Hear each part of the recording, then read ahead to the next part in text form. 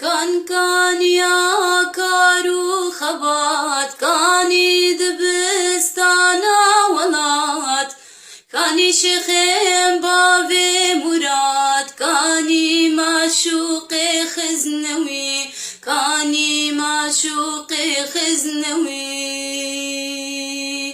كاني جياي برمزن كاني مرخاس الحسن كدنج خورتو مروجن كاني معشوق خزنوي كاني معشوق خزنوي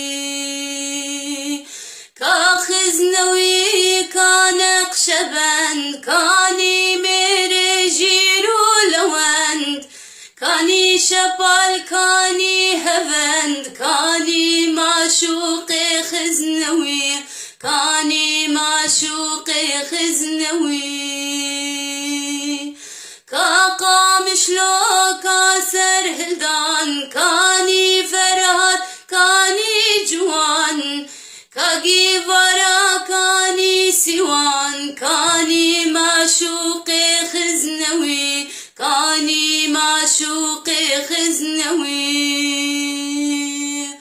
كادنج على صور زر كاميراني كاني هنر كاني خبات كاني شر كاني معشوق خزنوي كاني معشوق خزنوي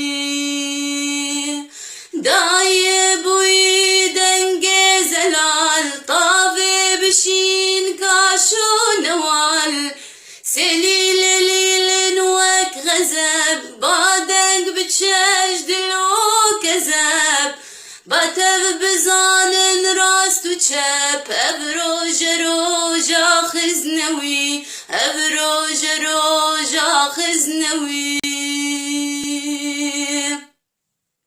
دايب ويدنج زلال طافي بشين كاشو نوال سيلي لليل وك غزب بعدك بتشاش دلو كذب باتف بزانن راستو چب افروج روجا خزنوي افروج روجا خزنوي كان يا كارو خبات كاني دبستانا ولات كاني شيخين بابي مراد كاني معشوق خزنوي كاني معشوق خزنوي. العالمين والصلاة والسلام على أشرف المرسلين سيدنا ونبينا محمد وعلى آله وأصحابه أجمعين.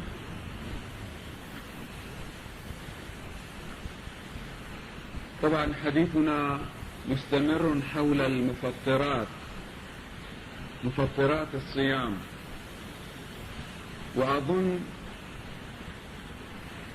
أننا اليوم بعد المذهبات للثواب، المعنى الذي قصده سيدنا محمد عليه الصلاة والسلام يوم قال: من أفطر يوما من رمضان بغير عذر لم يقضه صيام الدهر كله. طبعا أنتم جميعا تعلمون أن الذي أفطر يوما من رمضان يستطيع أن يصوم يوما آخر. متى ما تاب الإنسان وعاد إلى الله نقول له: صم عن كل يوم فاتك يوما. هذا يعني أنه ثمة فرقا بين المفطر بمعنى المفسد للصوم وبين المفطر بمعنى المذهب للثواب. المفطر بمعنى المفسد للصوم هو أمر صغير، هو أمر بسيط، وإذا أردت أن تجبره بإمكانك أن تجبر هذا اليوم الذي أفسدته بصيام يوم. إنما الشيء الخطر والذي أذهب بحقيقة الدين من بين تصرفاتنا هو المفطرات بمعنى المذهبات للثواب. وبدأنا نحن بالمفطرات اللسانية أي المذهبات للثواب عن طريق اللسان. وابتدأنا أولا بالحديث عما لا يعنيك، فإذا تجاوزت هذه المرحلة ستدخل في الحديث الفضولي، وإذا تجاوزت هذه المرحلة ستخوض في الباطل، وإذا تجاوزت هذه المرحلة ستصطدم بآخرين وتضطر أن تجادلهم وأن تماريهم بغير علم ولا معرفة. فإذا حصل الجدل ووصلت إلى هذه المرحلة من إطلاق عنان اللسان ستدخل في المرض الخامس أو المفطر الخامس، وهو الخصومة. موضوع درسنا اليوم الخصومة، أحد آفات اللسان التي ذمها الله سبحانه وتعالى ورسوله، ونهيا المسلمين عن الدخول في مثل هذا الباب. والخصومة تعني مزيدا من القول ومزيدا من الحركة اللسانية واللجاج من أجل تحقيق مطلب. أنا أحاججك وأجادلك وأشغل لساني بك. هذا الخصام بشكله العام، وقبل أن نفصله نستطيع أن نقول إنه عمل مذموم بغض النظر عن البيان والتفصيل. مجرد الخصام ومجرد تبادل الحديث على سبيل الخصومة هو عمل مذموم. ولذلك قال العدو الذي يخاصم، الرجل الذي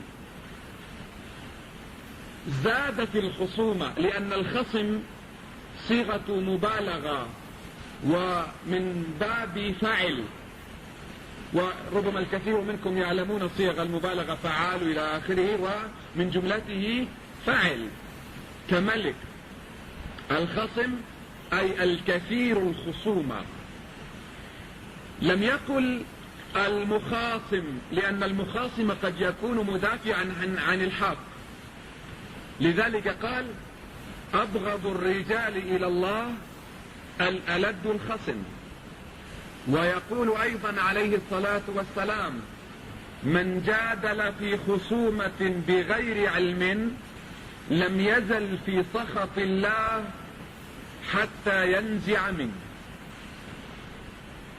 من هذين الحديثين نستطيع أن نفهم ما المذموم من الخصومة أو ما المذموم من المخاصمة وما الذي لا يذم. الذي يذم أولا الكثير، الخصومة الكثيرة أي المتجاوزة حدود الاعتدال إلى درجة أن الرجل يفهم بالخصومة. وأنتم تعلمون في الحي، في البيت، حتى في البيت من بين أفراد العائلة الخمسة الستة العشرة تجد أن أحد الأطفال أحد الأولاد خصم، أي أنه كثير الخصومة لإخوانه. من بين أبناء الحي تجد رجلا معروفا بأنه كثير الخصومة لأبناء الحي على أي مسألة. ربما أطفال يتصايحان أو يتقاتلان أو يتراميان بنوع صغير من الحجر، تجد أن هذا الرجل قد قامت قيامته. وهكذا ربما في البلدة، وربما في المجتمع الكبير وفي الأمة، وربما سنجد على مستوى أعلى في القيادات. وقد يشتهر رجل من رجال التاريخ المعاصرين أو الذين مضوا يشتهرون بأنهم خصيمون، أي شديد الخصومة، يا ويل اللي يعلق معه كما يقولون. هذا الباب المذموم. الباب الآخر الذي يذم يدل عليه الحديث الثاني من جادل في خصومة بغير علم. الباب الثاني إذا كان في البيت طفل خصم، وفي الحي رجل خصم، وفي البلدة عائلة خصمة، في السوق تاجر خصم، فالنوعية الثانية أكثر، المخاصمون بغير علم. الذي يخاصمك ويبادلك الكلام ويحاججك ويرمي بك كثيرا من الألفاظ الثقيلة أو الخفيفة وهو لا يعلم لما، بغير علم أصلا. وأنتم تعلمون كثير من الجهلة وكثير من العوام في كثير من حالاتهم يخاصمون، وأشد الخصومة حين تتعلق القضية بالدين. نحن نجد أن في مدينة من المدن الإسلامية أو في قرية من قراهم أو في في بلد من بلاد المسلمين تجد هناك طوائف، طائفة وطائفة، يتصايحان، يتخاصمان، يتجادلان، وغالبا ما تكون حول قضية تافهة لا تتعلق بمصلحة المسلمين ولا بقضية تشريعية عامة ولا بخط عريض من خطوط الدين، إنما القضية تتعلق في غالب الأحوال بالمصالح التي يتنافس عليها زعماء هاتين الطائفتين أو الجماعتين. أما العوام فهم لا يعلمون شيئا عن هذه القضية، كل الذي يعلم أن الطرف الآخر هدم الدين وعليه أن يخاصم، والطرف الآخر أيضا بالمقابل. هذا يدخل أيضا من باب من جادل في خصومة بغير علم لم يزل في سخط الله حتى ينزع منه. من هذين النوعين من الخصومات فهمت أن المظلوم الذي يخاصم الظالم من نفسه العادلة هذا لا يسمى خصما ولا يسمى مخاصما بغير علم، هو لا يتجاوز الحدود حتى يسمى خصم، وهو يعلم لما يخاصم، إذا لا يمكننا أن نذمه. نعم سنقول له إن الإسلام وإن الله ورسوله وإن أباحا للمسلم أن يدافع عن حقه وأن يطالب بماله أو جاهه أو أي شيء يتعلق به، وإن أعطاه الإسلام حق الدفاع عن نفسه والرد على الأعداء بالمثل، ومن اعتدى عليكم فمن اعتدى عليكم فاعتدوا عليه بمثل ما اعتدى عليكم، مع كل هذا الأولى للمظلوم أيضا ترك المخاصمة. إذا نحن حين نتحدث عن إنسان خصم فنقول إنه يرتكب كبيرة، إنه يفطر، إنه يذهب ثوابا. وحين نتحدث عن أناس جهل يخاصمون بغير علم نقول إنهم يفطرون، إنهم يدخلون في كبيرة، يذهبون ثوابهم، يحبطون عملهم. أما حين نتحدث عن المظلوم الذي يخاصم فنقول إنه يفعل ما أباحه له الشرع، غير أننا نرغبه في الطرف الآخر ونقول له وأن تعفوا وتصفحوا لهو خير للشاكرين. ونقول له أيضا أنت أيها المسلم إذا أخذت حقك فربما تجاوزت حقوقك في الطلب. أنا أطالبك ب10 ليرات صحيح، وحين أخاصمك وحين أطالبك وحين أحاججك فسأحقق هدفي وسأخذ منك 10 ليرات، لكن اللسان لا تستطيع أن تضبطه، ونخشى أثناء مطالبتك أن تتجاوز الحدود في مطالبتك وأن تهين صاحبك وأن تعتدي عليه بلسانك فتنقلب إلى ظالم بعد أن كنت مظلوما.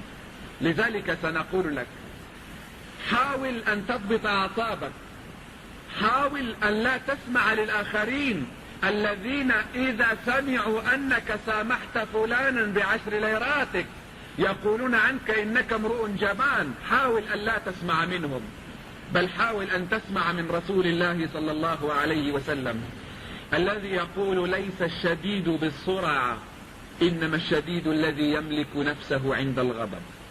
إذا أردت أن تكون رجلا شهما قويا شجاعا شديدا بين جماعتك وأهل قريتك لا تظن أن المقاييس هي السرعة، هي قدرتك على مصارعة الآخرين ومقاومتهم ومباطحتهم وأخذ الحقوق منهم والاعتداء عليهم بمثل ما اعتدى عليك. لا، النار لا يطفأ بالنار.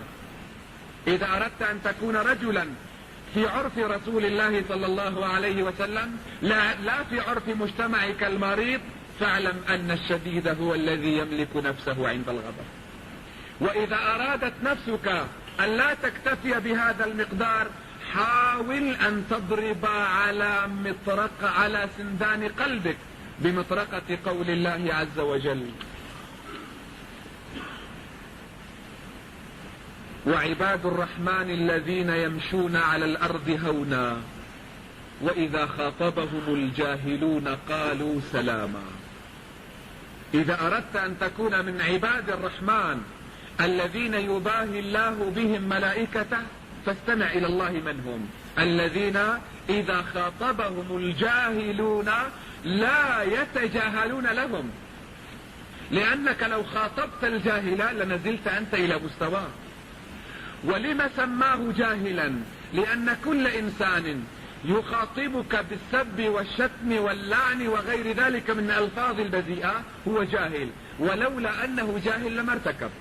لا تقل إنه ليس جاهلا، إنه عاقل، إنه عالم، إنه واعي، لا، حتى لو كان عالما وواعيا وعاقلا ومثقفا، ما دام يخاطبك بألفاظ قذرة فهو جاهل في عرف الله وبحكم الله عز وجل. إذا خاطبهم الجاهلون قالوا سلاما. ويقول الله أيضا: ولا تستوي نقول بالأمثلة الشعبية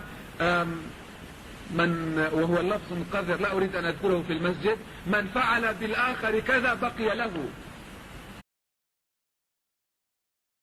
وأنت أكذب، وتقوم القيامة حينئذ. قال له: أنا أقرضتك منذ مدة 300 أو 1000 ليرة، يكن هذا الرجل أهلا. المعروف لا يضيع، لذلك يقول الله لك: ادفع بالتي هي أحسن، بغض النظر عن الطرف الآخر، ادفع بالتي هي أحسن، فإذا الذي بينك وبينه عداوة، هذا الرجل الذي جاء يشتم. ونقصد بالإفطار أنهم يذهبون ثوابهم، سواء كانوا صائمين أو في غير شهر الصيام، يذهبون ثوابهم بها هذه الخصومة التي أكلت قلوبنا.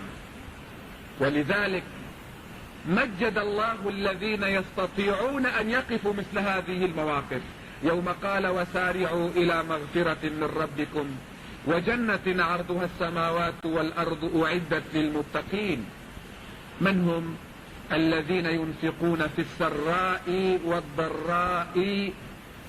علي بن الحسين رضي الله عنه، الذي هو أحد أبناء آل البيت الذين قال الله فيهم: ليذهب عنكم الرجس أهل البيت ويطهركم تطهيرا. طهرهم من هذه المفطرات. رجل كان واقفا بين ضيوفه، وكانت له جارية جلبت طعاما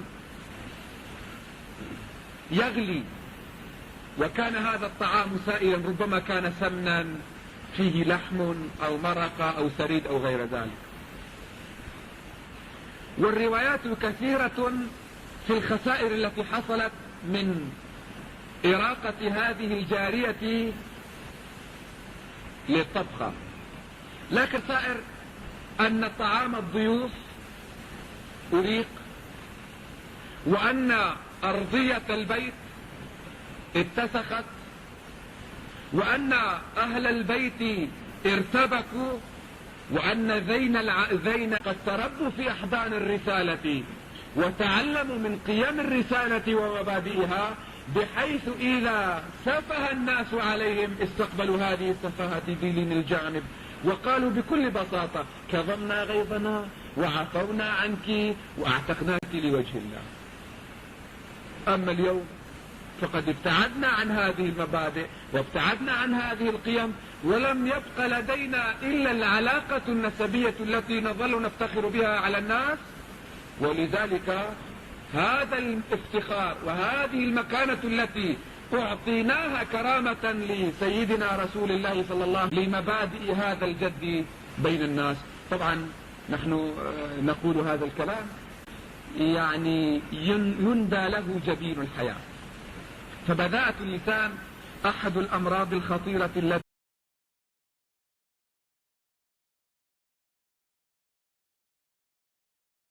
إلى الرعاة، لكن هذا المسجد لا يحتاج إلى تنبيه لأنهم جزءا منه وهو جزءا. هم علماء القلوب، أهل التصوف الحقيقيين البعيدين عن البدع والمنكرات، والذين يجعلون شرع الله كما قلنا فيه علاقة نسبية مع الشيطان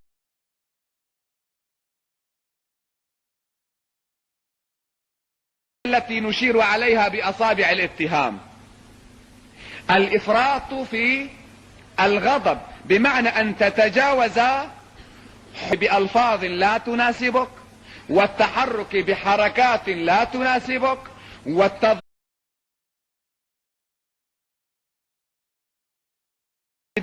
كما قال تعالى حتى لو طلب العقل منك الغلظة، حتى لو طلب منك الدين شدة، تبقى هكذا ساكنا رحيما، فنقول أنت قد فقدت الإنسانية الكاملة، إنما أصبحت من باب ما يقول الشاعر: ولا يقيم على ضيم يراد به إلا الأذلان عير الحي والوتد. فقط لا يرضى ولا يقيم على الضيم والظلم المقصود إلا الأذلان عير الحي الذي يذهب. أما حالة الاعتدال فلما سأل أصحابه وقال لهم: ما تعدون الصراعة فيكم؟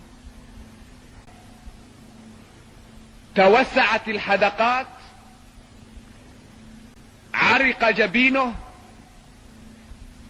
تغيرين الزفر والزبد. ولو أن الذي يغضب تأمل في صورته القبيحة هذه لسكن غضبه رأسا، ولكنه لا يدري، يظن أن الناس حين يغضبون تتغير صورهم، أما هو فلا تتغير صورته، لكنه لو نظر في مرآة لعلم قبح صورته، وقبح باطنه أقبح، لأن قبح الظاهر أثر من آثار قباحة الباطن، والدن يترشح بما فيه. ثم تجده في لسانه يسب ويشتم ويلعن ويطلق أيضا، ويهدم البيت كاملا ويقرق، ربما جرح لو تمكن. وإذا ما تمكن وانفلت المغضوب عليه من بين يديه ولم يتمكن من اللحاق به وتنفيذ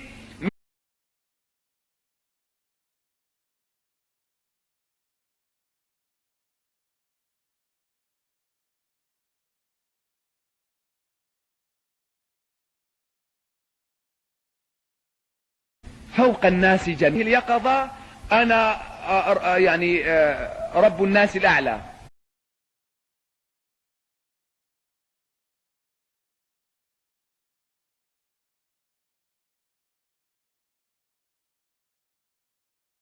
من عرف نفسه؟ إذا عرفت نفسك لن تتكبر على الآخرين، ولذلك حين يخطئ الواحد منا له العذرة والغائطة لما تكبر على الآخرين، فغضبك ينتج من جهلك بحقيقة نفسك. لذلك تغضب يوم يأتي شخص من عائلة المجتمع ضال، أناسا يجب أن يكونوا في القمة، هكذا المجتمع ضال. الأذكار المروية عن رسول، الأذكار التي وردت من الصباح إلى المساء قبل الصلاة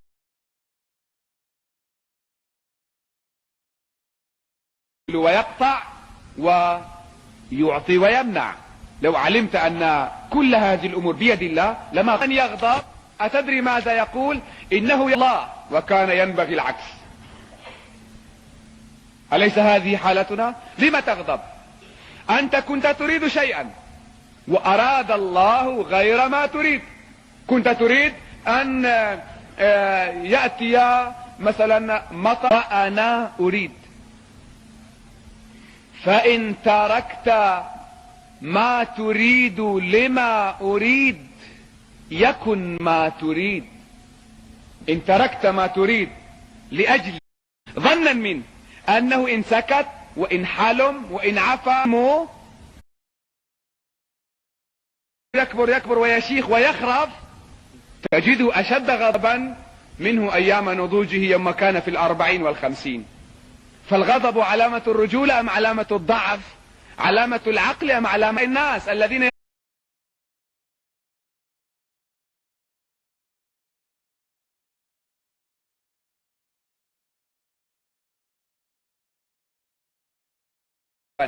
أو تضطجع إن كنت سبحانه وتعالى وتصلي، كما قال رسول الله صلى الله عليه وسلم: ليلقي به خارج دائرة الإسلام حيث يوجد النفاق والفسق والفجور باب من أبواب النفاق وخلط وقمت معه قلت: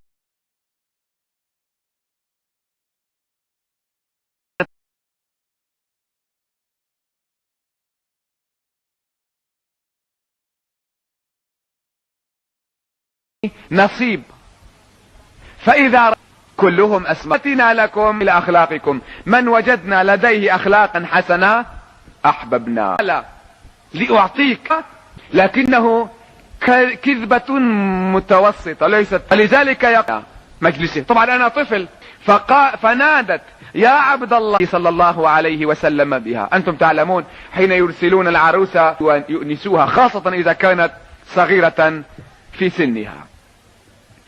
وتروي لنا أسماء بنت عميس هذه الحادثة. وللدقيق هم لأنفسهم، وكانوا يقعدون حتى في بيت واحد. لم تأتي صغيرة كذيبة حسب الحالة. وهو: أخلفت الوعد تكون منافقا من خصلتين، الذي فيه أن تحدث الرجل بحديث هذا لا حرج، والآخر يوم تصلح بين متخاصمين. كنت عند عمرو كم يمدحك ويثني عليك ويدعو الله لك، وتذهب إلى الآخر لا حرج، أنت كاذب، لكن من أجل أن تجمع شملهم. لو أنني ضربت برجل واحد على هذه القبة، قبة سيدنا سليمان، لقلبتها رأسا على عقب. فسمعهما سيدنا سليمان، كان يجعني: هذا لا يجوز. إنما أقول: تكذب خلاف حقيقة ما في القلب، خلاف لها بهذا العمل تغير ما عليه الزوج، فإذا تغير الزوج لعل الكراهية تنقلب من جديد إلى محبة. نرجو الله سبحانه وتعالى أن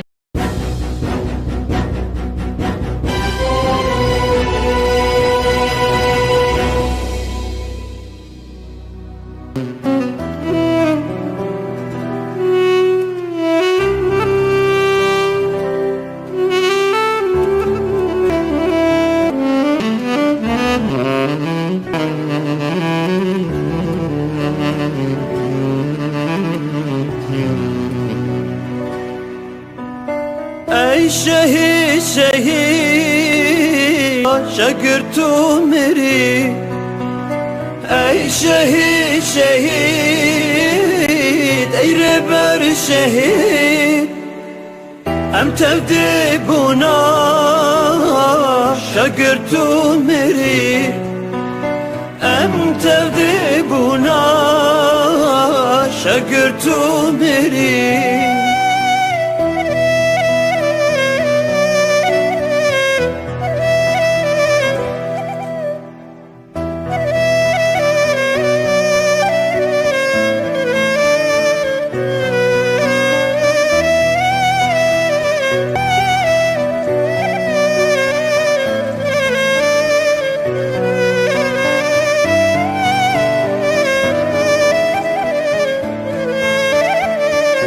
تنوكر شوباك لشي صعيد، قاسم محمد برزان عقيد.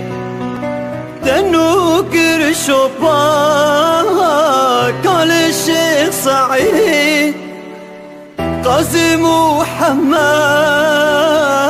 برزان عقيد. اي ربر الشهيد ام تبديبنا شقرت مري، ام تبديبنا شقرت مري.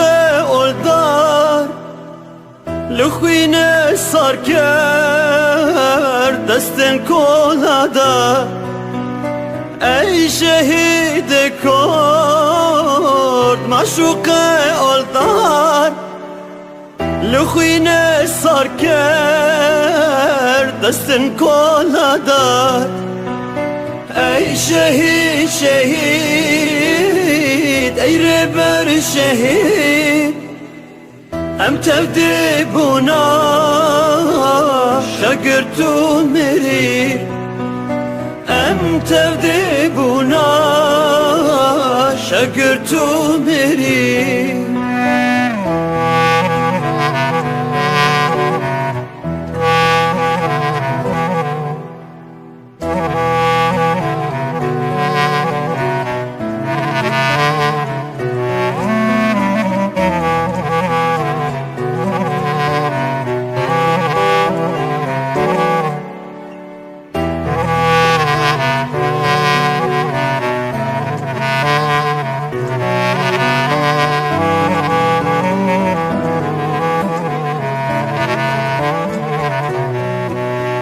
ريتشك نوتا دا بشيام الهاد لباشور تقود بيروز بدولات ريتشك نوتا دا بشيام الهاد لباشور تقود بيروز بدولات ای شهید شهید ای ربر شهید ام تبدي بنا شقرت مرير ام تبدي بنا شقرت مرير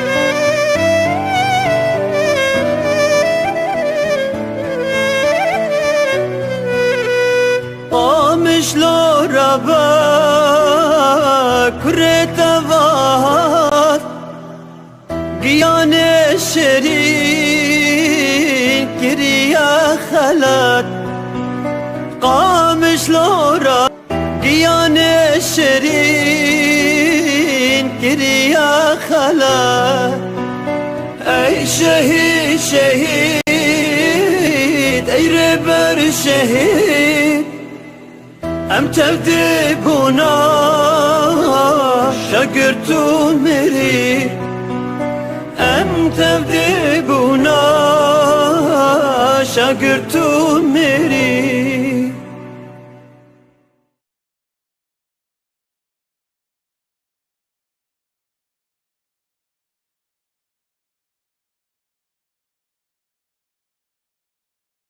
دجي دجمن دجي كدخوار لفيواري تهر دشكا نياري من تأو دركر بذي داري همي فدبو دفي قيدان دفي زندان بدستيتا جوار تفتون ستون را تنا مين أولو دردو بريني من دخوازم هر ببوسم از رو دستی تشيخي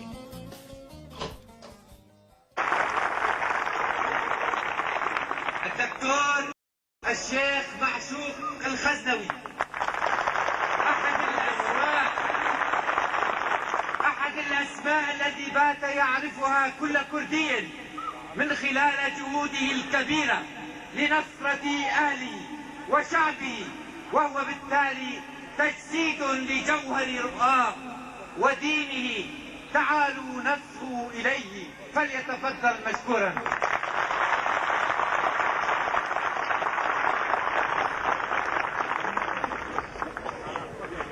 بسم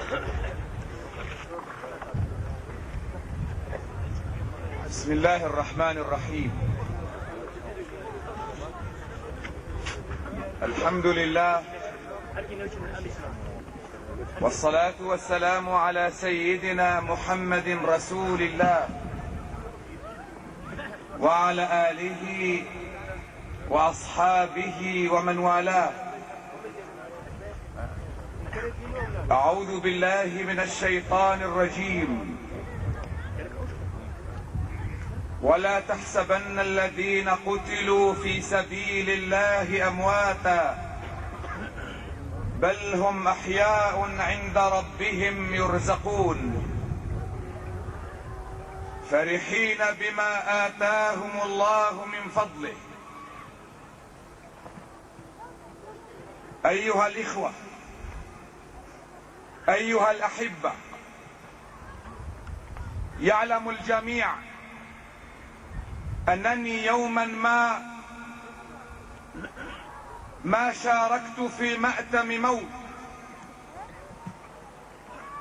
والذين هم لصيقون بي يعرفون أنني لا أشارك في سنوية أبي.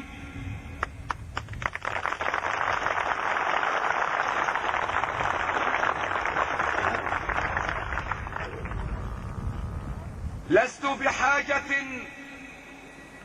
إذا كان البعض بحاجة إلى أن يحتفل بالموت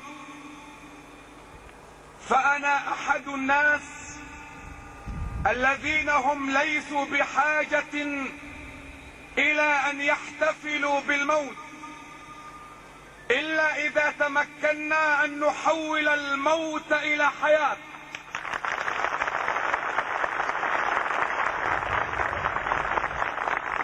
لذلك اليوم أنا بينكم ليس من أجل سنوية فرهاد، سنوية موته ومأتمه، إنما أنا معكم من أجل سنوية حياته.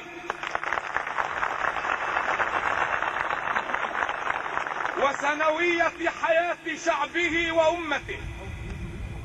فرح جدا أن أقف معكم وأنا أحتفل بحياة هذا الرجل، لكنني أيضا حزين جدا لأن 20 ونيفا من شهدائنا مرت عليهم سنة على حياتهم ولم تحتفل أمتهم بحياتهم.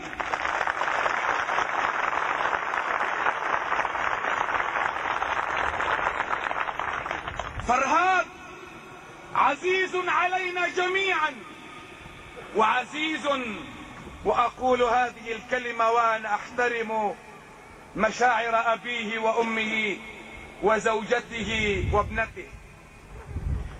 فرهاد عزيز على قلوبنا جميعا، لكن من الذي قال إن 20 ونيفا من شهدائنا ليسوا في مستوى عزتي ومكانة لكم؟ إن الحقوق أيها الإخوة لا يتصدق بها أحد، إنما الحقوق تؤخذ بالقوة.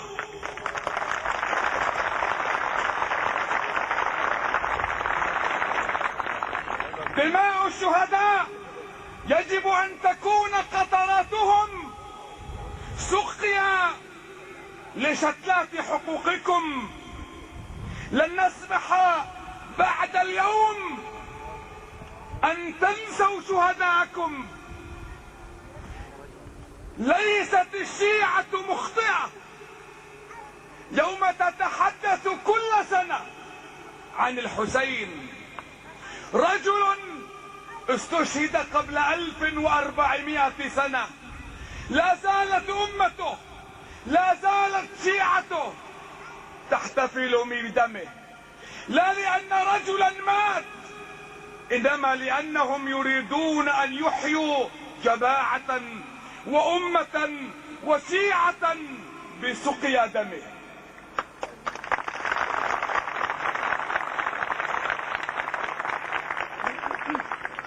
لعلي لا استوعب تفاصيل ما جرى لفرهاد. انا احد الناس اخشى السياط كثيرا ولا اريد ان اتذكرها، لكن منذ ان دعاني والده الى هذه الجلسة لا ادري لما تذكرت ياسر وسمية.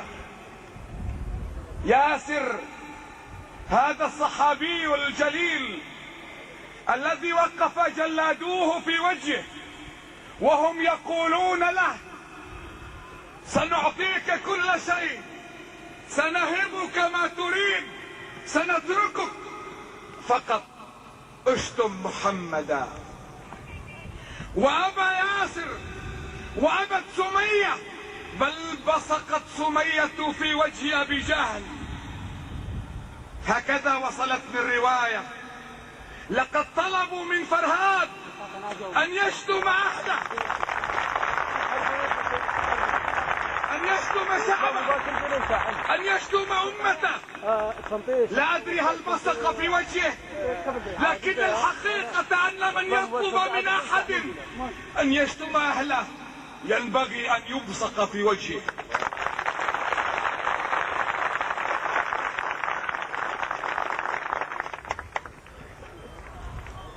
اسمحوا لي ان اطيل عليكم، فربما انا رجل الدين الوحيد الذي سيتحدث في هذه الجلسة. فرهاد، كتبت بعض الكلمات، لست شاعرا لكنني اشعر بآلامي وآلام شعبي وامتي من خلالك يا فرهاد. كل شبابنا أنت، كل شبابنا أنت، وكل نسائنا بعدك ثكالى. كل عرق من عروق رجالنا غيظ وغضب، بل كل عرق من عروق رجالنا يتفجر علما ودما. لكن اما ان يموت الرجال مثلك والا فلا. امة ميتة يحييها رجل، امة تشعر انها ميتة كانت بحاجة الى شخص يقول لها انهضي انت لست ميتة، فكنت انت يا فرهاد.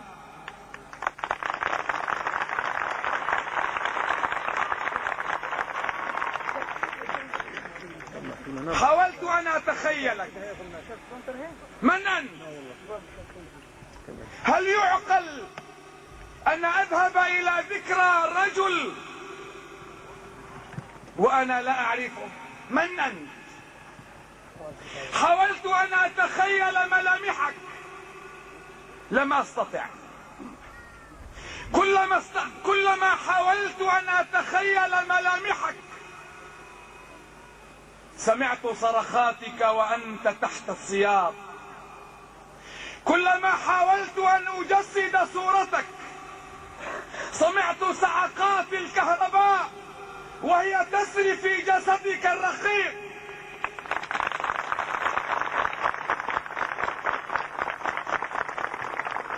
كلما حاولت ان اسمعك تبادر الى ذاكرتي صرخاتك. لا ادري، ربما اسيء اليك يوم اقول انت صرخت. امثالك لا يئنون ولا يصرخون، يقفون كالجبال في وجوه جلاديهم. لكن يا فرهاد، اسمح لي ان اقول لك ولامثالك من شهداء هذه الامة، نحن جميعا، انا وانتم وكل ابناء شعبك يا فرهاد، نحن شركاء في دمك، شركاء في هدر دمك، لأننا نمنا حقبة طويلة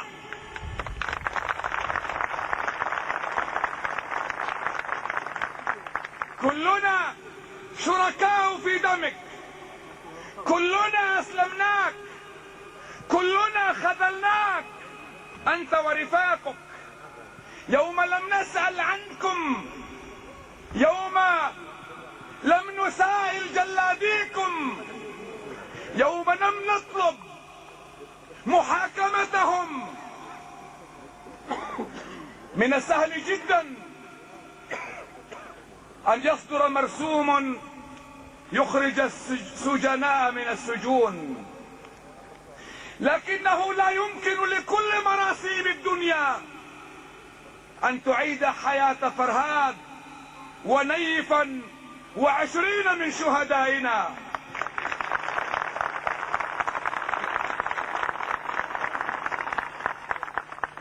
فقط مرسومكم أنتم إذا عزمتم على الحياة وحاولتم أن تقفوا على أرض صلبة لتطالبوا بحقوقكم كبشر.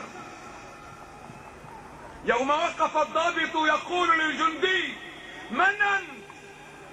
كان ينبغي أن يقول: نحن كلاب. من أنت؟ فقال له: نحن بشر. فما كان منه إلا أن ضربه ببوطه العسكري.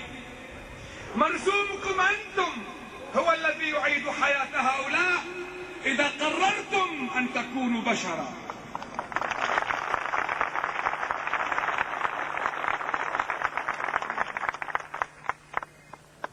فرهاد، بل يا شعب فرهاد، أنا أعلم أن نصر الله قريب، ولكن نتمنى جميعا أن لا نموت قبل أن يقف أضعف رجل منا على قبرك ليقول: ها نحن أحيينا شهداءنا وحيينا بهم.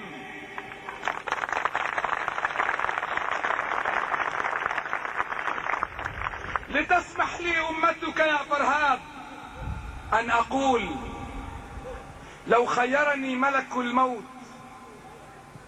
هل تريد أن تفدي بفرهاد آخرين؟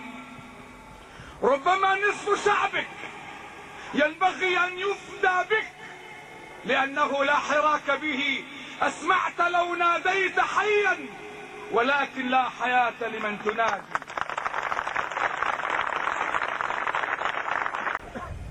أقول: إننا عازمون أن نحيي من أمتموهم، وعازمون أن نبني ما هدمتموهم، وعازمون أن نعمر ما خربتموهم. وإن فرهاد وأمثاله سيكونون حباتنا التي ستنبت 7 سنابل، في كل سنبلة 100 حبة، والله يضاعف لمن يشاء. نساؤنا سيلدن آلافا أمثال فرهاد، وسيعلم الذين ظلموا أي منقلب ينقلبون.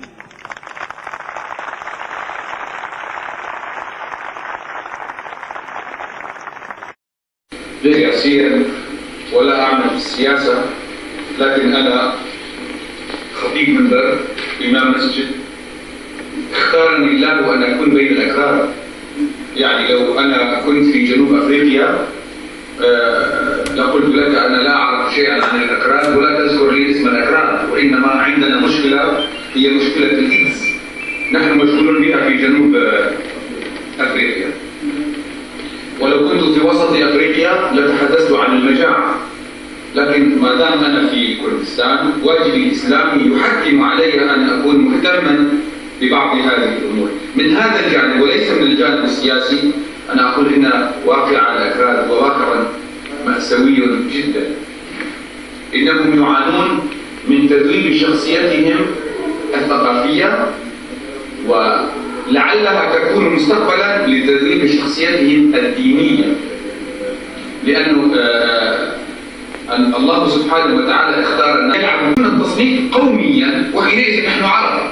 شيخ الأزهر يوما ما قد يدعي هؤلاء الأكراد أنهم جزء من كردستان، يعني كردستان عبارة عن منطقة بعد اتفاقيات سيوية، فيقول له القاضي العقاري: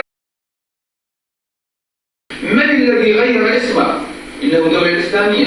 من الذي سحب هويته؟ الدولة الإسلامية. من الذي يقف معه يساعده يدافع عنه؟ أحزاب علمانية شيوعية. الإسلام يعني منذ أنا أريد أن تأخذوا كردستان العراق نموذج، وأنتم ربما كثير منكم عراقيين تعرفون في كردستان العراق هناك أكثر من جمعية صليبية نزل من الجبل وهو رجل أمي لا يعرف شيئا عن الإسلام، نزل فسمع صوت الأذان. وما هو الصلاة؟ قال: يا أخي الصلاة من عماد الدين، من الأركان الخمس.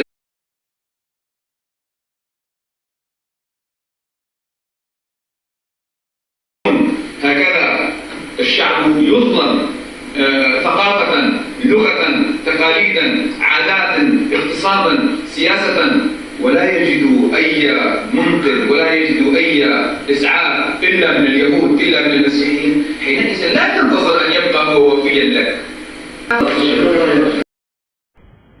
اللهم لك الحمد كما أنت أهله. صل على سيدنا محمد كما هو أهله.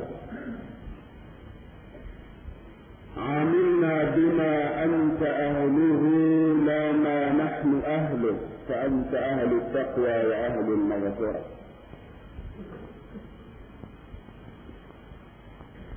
يا رب، ما أرحمك بنا مع عظيم جهلنا، ما أرأفك ما أقربك منا برحمتك، وما أبعد فمنك ما يليق بكرمك وربوبيتك، ومنا ما يليق بعبوديتنا وقيمتنا. نعطيك فتسترنا، ننساك فتذكرنا، نقطعك فتصلنا، نبتعد عنك فتقربنا.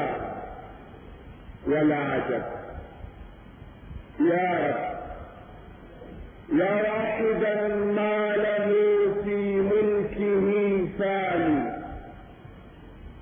يا من إذا قلت يا مولاي لباني، أعطي فتذكرني، أنسى فتذكرني، فكيف أنساك يا من لست تنساني.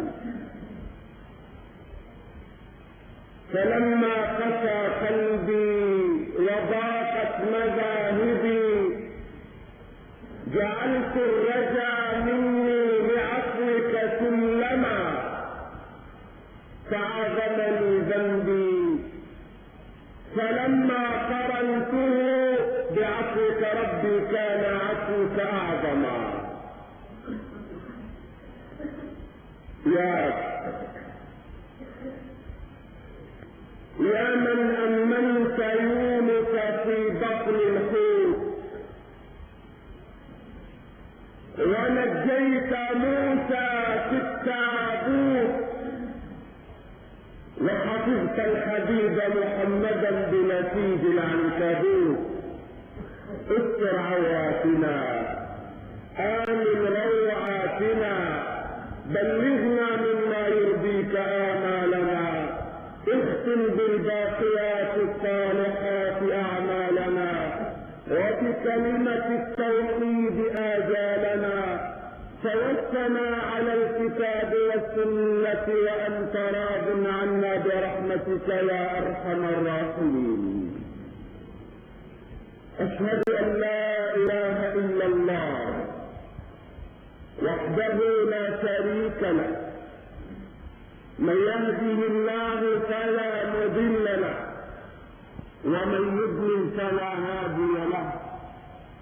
وأشهد أن سيدنا محمدا عبده ورسوله وخاتم أنبيائه، من رغب في سنة محمد وسلم، ومن رغب عن سنته غوى وخسر وضل وانفصل. اللهم صل وسلم وبارك على هذا النبي العظيم صاحب الخلق الكريم سيدنا محمد وعلى آله وأصحابه ومن سار على نهجه إلى يوم الدين. أوصيكم عباد الله بتقوى الله، وأحثكم على طاعته، وأنهاكم عن معصيته. أما بعد، يقول رسول الله صلى الله عليه وسلم: مثل القائم في حدود الله والواقع فيه كمثل قوم اتهموا على سفينة، فصار بعضهم أعلاها وبعضهم أسفلها، فكان الذين في أسفلها إذا استقوا من الماء مر على من فوقهم، فقالوا: لو أنا خرقنا في نصيبنا خرقا ولم نؤذ من فوقنا. فإن تركوهم وما أرادوا هلكوا جميعا، وإن أخذوا على أيديهم نجوا ونجوا جميعا.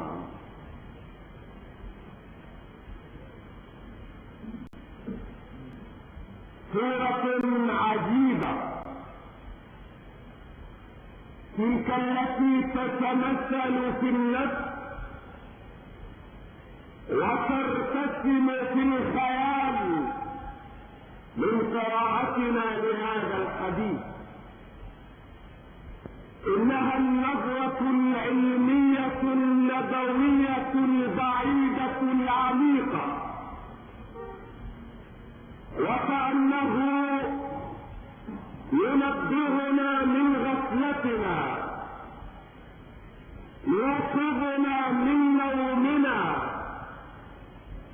وكأنه يقول صلى الله عليه وسلم: يا أبناء آدم، كفاكم وهما، كفاكم غفلة ونوما، أنتم تنظرون في الدائرة التي بين أيديكم، ولذلك ترون أنفسكم ثابتين مستقرين، ويخيل إليكم أنكم دائمون باقون راكزون ثابتون.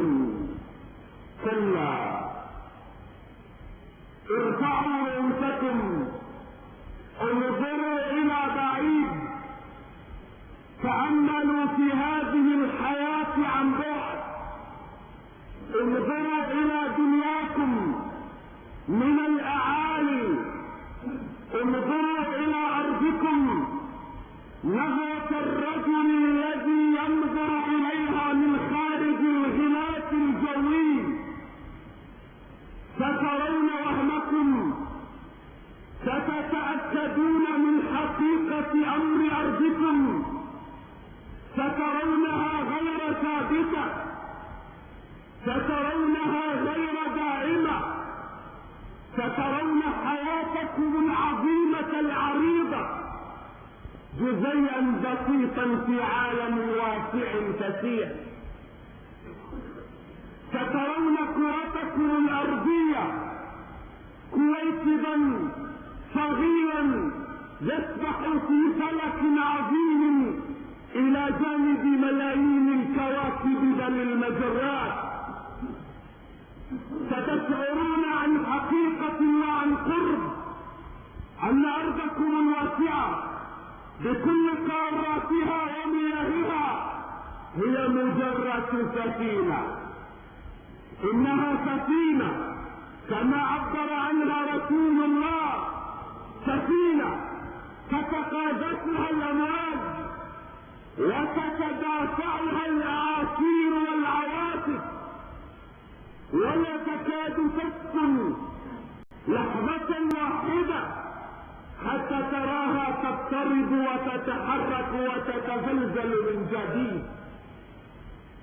ولن تكتب لأرضكم لسفينتكم الأرضية، لن تكتب لها سلامة ولا نجاة، ولن يكتب لها أمان ولا استواء فوق الموج المضطرب إلا إذا كان كل راكب على ظهر هذه السفينة على حذر مما يفعل ووعي تام ومعرفة بكل ما بين يديه من حركة وسكون.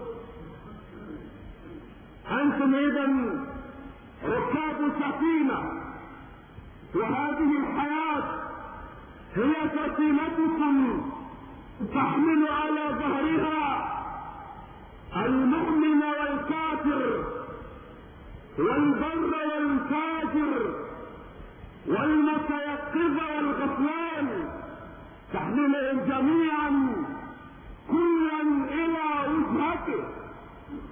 غير ان هذه السفينة تتأثر بكل حركة يأتي بها كل راكب على ظهر هذه السفينة، فقد تهتز وقد تضطرب وقد تجنح وقد تتزلزل وقد تهتز وترتعش، بل قد تنحرف في مسارها ذات اليمين او ذات الشمال، وقد تستوي السفينة على الافق حينا وقد ترسو الى الاعماق وتغرق في القاع احيانا اخرى. ولكنكم ومع الاسف تغمضون اعينكم عن هذه الحقيقة وتتناسون سفينة المجتمع وتنسون انكم ركاب على ظهر سفينة. يخيل اليكم انكم ثابتون راكزون مستقرون دائمون باقون خالدون، ولذلك نعصي ونكفر ونكره ونتجبر ونسرق ونظلم ونقتل، نغتاب وننم، نفسد في الارض ونسفك الدماء الى غير تلك المنكرات التي امتلأت احواض سفينتنا بها. ولو تذكر المستكبر والطاغي والمتجبر، لو تذكر الظالم والقاتل والسارق والمعتدي انه ليس راكزا في مكانه، ليس ثابتا على ارضه، ليس باقيا في مكانته، ليس خالدا في سطوته ووجاهته، لما ظلم، لما قتل، لما افسد، لما سفك، ولما اغتر بقوته الزائلة، ولا عاد يحمي جبهته لله مصدر القوة الحقيقية في هذا الوجود، يستمد منه القوة والعون والمدد ويستلهم منه الهداية والرشاد. لو تذكر من يفسق ويفجر وينجرف وينحرف أنه ليس راكبا على أرض، أنه ليس ثابتا على أرض، إنما هو راكب في سفينة تنخر عباب البحر، قد تغرق وقد تجنح وقد تنجو، لما فسق ولا ما فجر ولا من جرف ومن حرف، وحسب حسابا لكل خطوة يخطوها حرصا على نجاته ونجاة الآخرين ممن معه من ركاب السفينة الأبرياء. واتقوا فتنة لا تصيبن الذين ظلموا منكم خاصة. وصدق الله العظيم، وصدق الرسول الكريم يوم يشبه حياتنا بالسفينة، يخرقها رجل فيسقط الآخرون فتتدفق المياه إلى حوض السفينة فتغرق ويهلك الناس جميعا. كل ثورات الأرض أيها السادة، كل انتصاباتها التي أجرت الدماء والتي أطاحت بالعروش والتي أثارت الرؤوس، كل الحروب المدمرة التي تأكل الأخضر واليابس بين الحين والآخر وتسمم الحياة من زمن إلى زمن، ليست إلا نهاية طبيعية لخرق في جسم السفينة سكت عنه الآخرون فغرقت السفينة بكل المجتمع. لنذكر أمثلة. بلاد العالم الإسلامي مرت به حالات كثيرة، مر به الإقطاع، مر به الرأسمالية، مر به الشيوعية، مر به زمن نمو القوميات والعنصرية. ولنتأمل في كل مرحلة. حين جاء الإقطاع ربما عانى غيرنا من المسلمين ظلم الإقطاع أكثر منا، غير أن أئمنا أيضا لم نسلم. حين جاء الإقطاع وقال لكم نحن نملك الأرض والفلاحون فيها عبيد، حينئذ خلقت السفينة غير أنها لم تغرق. لكن حين سكت الناس ولم ينكروا عليهم واستسلم الفلاحون وخدموهم كعبيد، حينئذ غرقت السفينة. حين جاء أصحاب رؤوس الأموال وقالوا إننا نملك المعامل والمصانع ووسائل الإنتاج والعمال فيها عبيد، حينئذ خرقت السفينة.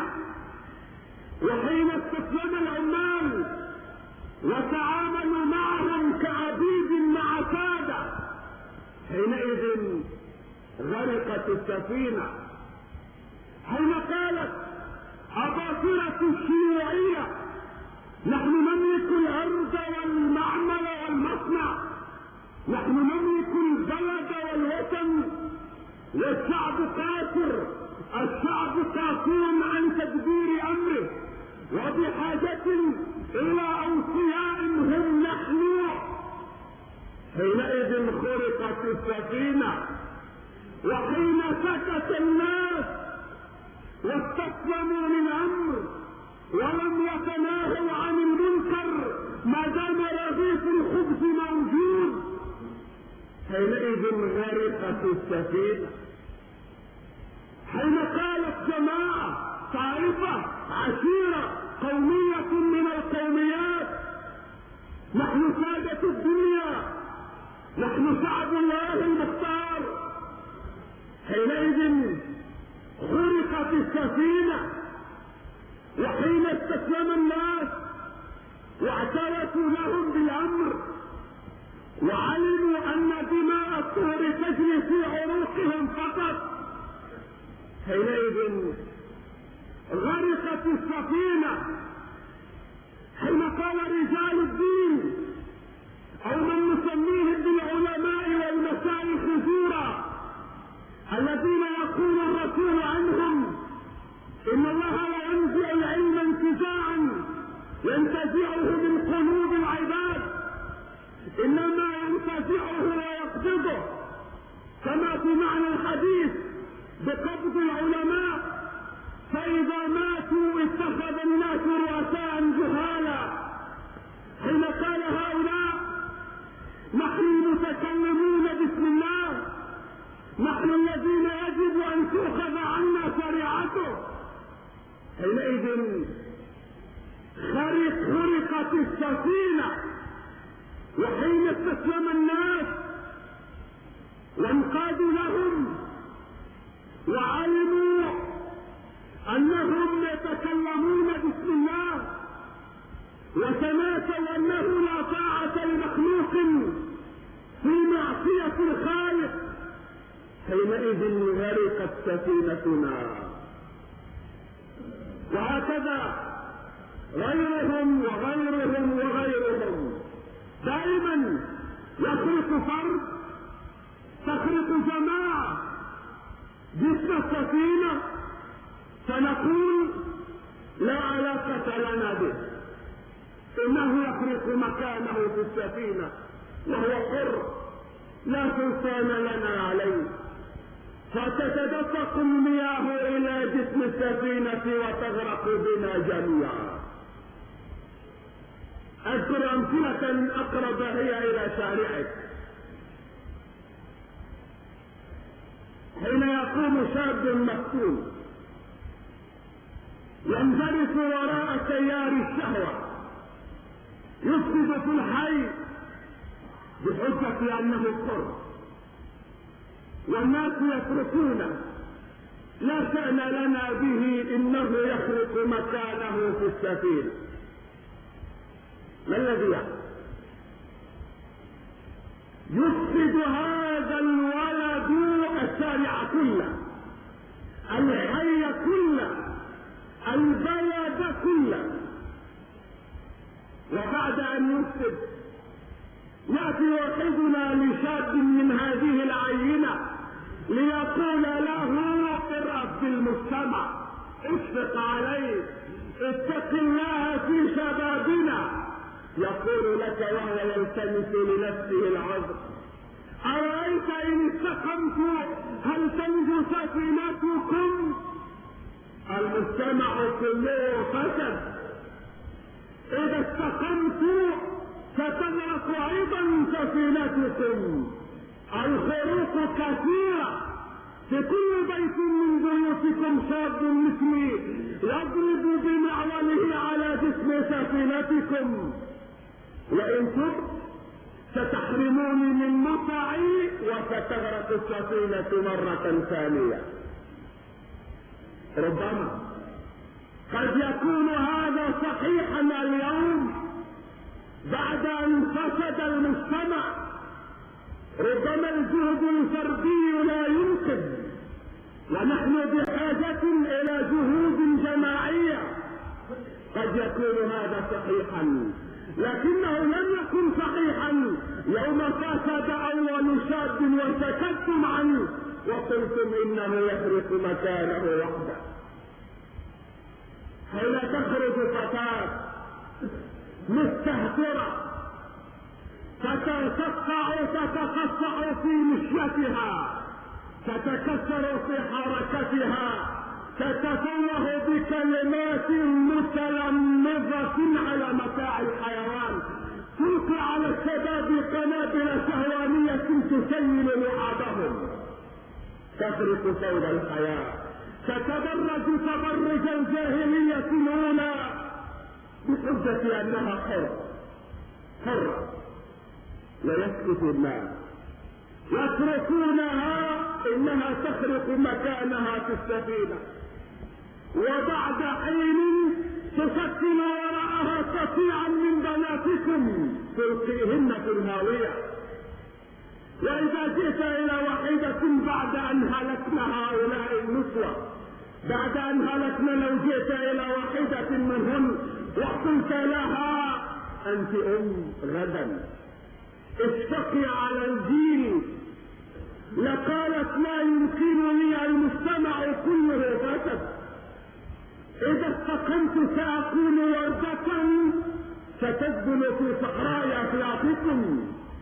ربما قد يكون صحيحا أن فتاة لا تصلح مجتمع، وردة لا تصنع ربيع اليوم بعد أن تسحر أرض المجتمع، ولكن لم يكن ذلك صحيحا يوم خرجت أول فتاة إلى الشارع وقلنا لا علاقة لنا بها، إنها تخرق مكانها وحدها في السفينة.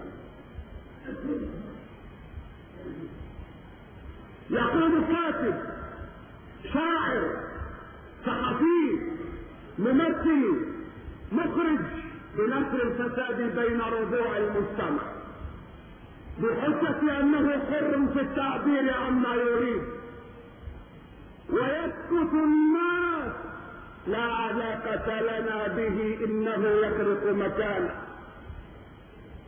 بعد حين يقبل المراهقون والمتسلطون على إنتاجه، فيكتب من ورائكم ثراء عريضا وجاها وربما نفوذا في بعض الأوقات، ويغري نجاحه غيره من الكتاب فيشكلون قافلة من الكلاب المسعورة تفتك في جسم المجتمع.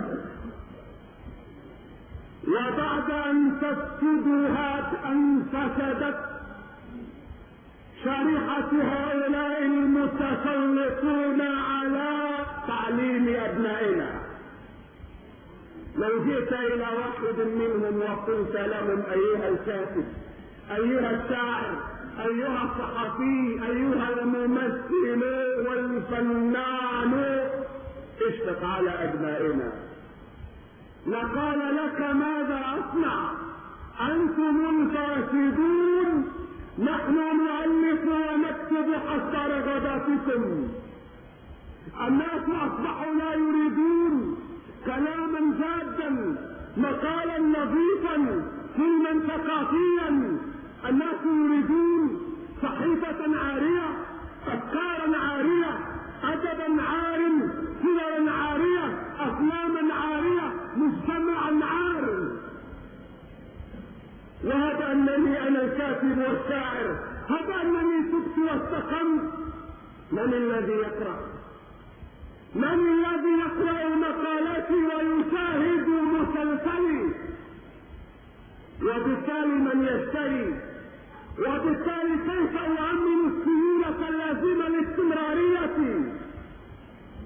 قد يكون هذا صحيحا اليوم بعد أن نفسدوا مجتمعنا، ولكن لم يكن ذلك صحيحا يوم خرج أول كاتب وشاعر على ديننا وسكتنا وقلنا إنه يخرق مكانه في السفينة.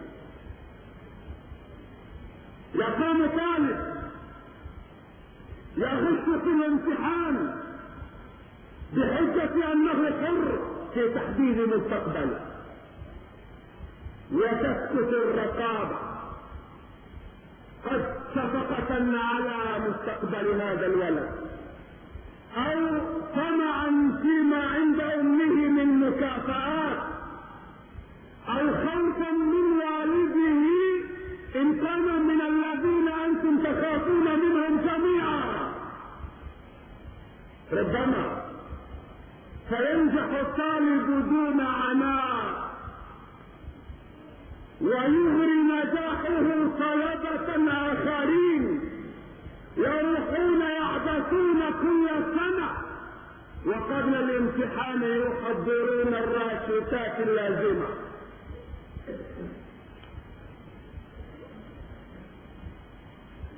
وقد ينجح الطالب الغشاش ويرسب المجدون، وقد يدخل الجامعة ويبقى المجدون في الشارع يدفعون عربة الخضار، لأن العلم والذاكرة قد تخونه لحظة الامتحان، بينما الراكيسة لا تخون كل شيء مدون.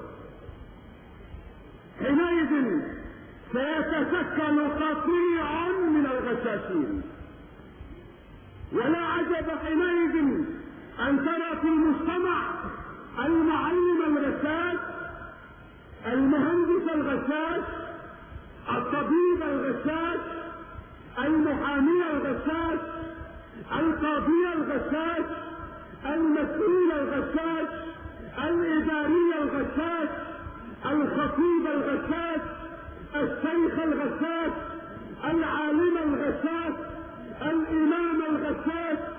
لما؟ لأنهم جميعا هو ذلك الطالب الغشاش الذي سكتنا عنه وقلنا لا علاقة لنا به، إنه يفرق مكانه في السفينة. يكون والد ضعيف الشخصية يترك أبناءه في الشارع يتلقون تعليماتهم من كل رائح وغاد، يسكت أبناء الحي. لما لا تنكرون؟ يقولون لا علاقة لنا به، إنه يربي أبناءه بالشكل الذي وفي النهاية هو الخاسر، لا علاقة لنا به. عليك بنفسك لا يضرك من ضل. ما الذي يحصل؟ ينطلق هؤلاء الأبناء المتسلطون إلى المواخير وبيوت الفاحشة، يستمتعون بالتحلل من القلوب والتفلت من الضوابط، يتمتعون بلذة الهبوط والمزاج المنحرف والكيان المقلوب. هذه المتع تغري غيرهم من أبناء الشارع والحي والقرية، فيقتدون بهم وينجرفون وراءهم والأعداء نائمون، ولا يصحون إلا وهم يجدون أن الأبناء قد تفلتوا. يحاولون حينئذ أن يفرضوا قيودا قاسية على أبنائهم، فيجدون الرد القاسي من الأبناء.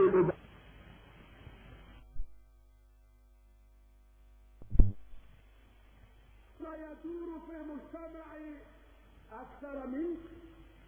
أنت خلقت لزمن وأنا خلقت لزمن جديد.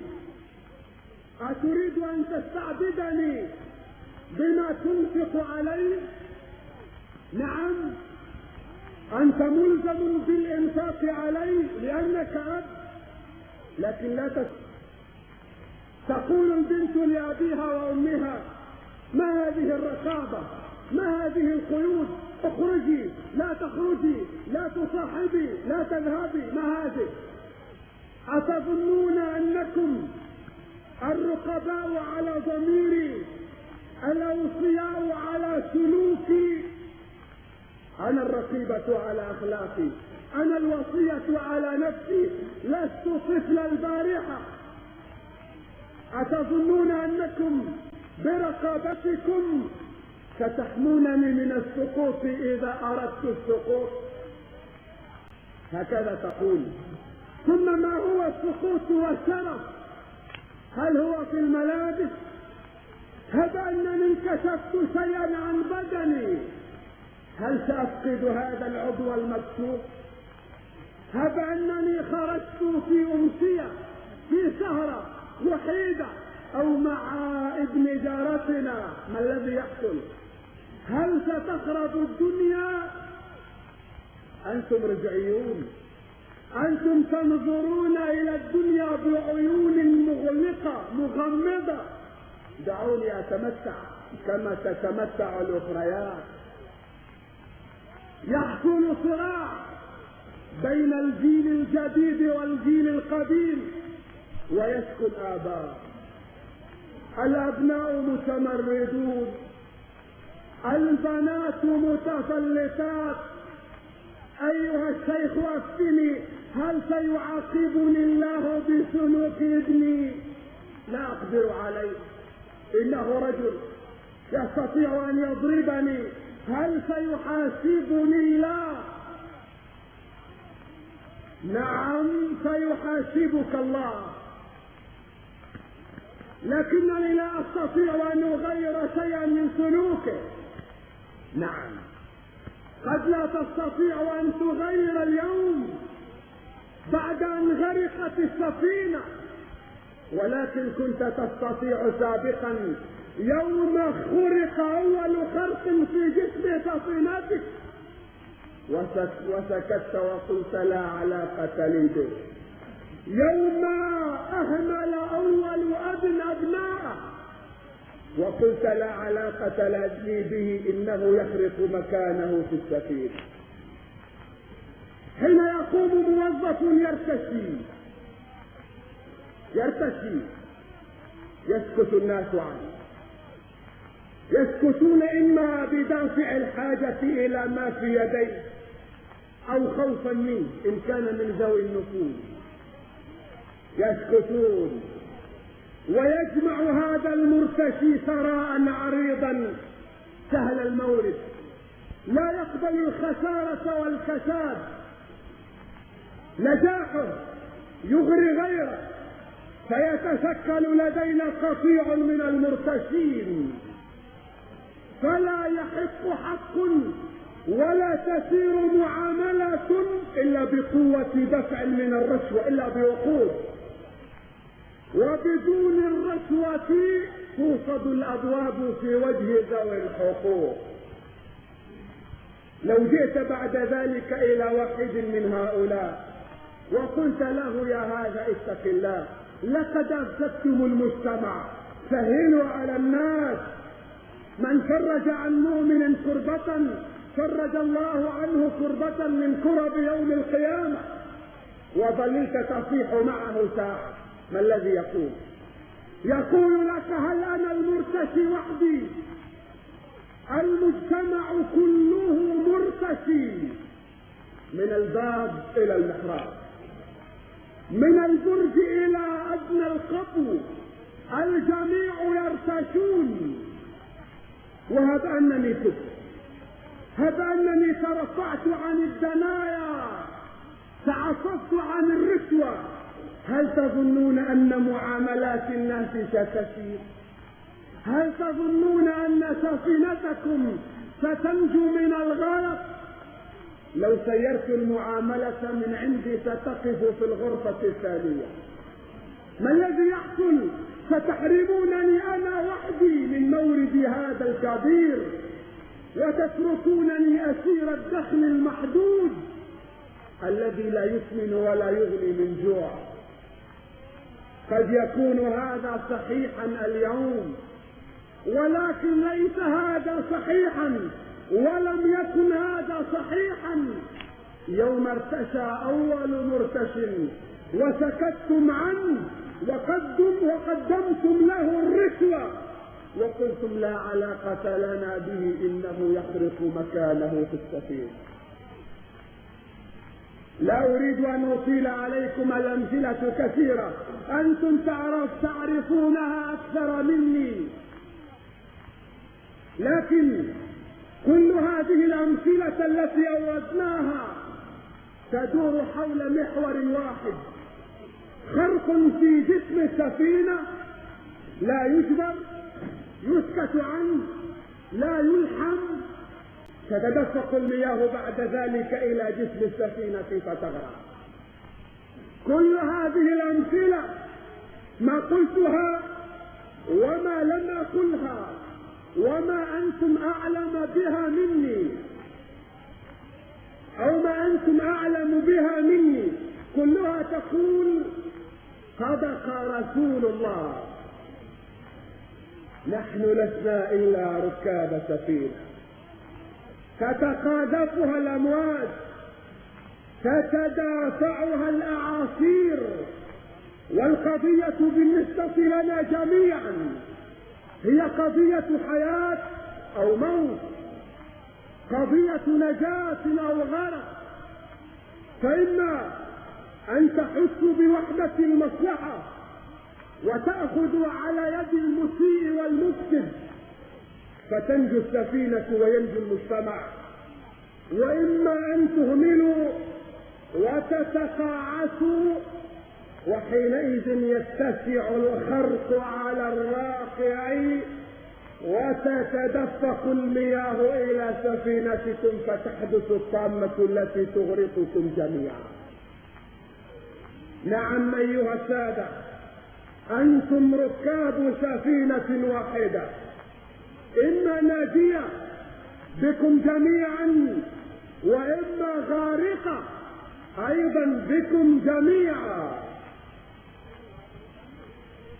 واتقوا فتنة لا تصيبن الذين ظلموا منكم خاصة. أنتم ركاب سفينة واحدة، إما ناجية وإما غارقة، فلا ينبغي لبعضكم أن ينفصل عن البعض، ولا ينبغي لبعضكم أن يلتفت عن البعض، ولا ينبغي لأحدكم ألا يهتم بأخيه، فمن لم يهتم بأمر المسلمين فليس منهم. إنه الرباط الذي يريده الله لكم يا ركاب السفينة، رباط الإيمان، رباط المصير الواحد، رباط الأمر بالمعروف والنهي عن المنكر، رباط التعاون على البر والتقوى لا التعاون على الإثم والعدوان، رباط يقول فيه رسول الله: من رأى منكم منكرا فليغيره بيده، فإن لم يستطع فبلسانه، فإن لم يستطع فبقلبه، وذلك أضعف الإيمان. رباط لا يقول أحدكم فيه: لا علاقة لي بفلان فلن أدخل قبره. رباط لا يقول أحدكم: ليس لك علاقة بي فلن تدخل قبري. رباط المصير الواحد، رباط القبر الواحد، رباط الإيمان بالله الواحد. فلنصح إذا من غفلتنا، لنتنبه من رقادنا، لنعاهد ربنا في هذه الساعة المباركة من هذا اليوم المبارك وفي هذا المسجد المبارك، لنعاهد ربنا وربان سفينتنا محمد صلوات الله عليه وسلامه أن نحرص على سلامة السفينة وركابها، لنأمر بالمعروف، لننهى عن المنكر ولو منكرا واحدا في أسبوع. نحن في هذا المسجد ما يقارب 1000 رجل، لو أن أي واحد منا غير منكرا في أسبوع، منكرا واحدا في سلوكه، في سلوك أخيه، في سلوك عائلته، في سلوك حيه وبلده، منكر واحد، هذا يعني أننا سنغير 1000 منكر في أسبوع، والسنة 48 أسبوعا، أي أننا في مثل هذا اليوم من السنة القادمة سنغير 48,000 منكر، لنلتزم بإنقاذ فرد من أبناء السفينة، فرد واحد كل سنة. أنقذ شخصا واحدا من رفاقك، شخص واحد اصحبه معك إلى بيت من بيوت الله تجد السفينة كيف تنجو. أنتم اليوم 1000 رجل، في السنة القادمة لو أصلح وأنقذ كل واحد منكم واحدة ستكونون 2000، وهكذا سيتضاعف الرقم. لا تظنوا أن المسؤول عن السفينة هو الرهبان، ليست المسؤولية على العلماء أو على الخطباء أو على أهل الحل والعقد، وإن كانت مسؤوليتهم أكبر. أنتم جميعا ركاب السفينة، وعليكم أن تضحوا بأهوائكم، بشهواتكم، بأموالكم، بأنفسكم في سبيل نجاة السفينة. إذا لنسعى، لنأمر بالمعروف، ولا نيأس من روح الله. حتى لو وجدنا السفينة تغرق، حتى لو غرقت السفينة بك أنت، فشتان ما بين غريق وغريق، شتان ما بين غريق يذهب إلى النار وغريق جاهد ونهى عن المنكر وأمر بالمعروف، حتى غرقت السفينة فاستقبلته الملائكة سلام طبتم فادخلوها خالدين. أقول قولي هذا وأستغفر الله. الحمد لله رب العالمين. الحمد لله نحمده ونستعينه ونستهديه ونسترشده،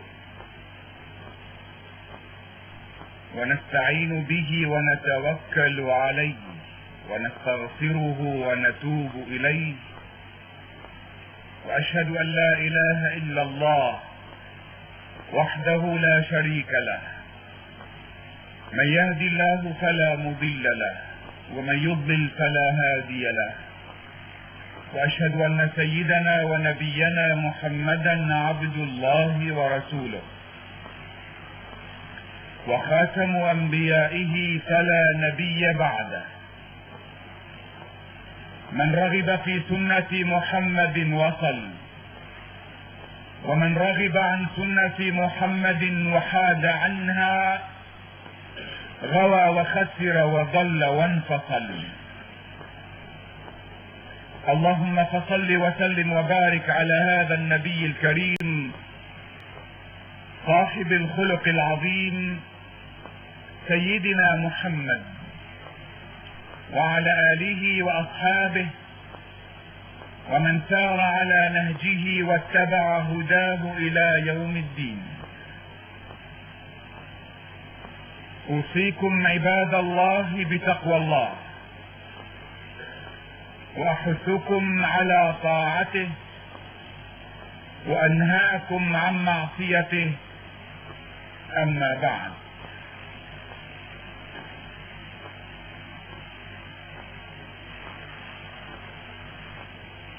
أيها الإخوة،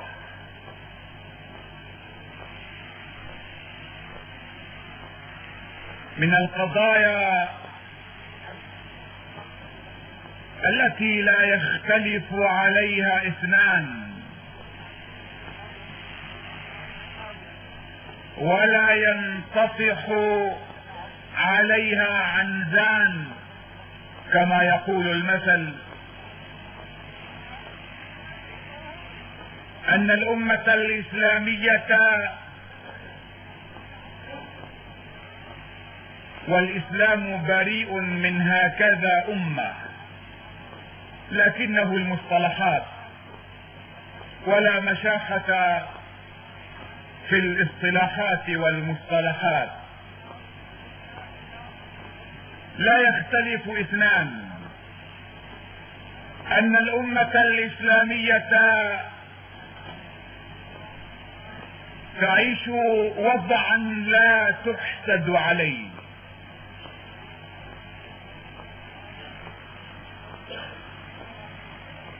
تبدو الآن غارقة في بحار من الفتن والشدائد،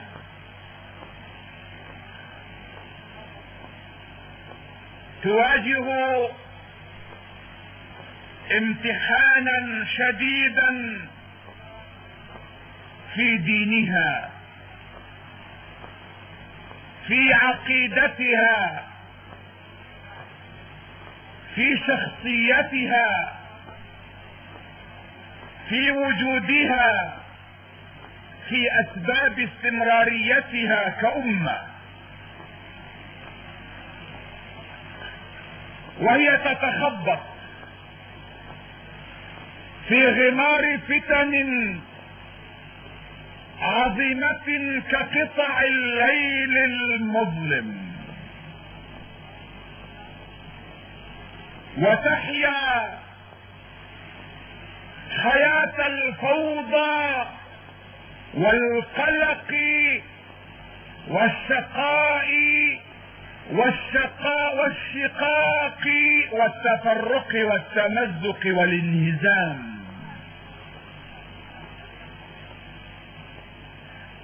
ترتكس الأمة وتنحدر وتهوي في منخفض سحيق من المعاناة والبلاء، وما ذلك إلا لأنها أغضبت ربها. نعم، أغضبت ربها ونبذت كتاب الله وراء ظهرها، وعطلت شريعة دينها، وهجرت سنة نبيها، وجاهرت بالمعاصي والفسوق، واستحسنت ركوب الفواحش والموبقات والآثام.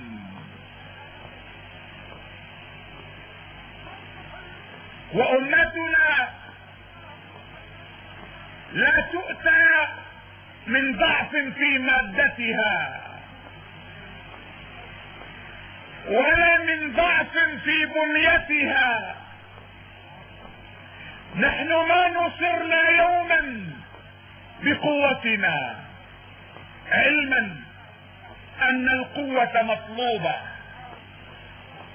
واسباب النصر مطلوبة، فقد امرنا بقوله تعالى: واعدوا لهم ما استطعتم من قوة ومن رباط الخيل ترهبون به عدو الله وعدوكم.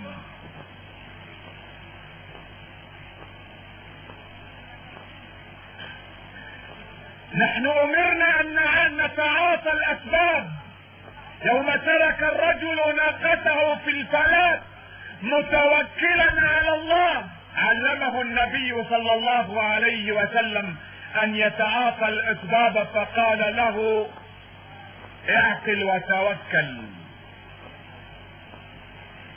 لسنا بذلك نهمش الاسباب، لكن الذي يثبته التاريخ بالرغم من اسبابنا، بالرغم من قوتنا، ما انتصرنا يوما باسبابنا وقوتنا، لان الاعداء دائما كانوا يتفوقون علينا عددا وعدا. نحن لا نؤتى من ضعفنا في قوة مادة، لا نؤتى من قلة اسلحتنا، انما نؤتى من علاقتنا مع ربنا. ولذلك قال الفاروق سيدنا عمر الذي قال فيه رسول الله صلى الله عليه وسلم: لو كان نبي بعدي لكان عمر. عمر الذي يقول فيه رسول الله صلى الله عليه وسلم: ان في امتي محدثون، في امتي ملهمون يؤتون الحكمة، ان في امتي محدثون وان عمر منهم. عمر يقول لقواده على ارض الميدان: اتقوا المعاصي، احذروا المعاصي اكثر من حذركم من عدوكم، فانما تنصرون بطاعتكم لربكم ومعصية عدوكم. فاذا استويتم في المعصية كان النصر لهم، لانهم اقوى عدة واكثر عددا منكم. اذا نحن نؤتى من علاقتنا مع ربنا، وهذا ما كان رسول الله صلى الله عليه وسلم يحذرنا منه. اياكم ان تقطعوا العلاقة مع ربكم، تسيئوا التعامل مع بارئكم. هناك عشرات من النصوص الصريحة الصحيحة التي ينذرنا فيها رسول الله صلوات الله عليه وسلامه، يحذرنا فيها رسول الله اننا اذا فعلنا كذا وكذا من الذنوب سلط الله علينا كذا وكذا من المصائب والبلايا. ولعلنا نأتي الى تفصيلها في لقاءات قادمة، لكنني اليوم سأجمل الحديث لأدور حول محور إجمالي من خلال حديث روي عن رسول الله صلى الله عليه وسلم. وإن كان في سند هذا الحديث مقال، لكنني أتعمد أن يكون هذا الحديث محورنا، لأنه جامع لكثير من الآفات،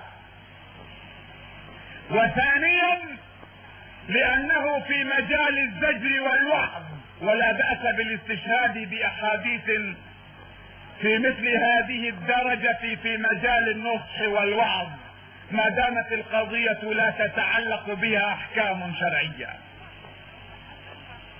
وثالثا لأننا سنفصل هذا الحديث في لقاءات قادمة، وسنعضد كل فقرة من فقراته بأحاديث صحيحة وآيات من الكتاب الكريم. هذا الحديث يقول: ورد في الأثر أيها الإخوة أن رسول الله صلى الله عليه وسلم قال: إذا فعلت أمتي 15 خصلة فقد حل بها البلاء. إذا فعلت أمتي 15 خصلة فقد حل بها البلاء. قالوا: وما هي يا رسول الله؟ قال: إذا كان المغنم دولا، والأمانة مغرما، والأمانة مغنما، والزكاة مغرما، وأطاع الرجل زوجته وعق أمه، وبر صديقه وجفى أباه، وارتفعت الأصوات في المساجد، وكان سيد القوم أرذلهم، أو إن شئت قل كان سيد القوم على أنه خبر مقدم، لا بأس. كان سيد القوم أرذلهم، أو كان سيد القوم أرذلهم. وأكرم الرجل مخافة شره، وشربت الخمور ولبس الحرير واتخذت القينات.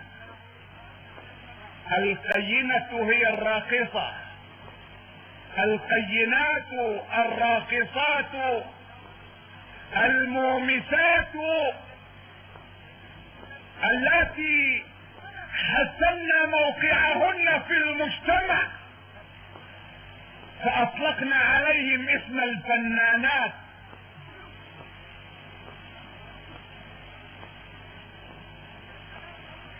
واتخذت القينات والمعازف،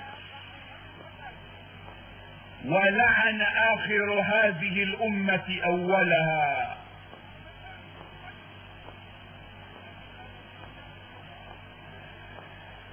لعلكم نسيتم، إذا كان المغنم دولا والأمانة مغنما والزكاة مغرما، وأطاع الرجل زوجته وعق أمه وبر صديقه وجفى أباه وارتفعت الأصوات في المساجد وكان سيد القوم أرذلهم، وأكرم الرجل مخافة شره وشربت الخمور ولبس الحرير واتخذت القينات والمعازف، ولعن آخر هذه الأمة أولها. فليرتقبوا عند ذلك ريحا حمراء أو خسفا أو مسخا.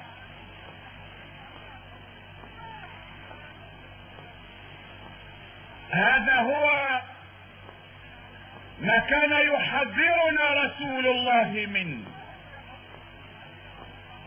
ولا أدري ما هي الريح الحمراء، هل هي الأسلحة الجرثومية أو الكيماوية أو القنابل النووية أو ربما شيء أعظم وأكثر ضررا؟ على كل حال إنه تعبير نبوي يتناسب مع مصطلحات ذلك الزمان.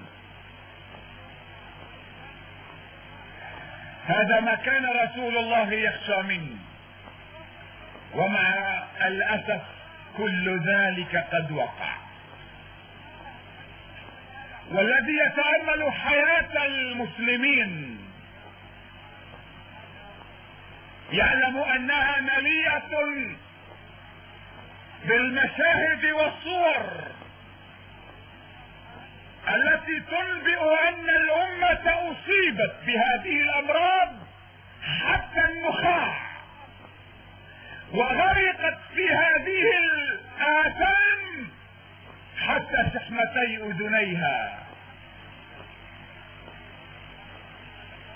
إذا كان المغنم دولا،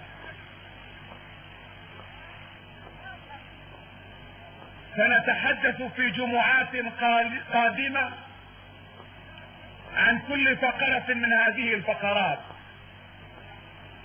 لكنني فقط سأشرح لكم على عجل هذه الفقرات لأحكمكم، لأسألكم، لأتخذ منكم شهداء.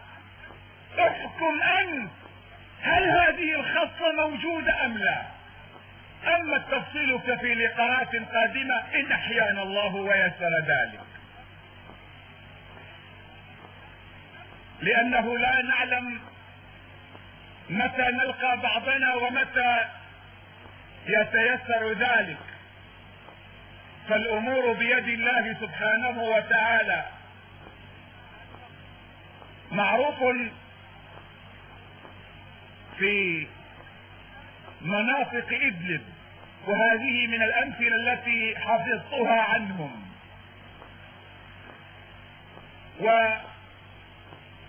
ولتطرية الموضوع بعد هذا الخوف وهذا الحزن الذي انتابنا من سماعنا لهذا الأثر، أنقل لكم القصة كاملة وبشكل مختصر.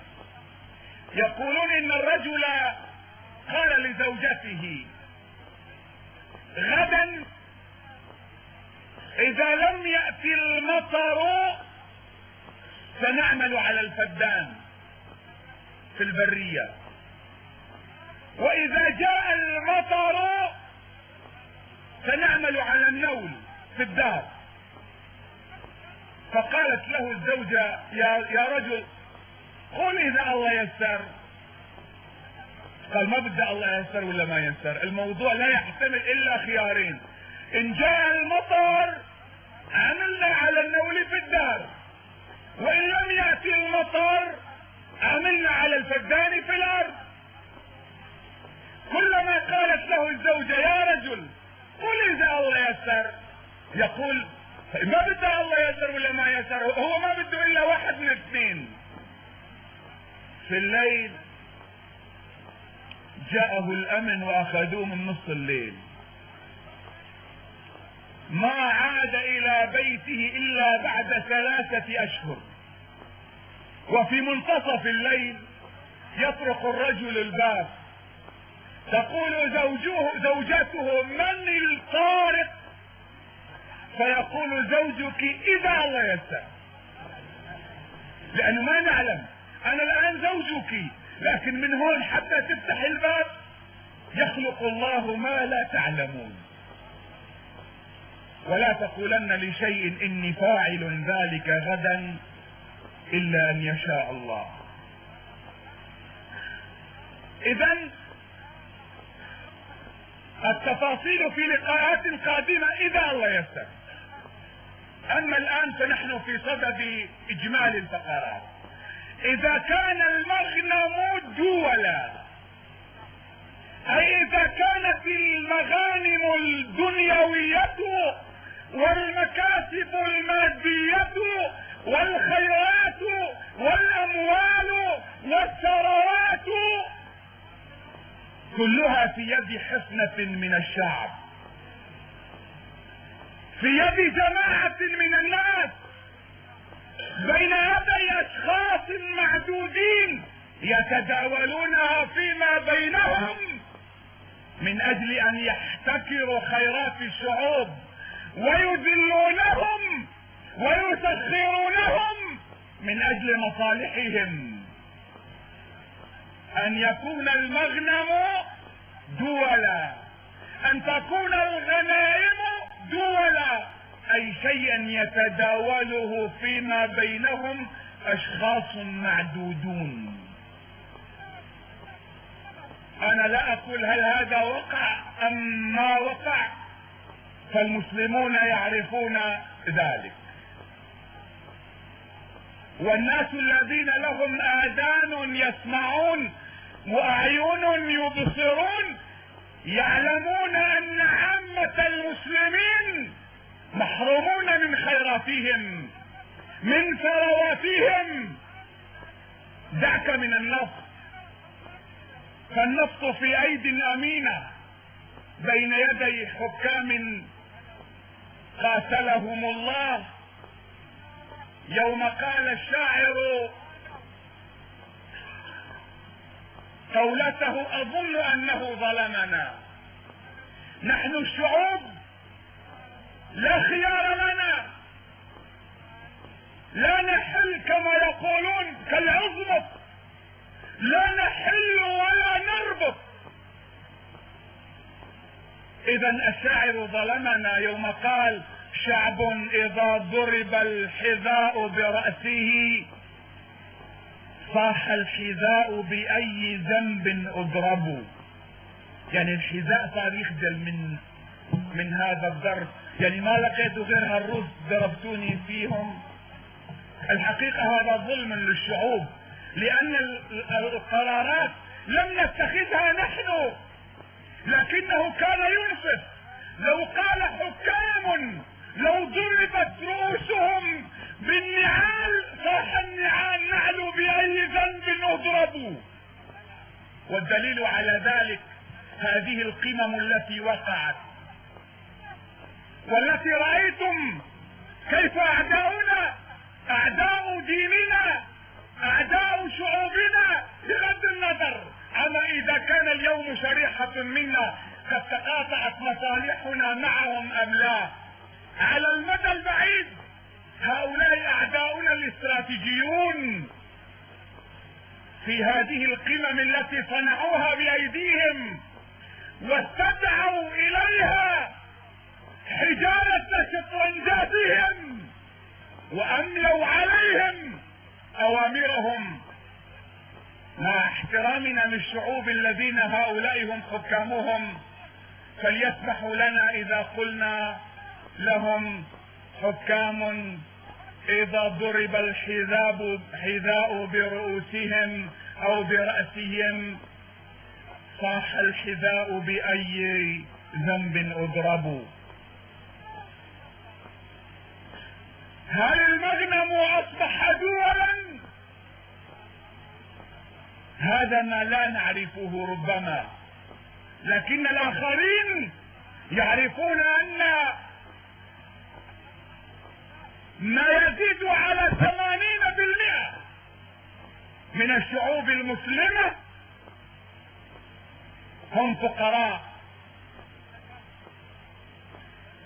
40 منهم تحت خط الفقر، وال40 الآخرون فقراء بكل شرف، فقراء. 15 منهم أغنياء، وال5 الباقون يحكمون الدنيا كلها. ألم يصبح المغنم دولا؟ لقد فسد دين الناس وانقلبت المفاهيم الدنيوية بناء على هذا الأساس. يوم أصبح الهدف هو المال، أن نتداولها فيما بيننا، انقلبت المفاهيم الدينية، اضمحلت القيم الأخلاقية، ضعفت المشاعر، والوازع الديني خيم على الناس جو قاتم من الآثام والشهوات، حتى أصبحت الأمانة مغنما، أصبحت الأمانة غنيمة، من يظفر بها يأخذها، الناس يتسابقون إليها كما يقولون. قالوا للحرامي احلف، قال أجل فرج. أصبحت الأمانة مغنما. أما الزكاة فقد صارت جزية، صارت غرامة، صارت ضريبة تعسفية كأننا نقطعها من جلدنا، لأننا نبني حساباتنا على أساس المادة. هذه حساباتنا المادية. أما حسابات الله الذي تعهد أن يبارك في صحتنا، في أولادنا، ملبسنا، في مشربنا، بحيث تكون معافا في بدنك فلا تصرف السنة كلها ليرة واحدة. نعم دفعت 10 ليرات زكاة، لكنك ما دفعت ليرة على صحتك. أما الذي حبس هذه 10 فربما دفع 100 على صحته، وربما دفع 1000 لأنه علق مع أناس آخرين علق ربنا يسترنا منها.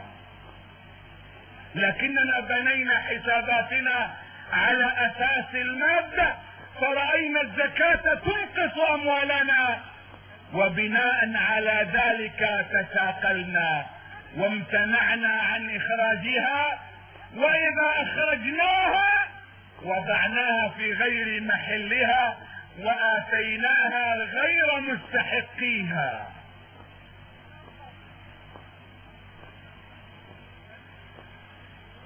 أما صلة الرحم فحدث ولا حرج، من بابها إلى محرابها إلا ما شاء الله، حتى أصبح الرجل يطيع زوجته ويرضيها على حساب معصية أمه وغضبها. تجد الزوج فينا يسعى من اجل رغبات زوجته،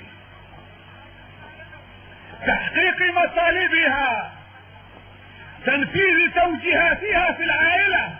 لا تذهب الى فلان اخوك فلان بلا زيارته، كنتنا سلفت الى اخره، كأنها مجلس امن تفرض الاوامر على الزوج، والزوج حاكم عربي يقول على الرأس والعين.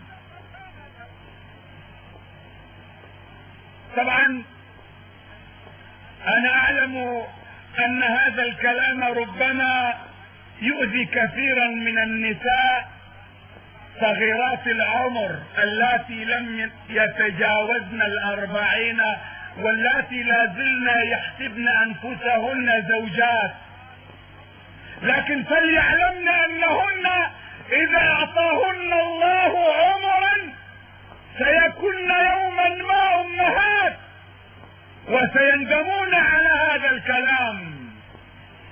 يسعى الواحد منا في ارضاء زوجته.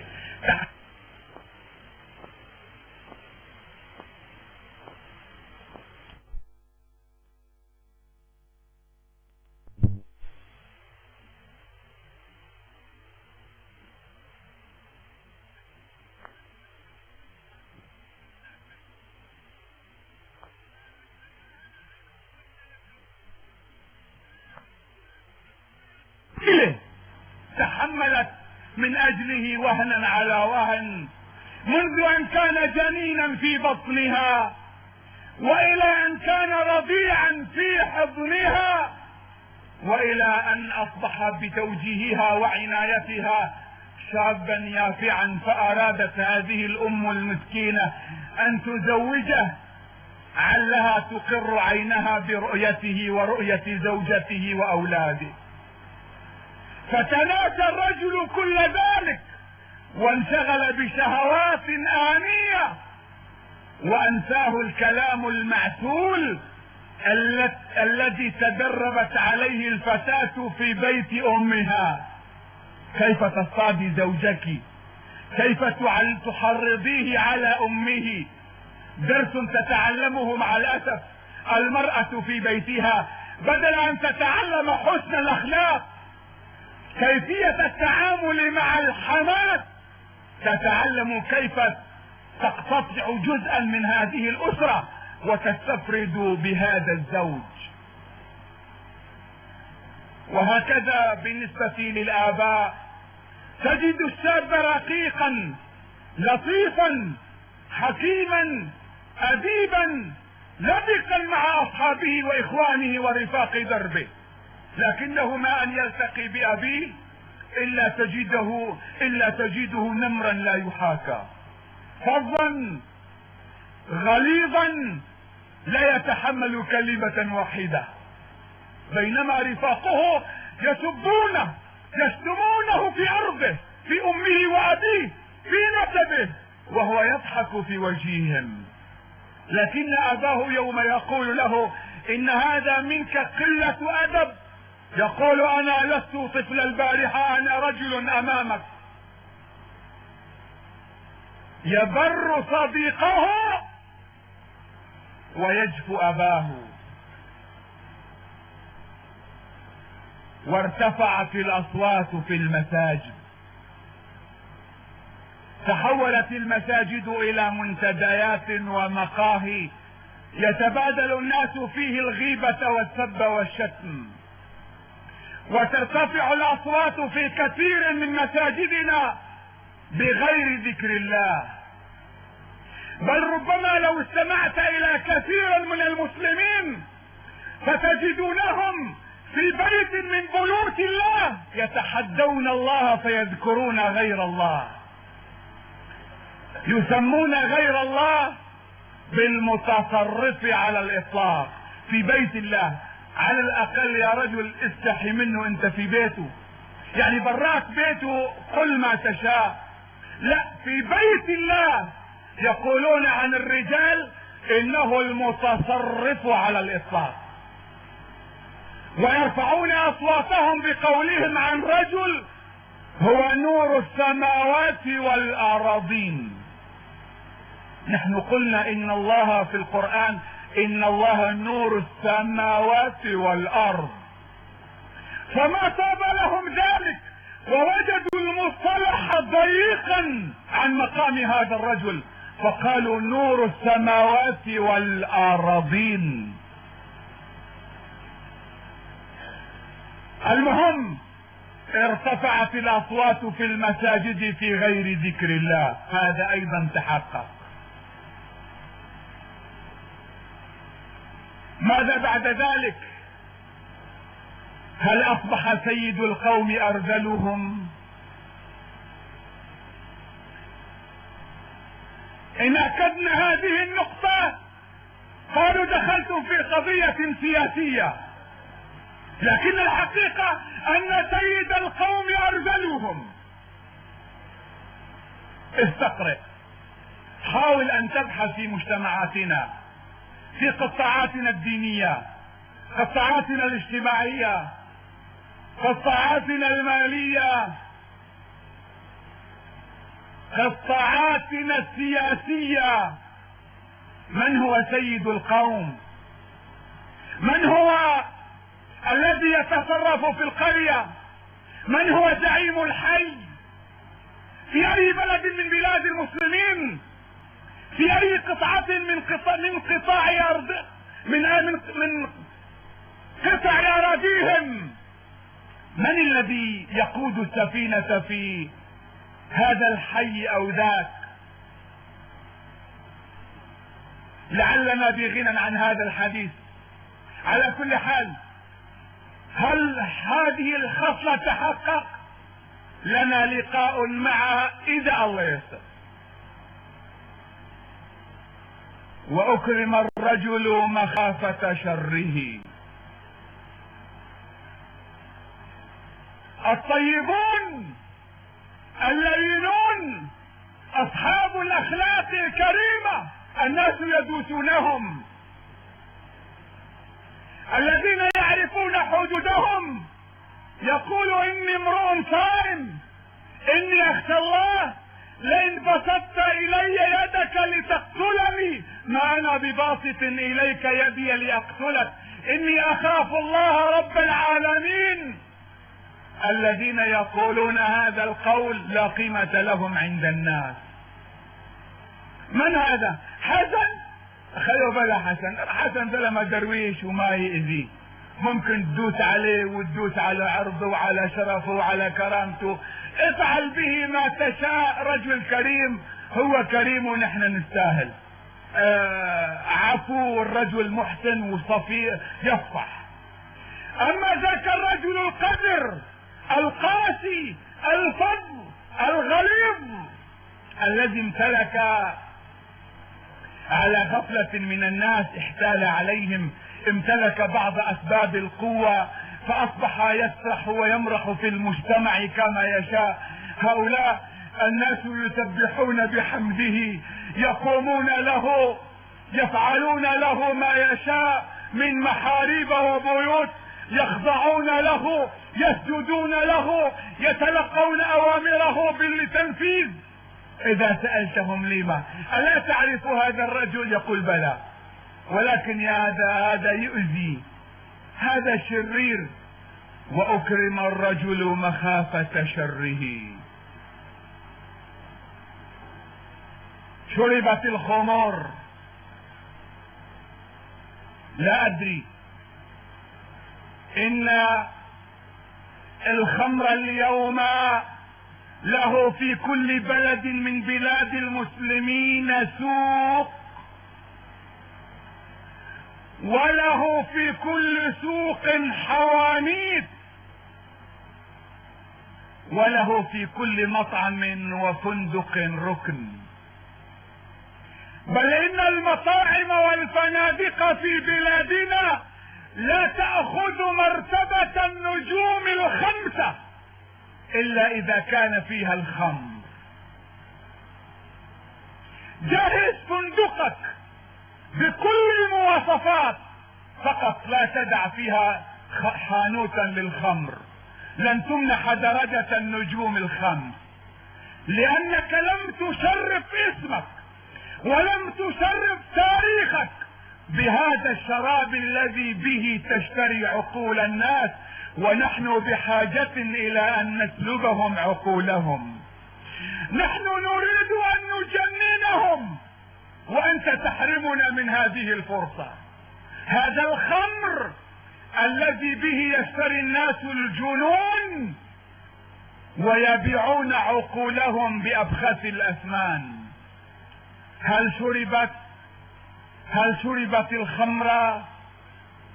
هل لبس الحرير؟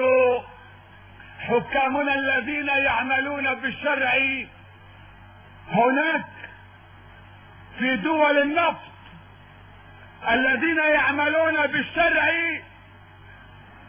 حاول ان تتجسس ثيابهم ان استطعت ان تصل، ستجد كلهم يلبسون الحرير الا ما شاء الله. التعميم غلط. حين نقول حكما هناك مستثنيات، حكاما او محكومين، شعوبا ام زعماء، الحكم للغالب، لكن هناك حالات فردية. لا زال هناك اناس في كل شريحة من شرائح المجتمع ليثبت الله ان هذا الاسلام باق. واتخذت القينات والمعازف. لا اقول هل عندنا قينات، لعلكم لا اقول اذا مررتم بمرقص، لا اقول اذا مررتم بناد ليلي كما يقولون. حاول ان تمر في مدننا الكبيرة بمسجد انتبهوا ماذا اقول، بمسجد من مساجدنا المرقومة المرموقة، ستجد في لوحة اعلاناتها او في الشارع الذي المسجد عليه لافتة كبيرة يقولون فيها بمناسبة حلول شهر رمضان المبارك ندعوكم الى حفلة ساهرة تحييها الفنانة والمطربة والراقصة فلانة. هل انا وحدي رأيتها ام انكم ايضا؟ انتبهوا كيف يحقرون دينكم امام المسجد وبمناسبة حلول شهر رمضان المبارك. يقيم الملهى الفلاني او الفندق الفلاني حفلة ساهرة تحييها الراقصة فلانة والمغنية فلانة وما ادري حبيبة الشباب فلانة. على كل حال، والأخيرة ولعن آخر هذه الأمة أولها. الأمة الوحيدة. أنا كنت سابقا قبل أن أطلع على حياة الناس، وأحمد الله على أنني اطلعت قبل عام 89، كنت كغيري من الذين طمست بصائرهم وحفظوا في أقفاص، منعوا من الدنيا ومنعوا من أن يعرفوا شيئا عن الدنيا إلا من خلال القناة القادمة المبرمجة. قبل أن أطلع على الناس كانت لي تجربتي في تركيا، فكنت أقول إن الشعب الوحيد الذي يشطب تاريخه هو الشعب التركي، يتنكر لكل تاريخه ويعتبر أنه ولد يوم استولى أتاتورك على الحكم. أما كل ذلك التاريخ، كل تلك العراقة يوم حكم سلاطينهم أقاصي الدنيا من شرقها إلى غربها، محوه بجرة قلم وتنكروا لهذا التاريخ. لكنني بعد أن اطلعت على أحوال المسلمين وآرائهم ومذاهبهم وطوائفهم، وجدوا أن هذه ليست حالة خاصة بالأتراك، إنها حالة عامة في المسلمين، وقد تحقق ما قاله رسول الله وحذرنا منه: ولعن آخر هذه الأمة أولها. على رؤوس الأشهاد، عبر الإذاعات والتلفاز، في المجلات والصحف، في المساجد والميادين، يشتم أصحاب رسول الله ويلعنون. أليس هذا مصداق قول رسول الله: ولعن آخر هذه الأمة أولها؟ الكثير من المسلمين يوم يذكر عندهم الصديق أبو بكر رضي الله عنه يقولون قاتله الله، وكذلك عمر وعثمان وعلي وأبو هريرة وغيرهم من قادة أصحاب رسول الله صلى الله عليه وسلم ورضوان الله عليهم أجمعين. والمسلمون يسمعون وكأنهم يتحدثون عن فيديل كاسترو أو زيد أو أي شخص آخر، بينما لو تحدثت أمامه عن شيخه لأقام الدنيا وما أقعدها. جرب، حاول، قل له، وأريد منكم جميعا أن تدخلوا في هذا الامتحان وبعدالة وإنصاف. قل له: يا هذا، المسلمون ما شاء الله لم يخفوا شيئا في التاريخ، رووا لنا كل شيء. يا أخي، ما ظنك بأبي بكر فعل كذا، وعمر فعل كذا، وعثمان أتى، وعلي حاشاه قام بالفعلة النكراء، وأبو هريرة كذب على رسول الله، وهو يسمع إليك وكأن الكلام لا يعنيه. قل له: بالمناسبة إن شيخك أخطأ في الفتية. لا تقل له أذنب، لا تقل له عصى، لا، قل إنه أخطأ في الفتوى التي أفتاها وقال كذا وكذا. ستقوم الدنيا ولا تقعد. يلعن والمسلمون ساكتون. لكنك لو أسأت من طرف خفي إلى الجيل الجديد، إلى الذي مر قبل 10 سنوات أو 5 سنوات أو 100 سنة، ربما وقعت مجزرة بين المسلمين. ألم يلعن آخر هذه الأمة أولها؟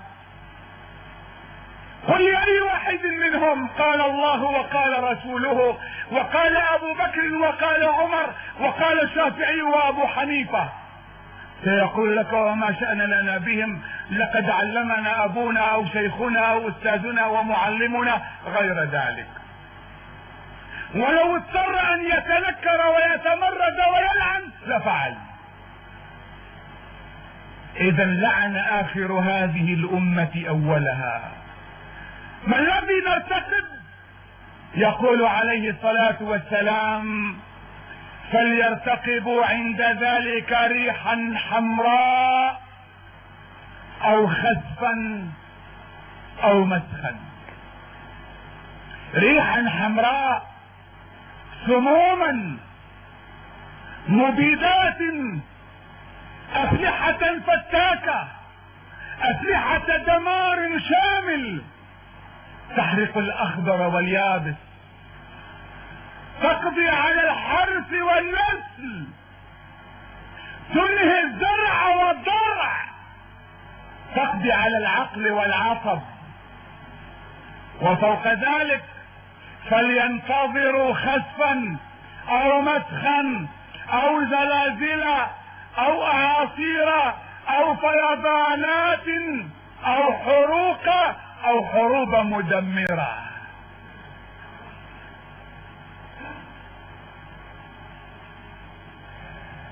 كل هذا في كفة، والذي في الكفة الأخرى أننا ساكتون، فأصابتنا اللعنة كما أصيبت بني إسرائيل الذين لعنوا على لسان داود وعيسى بن مريم، ذلك بأنهم عصوا، أو كما يقول عاجز الآية: كانوا لا يتناهون عن منكر فعلوه. الذي حصل أننا ما تناهينا عن منكر فعلناه. ليس غريبا أن ينتشر مرض في المجتمع، لكن الغريب أن يتحول المرض إلى عافية، أن يتحول الحق إلى باطل، أن تتحول البدعة إلى سنة، بحيث لو كما قال عليه الصلاة والسلام: لو أزيلت، لو أنكرت، لو غيرت بدعة قالوا غيرت سنة.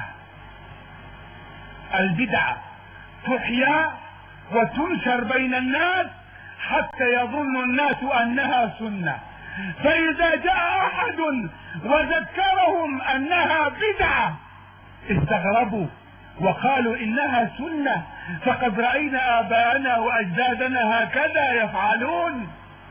إنا وجدنا آباءنا على أمة وإنا على آثارهم مقتدون. يقول عليه الصلاة والسلام: لا تزال لا إله إلا الله تنفع قائلها، أي ستبقى تنفع قائلها. لا تزال لا إله إلا الله تنفع قائلها وتدفع عنهم البلايا والنقم ما لم يستخفوا بحقها. قيل: وما الاستخفاف بحقها يا رسول الله؟ قال: إذا فعلت معاصي الله ولم تغير ولم تنكر، أو كما قال عليه الصلاة والسلام: أقول قولي هذا وأستغفر الله.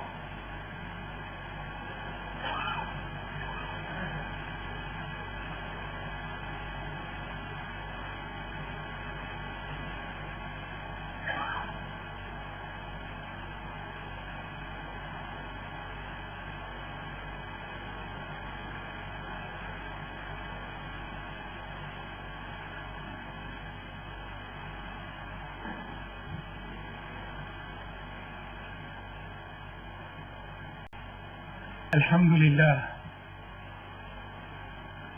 والصلاة والسلام على سيدنا محمد رسول الله وعلى آله وأصحابه ومن والاه. أما بعد، فاتقوا الله عباد الله، واعلموا أن خير الحديث كلام الله، وخير الهدي هدي محمد رسول الله، وشر الأمور محدثاتها، وكل محدثة بدعة، وكل بدعة في دين الله ضلالة، وكل ضلالة في النار. واعلموا أن الله صلى على نبيكم في قرآنكم فقال: إن الله وملائكته.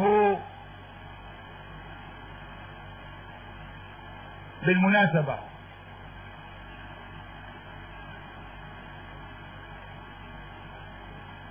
كان من شأن النبي عليه الصلاة والسلام كلما خطب أن يحمد الله ويصلي على رسول الله ويوصي الناس بالتقوى والخوف من الله، ويعلمهم أن خير الحديث كلام الله، وخير الهدي هدي محمد رسول الله، وشر الأمور محدثاتها، وكل محدثة بدعة، وكل بدعة ضلالة، وكل ضلالة في النار. يعني كان النبي عليه الصلاة والسلام يشربها أصحابه كما تقولون مثل ألم نشرح. لو سألت المسلمين، وقلنا الحكم للأغلب، لو سألت خطباءنا قول النبي عليه الصلاة والسلام خير القول قول الله وخير الهدي هدي محمد وشر الأمور محدثاتها وكل بدعة إلى آخره، حديث صحيح أم ضعيف؟ يقول بل هو حديث صحيح في البخاري ومسلم وكل كتب الصحاح. كان النبي عليه الصلاة والسلام يقولها؟ نعم كان يقولها. في كل خطبة؟ نعم في كل خطبة. لما لا تقولها؟ إن قالها كأنه يجرح نفسه، لأنه هو الذي يبتدع، هو الذي يخترع، فكيف يقول وكل بدعة ضلالة؟ وأتحداه إن قالها سيفصل من جماعته. لو أنه قال على الخطبة قال عليه الصلاة والسلام، وهو حديث صحيح رواه البخاري ومسلم، وكان النبي يقولها في كل خطبة من خطبه. لو أنه قال اعلموا أيها الإخوة أن أصدق، شوف كلام بديهي، الإسلام يؤيده، لو قالها مرتين ثلاثة سيفصل من جماعته ويقول هذا أصابه خلل، وإذا أرادوا أن يجيبوا أجله قالوا هذا صار وهابي، وكأنه صار مرتد يهودي ماسوني خرج عن الدين.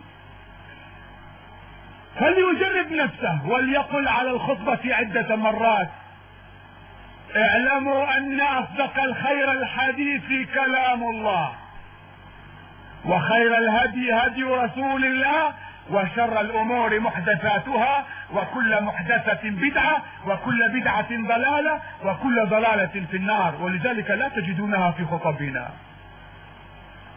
لأننا لا يجوز أن نجرح أنفسنا. واعلموا أن الله صلى على نبيكم في قرآنكم فقال إن الله وملائكته يصلون على النبي يا أيها الذين آمنوا صلوا عليه وسلموا تسليما. اللهم صل وسلم وبارك على هذا النبي الكريم. اللهم صل على محمد وعلى آل محمد كما صليت على إبراهيم وعلى آل إبراهيم، وبارك على محمد وعلى آل محمد كما باركت على إبراهيم وعلى آل إبراهيم في العالمين إنك حميد مجيد.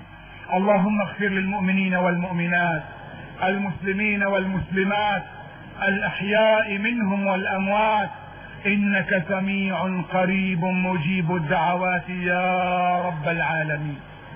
اللهم أرنا الحق حقا وارزقنا اتباعه، وأرنا الباطل باطلا وارزقنا اجتنابه. اللهم من أراد بالإسلام والمسلمين خيرا فوفقه إلى كل خير، ومن أراد بالإسلام والمسلمين شرا فخذه أخذ عزيز مقتدر.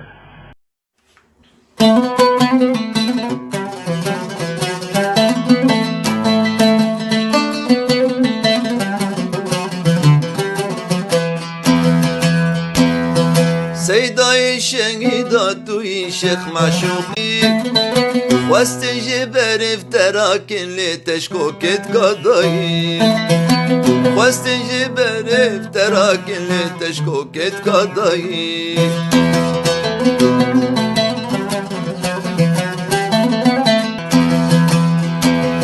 آزادي قلن وخينا شيخ منتو مزقنام، آزادي قلن وخينا شيخ منتو مزقنام. كينو ترصاد ليدج من كردستان تو ببينا، كينو ترصاد ليدج من كردستان تو ببينا. سون بقورو جاني بيرو صلاة بكندون، سون بقورو جاني بيرو صلاة بكندوز. پیامات قطنا میره کردستان خاکا فیروز، پیامات قطنا میره کردستان خاکا فیروز.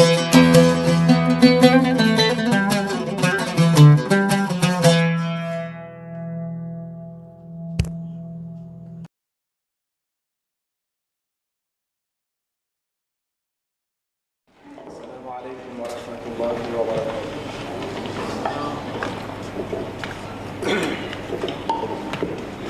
بسم الله الرحمن الرحيم. الحمد لله والصلاة والسلام على سيدنا محمد رسول الله وعلى آله وأصحابه ومن والاه، وبعد. أيها الإخوة الحضور، يشرفني أن أقف بينكم في مهرجان الإمام علي وحقوق الإنسان، ويعز علي أن أرى هذه المعادلة بتراء، فربما الإمام علي أخذ جزءا من حقه، ولا أقول كل حقه.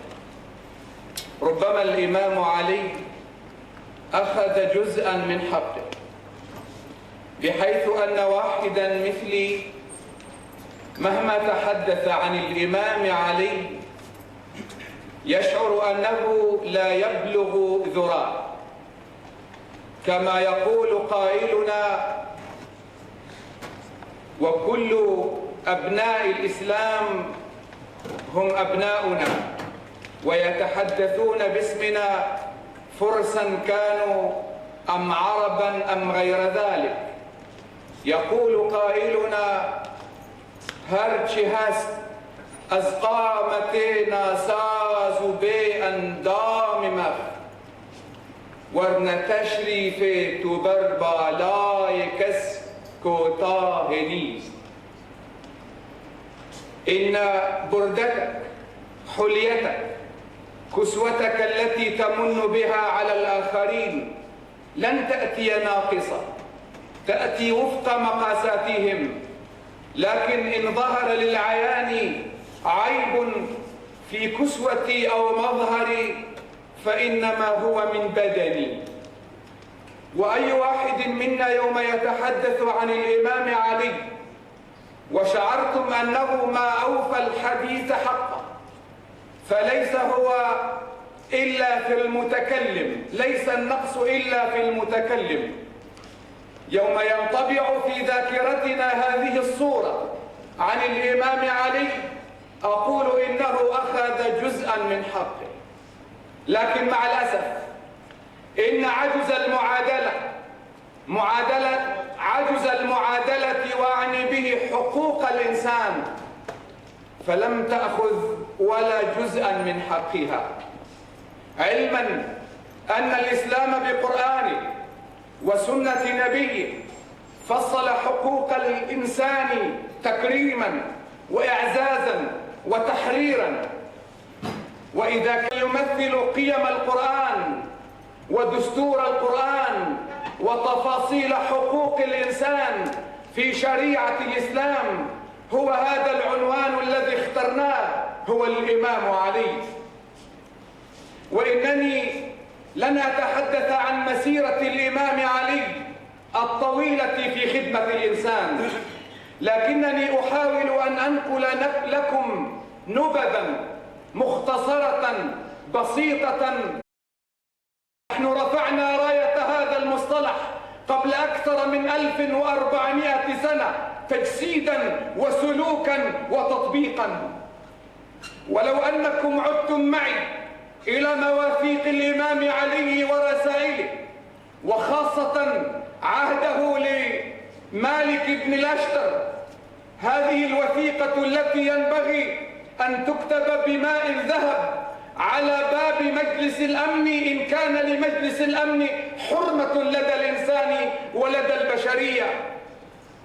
إنها عهد يظهر ما للإنسان من مكانة وإعزاز عند شريعة الإسلام وعند الناطق الرسمي باسمها الإمام علي. إن الإمام علي ينظر إلى الإنسان كقيمة ذاتية، قيمتها، كرامتها، عزتها في ذاتها، بغض النظر عن أي ميزة أو أي فروقات أخرى، مسلما أو غير مسلم، عربيا أم عجمي ينتمي إلى طبقة لها مكانة بين قومها أو إلى الطبقة الدون بين أفراد المجتمع. ولذلك حين يوصي مالك بن الأشتر يقول له: لا فضل لعربي على أعجمي ولا لأعجمي على أعربي، وأن الخلق، هذه ترجمة كلامه، وأن الخلق عيال الله وخيرهم لعياله. يذكر له قائلا: دم الذمي ولعل البعض يستعمل مصطلح الذمي ويشعر بصغار، لكن مصطلح الذمي أرفع مستوى من أي مصطلح آخر يمكن أن تختاره لمن يختلف معنا في العقيدة. إن الذمي منسوب إلى الذمة، أي أنه في ذمة الله ورسوله، ومن آذاه فقد آذى الله ورسوله وخفر الله في ذمته وذمة رسوله. دم الذمي كدم المسلم. يقول له: لا تكن عليهم، على الرعية مسلما أو غير مسلم، لا تكن عليهم سبعا ضاريا تغتنم أكلهم. لا تقل إن فرصة أن أكون حاكما لمصر هي فرصة كما يفهمها الآخرون، كل، اسرق، ارتشي، انتهك فأنت راحل. لا تكن عليهم سبعا ضاريا، فالخلق صنفان: إما أخ لك في الدين أو نظير لك في الخلق. يرسم حقوق الإنسان في ماله، ملكية الفرد مصانة. يقول له: ولا تمسوا مال أحد من الناس، مسلم ولا معاهد. ليست الحصانة لمال المسلم فقط. إياك أن تضرب مسلما أو يهوديا أو نصرانيا في درهم خراج. طبيعي أن يساهم المواطنون في ميزانية دولتهم، لكن الدولة التي تقوم وتبني ميزانيتها على أساس الإساءة للمواطنين لا قيمة لها ولا بقاء لها. إياك أن تضرب مسلما أو يهوديا أو نصرانيا في درهم خراج، أو تبيع دابة يحمل عليها في درهم، فإنما أمرنا أن نأخذ منهم العفو الزائد عن حاجتهم. إن الاعتراف بحقوق الإنسان السياسية حديث العهد. الناس تربوا على أن يكونوا على دين ملوكهم، وأن يسمعوا ويطيعوا لهم عبيدا عند أسيادهم. وما تحدث الناس عن الحرية السياسية إلا في القرن الأخير ربما، أو قبل الأخير في القرن العشرين. لكننا نفتخر أن لنا تجربة في الحرية السياسية والتعددية قبل أكثر من 1400 سنة، إلى درجة أن الحاكم أصبح ينظر إلى نفسه محكوما لرعيته، أي أن التعددية بمقدار عدد المواطنين. ولذلك يقول الإمام علي: لقد أصبحت الأمم تشكو ظلم رعاتها وأصبحت أشكو ظلم رعيتي. إن الرعية أصبحت حاكمة بعددها، والمحكوم واحد هو الرأس الذي يقف هو الشخص الذي يقف على رأس السلطة. كان بإمكان الإمام علي ككل الحكام والخلفاء والأمراء أن يستخدم السيف لكل ناقد، لكل متمرد على الحكم، متذرعا بالحفاظ على أمن الدولة، أو أن الدولة تمر بحالة طوارئ ليقوم بتصفية كل المعارضين للحكم أو للرأي، لكنه أبى ذلك لنفسه، لأنه رجل ينطلق من منطلقات وضعها الإسلام واضحة صريحة، أن لا استخدام للسيف إلا باستخدامه من الطرف الآخر. أما إذا كانت المعارضة في الأطر السلمية والنقد فلم يسمح الإمام علي، وحين أقول لم يسمح الإمام علي إنما أقول لم يسمح الإسلام، لم يسمح الإمام علي بأي تجاوز عليه، لا بقمع ولا بمنع ولا إساءة. لذلك تجده يوم يخطب على منبر الكوفة ويقاطعه رجل ممن يكفره، رجل من الرعية يكفر رأس الدولة، ويقول له في مسجده وهو على كرسي عرشه على منبره، يقول لله أبوه، لله در أبيه يعني، لله أبوه كافرا ما أفقهه. لكل خليفة لكل حاكم رعية، جماعة، إن برت جماعة علي تريد قتله، هكذا تقول لأمير المؤمنين لله أبوه كافرا ما أفقهه، فمنعهم الإمام اتركوه. ما الذي حصل؟ كل الذي حصل أن الرجل سبنا. ما الذي حصل؟ إما سب بسب أو عفو عن ذنب، إما أن نرضى أن ننزل إلى مستواه فنشتمه أو أن نعفو عنه. أما أن تقطع رقبة رجل فقط لأنه تفوه بكلام ولم يشهر في وجهنا سيف، إن الأمم اليوم يجب أن تعود إلى هذا الموقف لتستلهم منه كيف تحترم الإنسان حتى لو كان يخالفك، حتى لو كان يقصيك، حتى لو كان يكفرك. إن الإمام علي كان يريد للأمة أن تعيش في فضاء سياسي رحب، يريد أن يعطيهم بل يعلمهم كيف ينتقد الحاكم. واسمع معي إلى هذا الموقف. أتاه الخريت ابن راشد يوما قال له يا أمير المؤمنين إني خشيت أن يفسد عليك عبد الله بن وهب وزيد بن حصين من رؤوس الخوارج.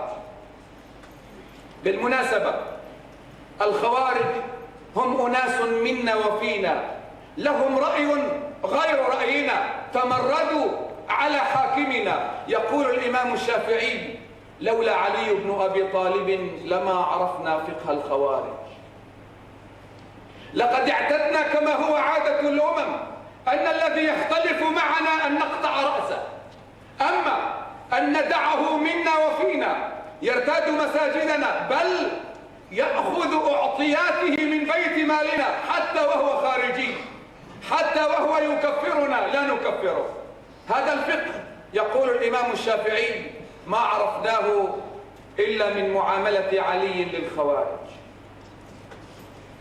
يقول هذا لقد سمعتهما يذكرانك بأشياء لو سمعتهما لم تفارقهما حتى تقتلهما. فقال علي إني مستشيرك فيهما ماذا نفعل؟ يريد أن يجس نبضه. فقال الخريت آمرك أن تدعو بهما فتضرب رقبتهما. صف المعارضة كما يقول زبانية الطواغيت الطبقة التي تصطاد في الماء العكر حول الحكام المستبدين. آمرك أن تضرب رقبتهما. فقال علي: لقد كان ينبغي لك أن تعلم أني لا أقتل من لم يقاتلني. مشكلتك أنك تتعامل مع شخص لا تعرفه، لا تفهم تركيبته. أنا لا أقتل من لا يقاتلني. من يختلف مع الرأي فحسابه بين يدي الله. أما أن أريق دما فهذا شيء ليس من طبيعتي.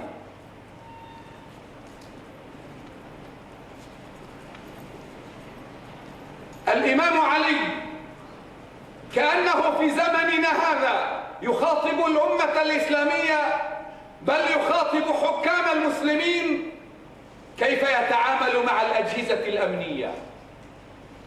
الإمام علي يرسم الخطة لحكام المسلمين كيف يتعامل مع الأجهزة الأمنية والسلطة التنفيذية التي تحيط بهم. يقول في وصيته لمالك: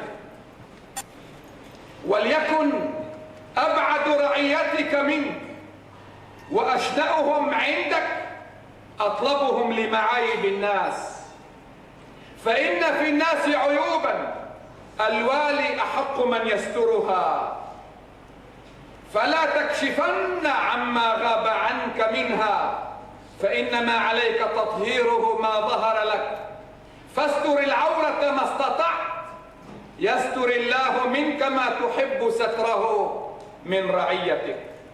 ولا تعجلن إلى تصديق ساع.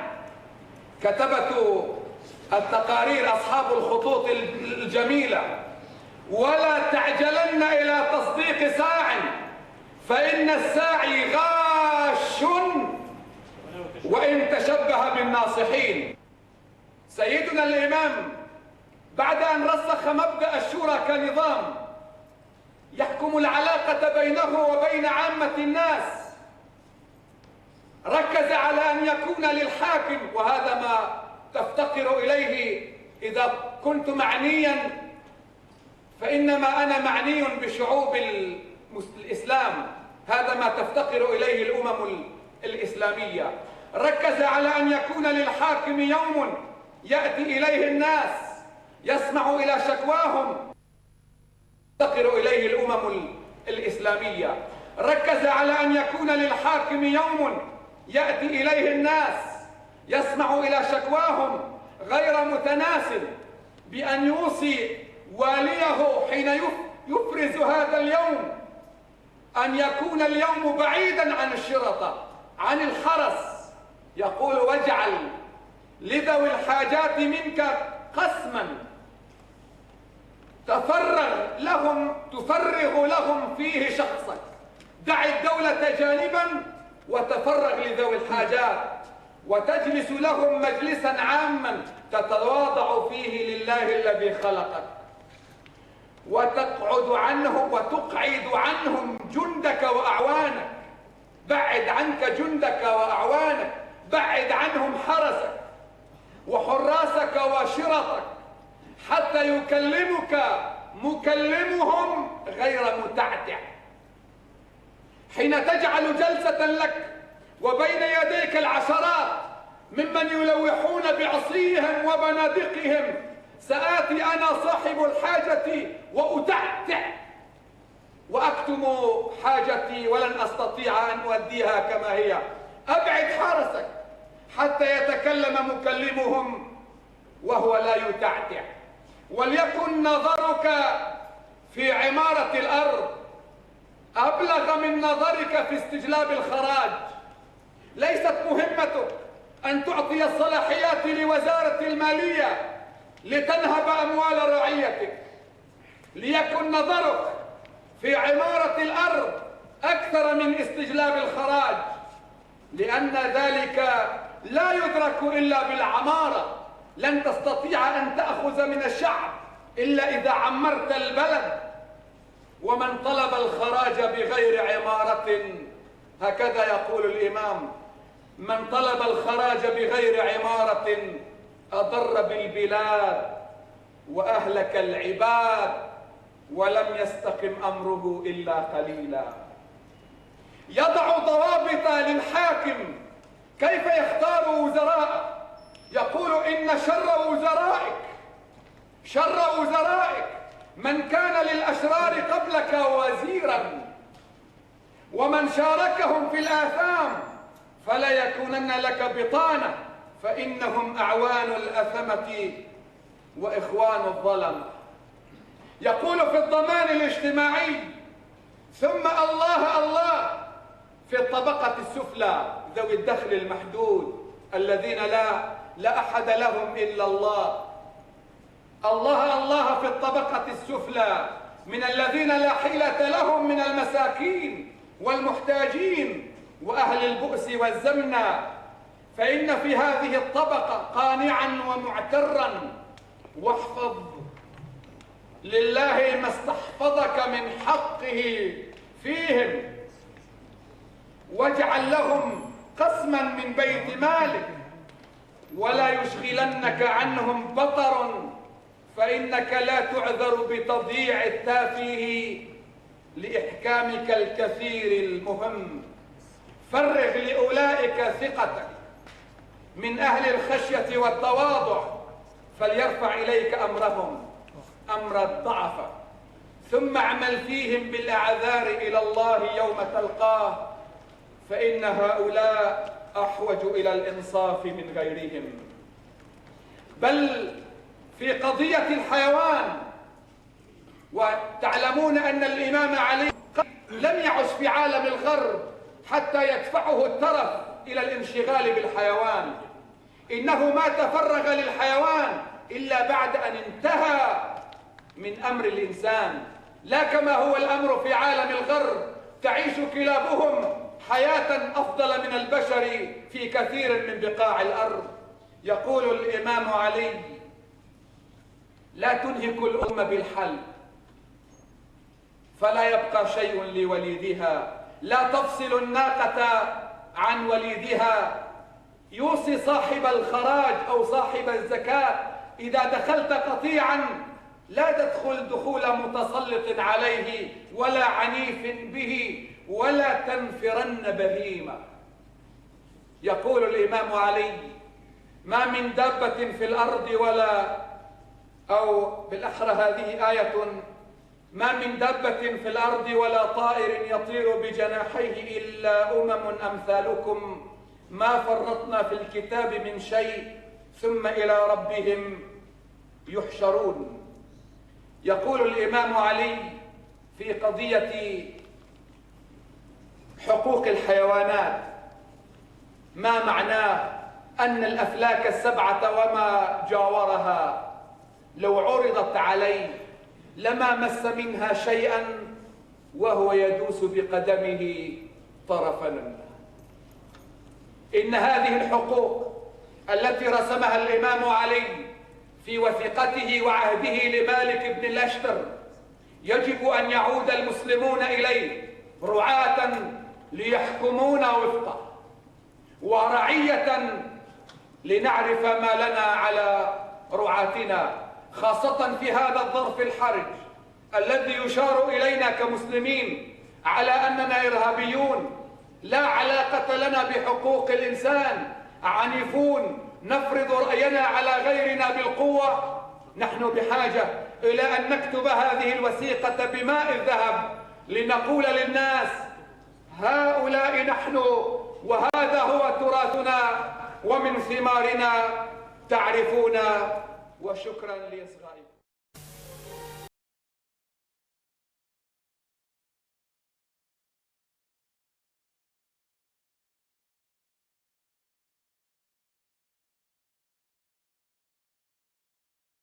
وبركاته، ويسعدني أن ألتقي بكم في موضوع جديد عبر هذه الحلقة غربي مستورد. ولأن كل شيء غربي ليس بالضرورة أن يكون سيئا، أقول لا تضر العلمانية أنها جاءت من عالم غربي، فالديمقراطية وتداول السلطات والتعددية وغيرها من المعاني رسختها حضارة العالم الغربي في هذا العصر. ونحن كمسلمين وإن كانت لنا سوابق ولنا أصول في مثل هذه القضايا، لكن هذا التطبيق العملي وهذا التقنين لمثل هذه المبادئ شيء جديد علينا، وديننا الإسلامي يحبذ أن نأخذ بها من باب الحكمة ضالة المؤمن، أينما وجدها كان أولى بها. حتى الإسلاميون السياسيون بل حتى المتطرفون نجدهم يتعاطون مع أشياء غربية دون حرج. حتى الذين يمارسون التفجير ضد الغرب يستعملون التلفزيون ويستعملون الانترنت ويستعملون كل وسائل الحضارة الغربية. لما؟ يتشنجون من مفهوم العلمانية ويحاولون محاربتها وتشويهها من خلال تجارب عقيمة أو قزمة أراد بعض الناس أن تظهر للعالم الإسلامي من أجل تشويه هذا المبدأ، كما ظهرت تلك الصور في العلمانية التركية، حيث أراد الإسلاميون السياسيون دائما أن يلفتوا أنظار المسلمين إلى العلمانية التركية التي رسخها أتاتورك، والتي هي ليست فصل الدين عن الدولة وإنما معاداة الدولة للدين. لم يقل أحد في الغرب أن العلمانية هي معاداة الدولة للدين. النظام في عهد الخلفاء الراشدين كان علمانيا بمعنى فصل الدين عن الدولة. لقد كان سيدنا أبو بكر الصديق رضي الله عنه حاكما يتحرى مصلحة العباد. نعم، هم مسلمون وينطلقون من خلفية إسلامية، وليست العلمانية معاداة لقيمهم ومبادئهم، هم حتما سيتحركون وفق هذه المبادئ والقيم، لكنهم كانوا يفصلون بين الدين والسياسة. ولذلك كان أبو بكر رضي الله عنه يتعامل مع اليهود ويتعامل مع النصارى في شؤون الدولة، وهكذا سيدنا عمر بن الخطاب رضي الله عنه، وهكذا عثمان، وهكذا علي، ومن سار على نهجه. كانوا يتعاملون مع المواطنين على أساس كفاءتهم وليس على أساس ولائهم للدين. وهناك الكثير من الكتبة والوزراء والذين أبدعوا في خدمة الدولة الإسلامية والخلافة الراشدة لم يكونوا مسلمين، وقد ظهر ذلك في الدولة الأموية بارزا، وبرز بشكل أكثر في الدولة العباسية.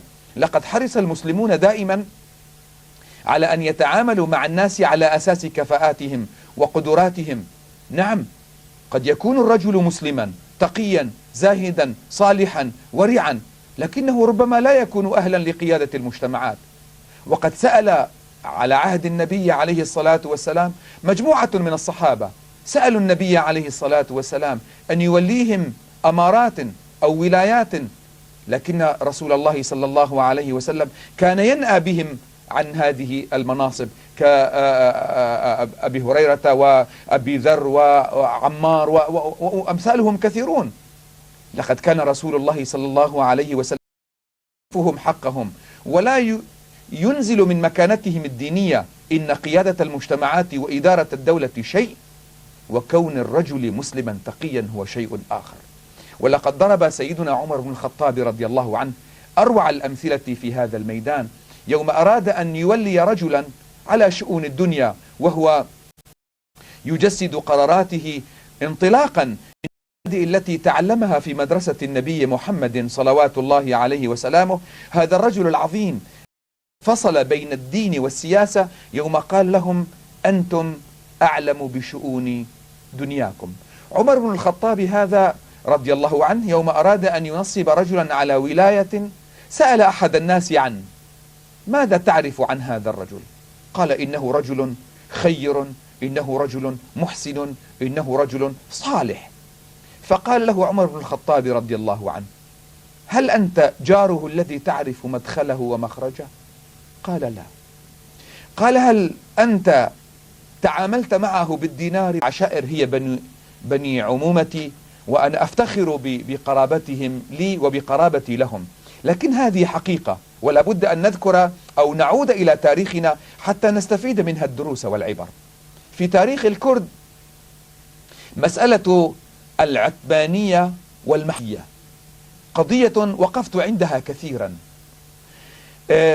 يقول المثل أو تقول القصة إن رجلا كان راكبا دابته وقف سيتولى إدارة مسلم ربما يكون عبقريا في مجاله، رجل ربما تعلم غرب مجال الكمبيوتر أو الانترنت، لكنه رجل غير مسلم، إنه مواطن يعيش معي ويحرص على سلامة بلدي، وقد تعلم بذل سنوات عمره من أجل أن يرفع من سوية شعبي. إذا تعاملت مع الناس على أساس الدين ينقصه كفاءات الإدارة والقدرة على قيادة قائدا، وبالتالي سيقود من معه إلى الهلاك والتلف والضياع. إنني بكل صراحة أريد أن أقول للناس وخاصة للمسلمين يجب أن نعود لتاريخنا حتى نرى أن إسلامنا قد وضع النقاط على الحروف، ولا بد أن نستنير بهذا التاريخ من أجل أن نستخلص منه العظات والعبر. إننا بحاجة إلى استنفاد كل الفرص، بحاجة إلى الاستفادة من كل الإمكانيات الموجودة في مجتمعنا. إن الذين بنوا على فيه قبل أن أشتري مجزرة لحم إليكم وأنتم تشترون مني حصرا لأن لحمي شرعي ولحمي إسلام. المسلم من حقه أن يقف في السياسة كغيره، من حقه أن يقود إدارة كغيره، من حقه أن ولعل بعضكم وإنكم تختصمون إليه ولعل بعضكم ألحن بحجته من بعض فأقبله على نحو ما أسمع فمن قضي رأيي واجتهادي ولا أحكم بنفسي مع المواطنين كما هم مسلمين مسيحيين يزيديون بغض النظر عن عقائدهم، هم أحرار في عقائدهم لهم ثيابهم. هكذا يقول رب العزة جل جلاله: ليس لكم علاقة بعبادي، لا أطلب منكم أن تهدوهم، إنك لا تهدي من أحببت ولكن الله يهدي من يشاء، إن إلينا إيابهم ثم إن علينا حسابهم. أنا أتكفل بمحاسبة عبادي، أما على الأرض في السماء يقول الله: أنا وعبادي سنتحاكم ونتحاسب وأنا سأغفر لهم، كل شيء قابل للمغفرة إلا الشرك. أما في الأرض فأنتم سواسية أمام القانون وأنتم سواسية أمام الواجبات، وعليكم أن تبنوا بلدانكم وأوطانكم يد تمسككم بهذه الأديان أو عدم التزامكم بهذه الأديان. أنتم في الدنيا يجب أن تعيشوا تحت مظلة قول رسول الله صلى الله عليه وسلم يوم قال: الخلق كلهم ولم يقل المسلمون، الخلق كلهم عيال الله وأحبهم، بمقدار ما تخدم أنت بني آدم، بمقدار ما توصل رسالة إنسانية وتحق حقا وتبطل باطلا وتعين مظلوما وتغيث ملهوفا. وعلى هذا الأساس قيمت خديجة الكبرى أم المؤمنين رضي الله عنها رسول الله صلى الله عليه وسلم. نبينا محمد عليه الصلاة والسلام المسلمون جميعا يعلمون أنه يوم جاء من غار حراء ولما أنزل الله عليه اقرأ جاء وهو تعب وهو يقول: زملوني زملوني دسروني دسروني، أصيب بالحمى وهو يخشى الهلاك. لكن خديجة كانت تطمئنه وتقول: لن يخزيك الله ولن يضرك الله. لما لا يخزيه الله؟ تقول: إنك تغيث الملهوف وتعين على نوائب الدهر. إذن قيمت خديجة رسول الله صلى الله عليه وسلم على أساس خدماته، على أساس علاقته ببني البشر، على أساس علاقته بعباد الله. أنت رجل تحرص على كرامة الإنسان، حقوق الإنسان، إحقاق الحق، إغاثة الملهوف، إعانة المظلوم، لن يخزيك الله. وهكذا كان، لم يخزيه الله، صار نبي هذه الأمة الذي وصلت رسالته إلى أصقاع الدنيا. لكننا مع الأسف اليوم نحن بسلوكياتنا، بأخطائنا، بمتاجرتنا بمبادئه دعوته، نحن نضيق الخناق على إسلامه. يجب أن نعود إلى منهج النبي عليه الصلاة والسلام ومنهج خلفائه الراشدين ومنهج صحابته لنفصل بين حقائق الإسلام المقدسة وبين اجتهادات وبين ممارسات الرجال. إن أوروبا لم تتقدم إلا بعد أن فصلت بين ما يدعونه بالنص المقدس الذي هو الإنجيل لديهم أو التوراة وبين ممارسات الكنيسة. ممارسات الكنيسة كانت مملوءة بتصرفات خاطئة وسلبية أعاقت مسيرة أوروبا، ولذلك اضطر الأوروبيون أن يهمشوا مسيرة الرجال ويبعدوا اجتهادات الرجال لأنها جهود بشرية وتجارب قابلة لأن تكون صحيحة وقابلة لأن تكون خاطئة.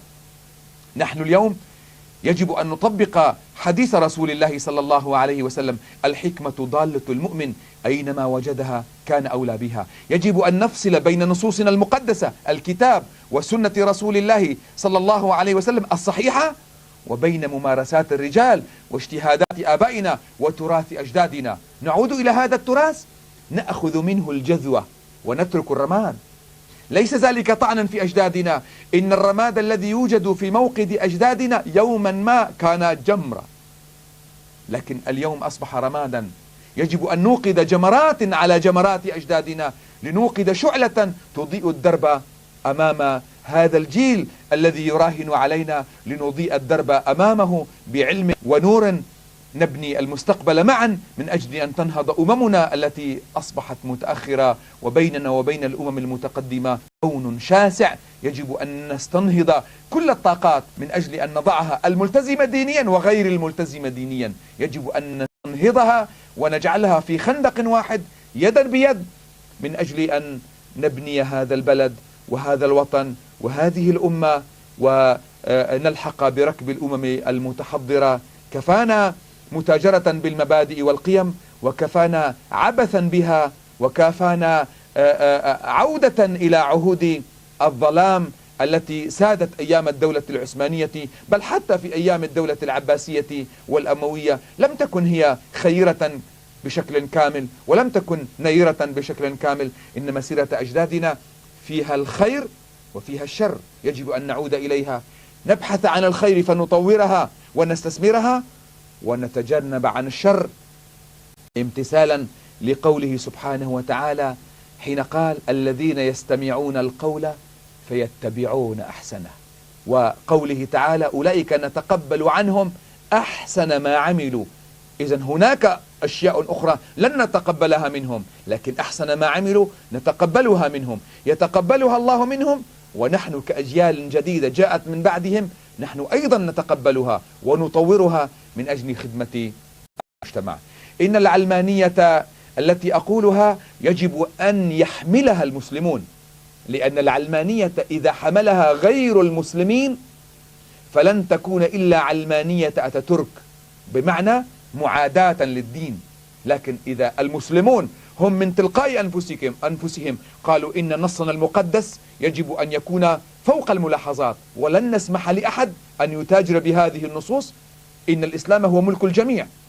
الأحزاب التي تعمل كيسار، والأحزاب التي تعمل كيمين، والأحزاب التي تعمل كحياد، وهكذا كل وشتى الإيديولوجيات، إنها كلها من هذا الأرض، إنهم جميعا مسلمون. لا يمكن لجماعة معينة قد يكون 1000 أو 10,000 أو 100,000 يأتوا ويقول نحن مسلمون، نحن حملة كتاب الله، نحن الذين سنعيد عهد الخلافة الراشدة، أما هذه الأحزاب الأخرى فهي خارجة عن دائرة الدين. إننا بهذا نقصي الغالبية العظمى من المجتمع. نحن كمسلمين يجب أن نقول لهم: افصلوا مؤسساتنا الدينية. إن المؤسسات الدينية في البلاد الإسلامية اليوم تعاني من قهر الدولة، ولن تستطيع المؤسسات الدينية لا في المسجد ولا في المدرسة أن تبدع وأن تخدم الإسلام وتجتهد إلا إذا فصلت نفسها عن الدولة. الكنيسة اليوم تتحرك بكل حرية، والسياسيون أيضا يتحركون بكل حرية. نحن اليوم بشكل أكثر وبشكل أدق. أرجو الله أن ألقاكم وأنتم بخير وتوفيق وسرور. السلام عليكم ورحمة الله وبركاته.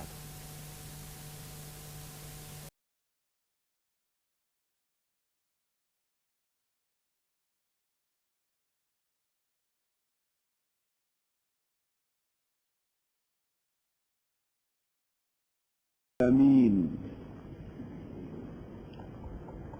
اللهم لك الحمد كما ينبغي لجلال وجهك ولعظيم سلطانك. سبحانك اللهم لا نحصي ثناء عليك أنت كما أثنيت على نفسك. أشهد أن لا إله إلا أنت وحدك ربي لا شريك لك، وأشهد أن سيدنا محمدا عبدك ورسولك وخاتم أنبيائك فلا نبي بعده. من رغب في سنة محمد وصل، ومن رغب عن سنة محمد غوى وخسر وضل وانفصل. اللهم فصل وسلم وبارك على هذا النبي العظيم صاحب الخلق الكريم سيدنا من سار على نهجه إلى يوم الدين. أوصيكم عباد الله بتقوى الله، وأحثكم على طاعته، وأستفتح بالذي هو خير. يقول رب العزة جل جلاله في محكم كتابه وفصيح بيانه: يا أيها الذين آمنوا لا تخونوا الله والرسول وتخونوا أماناتكم وأنتم تعلمون. ويقول: إن الله يأمركم أن تؤدوا الأمانات إلى أهلها. ويقول رسولنا الأعظم نبينا الأكرم سيدنا محمد صلى الله عليه وسلم: أد الأمانة إلى من ائتمنك ولا تخن من خانك. لا إيمان لمن لا أمانة له، ولا دين لمن لا عهد له. أيها الإخوة،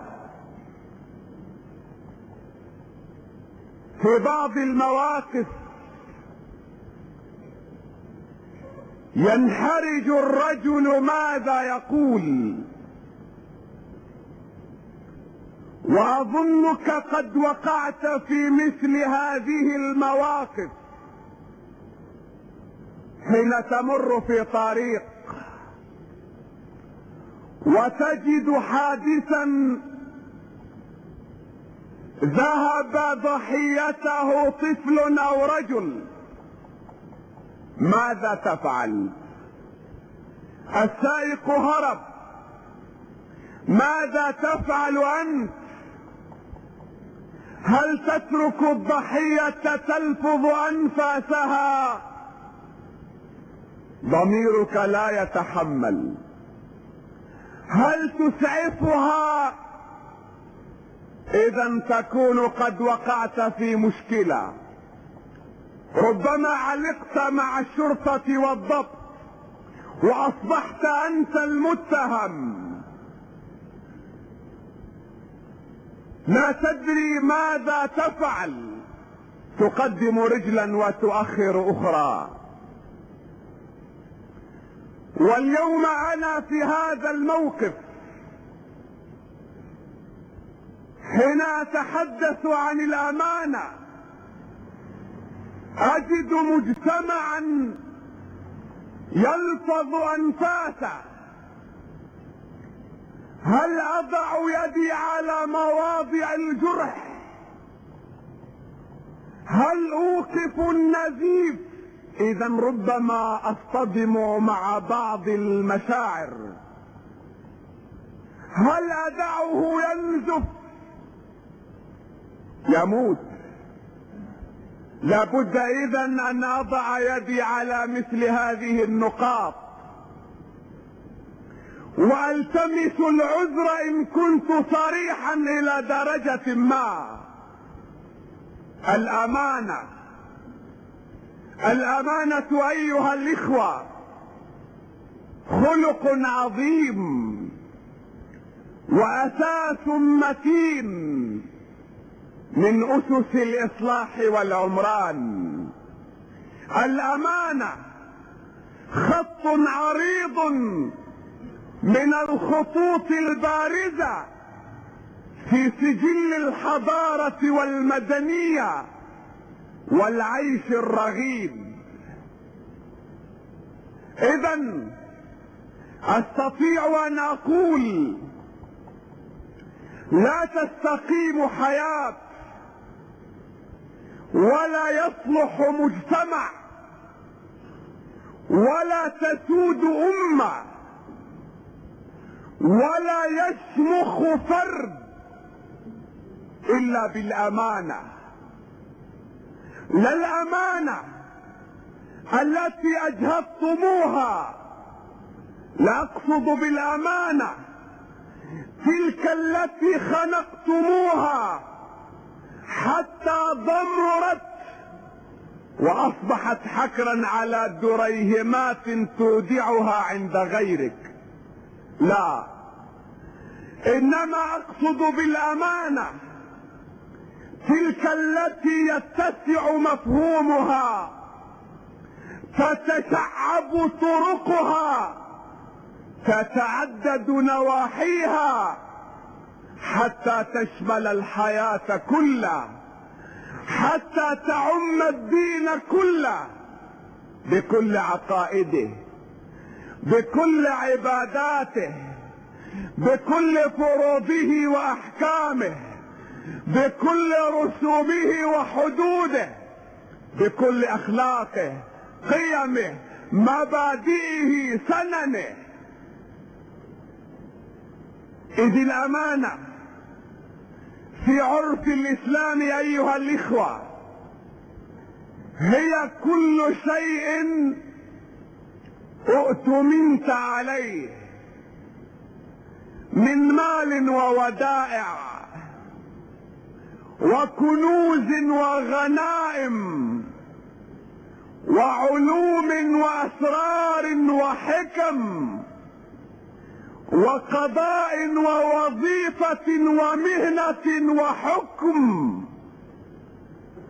وقول وعمل وطاعة وعبادة وحركة وسكنة وخلق وخلق ومال وولد وشعب وبلد، وكل ما كلفت بالمحافظة عليه وأدائه والتعامل معه بالشكل والوجه الذي يرضي الله ورسوله.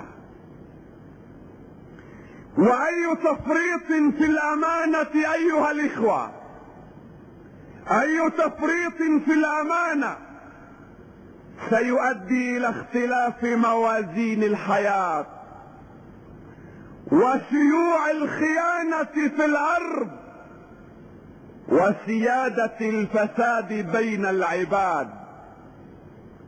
فبالأمانة تنمو العلاقات وتتعمق الصلات وتتوثق الأخوة وتقوى الروابط وتتمتن الأواصر.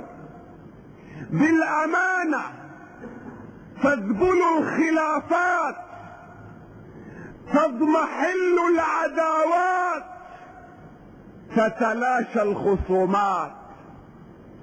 وبدون الأمانة سيقع المجتمع فريسة بين براثن الخيانة وتحدث في الأرض فتنة عريضة وفساد كبير وشر مستطير. وإن وقتكم الحاضر ومجتمعكم المعاصر لهو أكبر دليل على النتائج السيئة التي تترتب على الخيانة. ولو جئت اليوم في هذا العصر الذي تلاشت فيه الأمانة واضمحلت وضمرت، لو جئت تتأمل في المجتمع أين تجده؟ ستجده غارقا في أوحال الخيانة، تدنست أثوابه حتى أعلاها بأوساخها.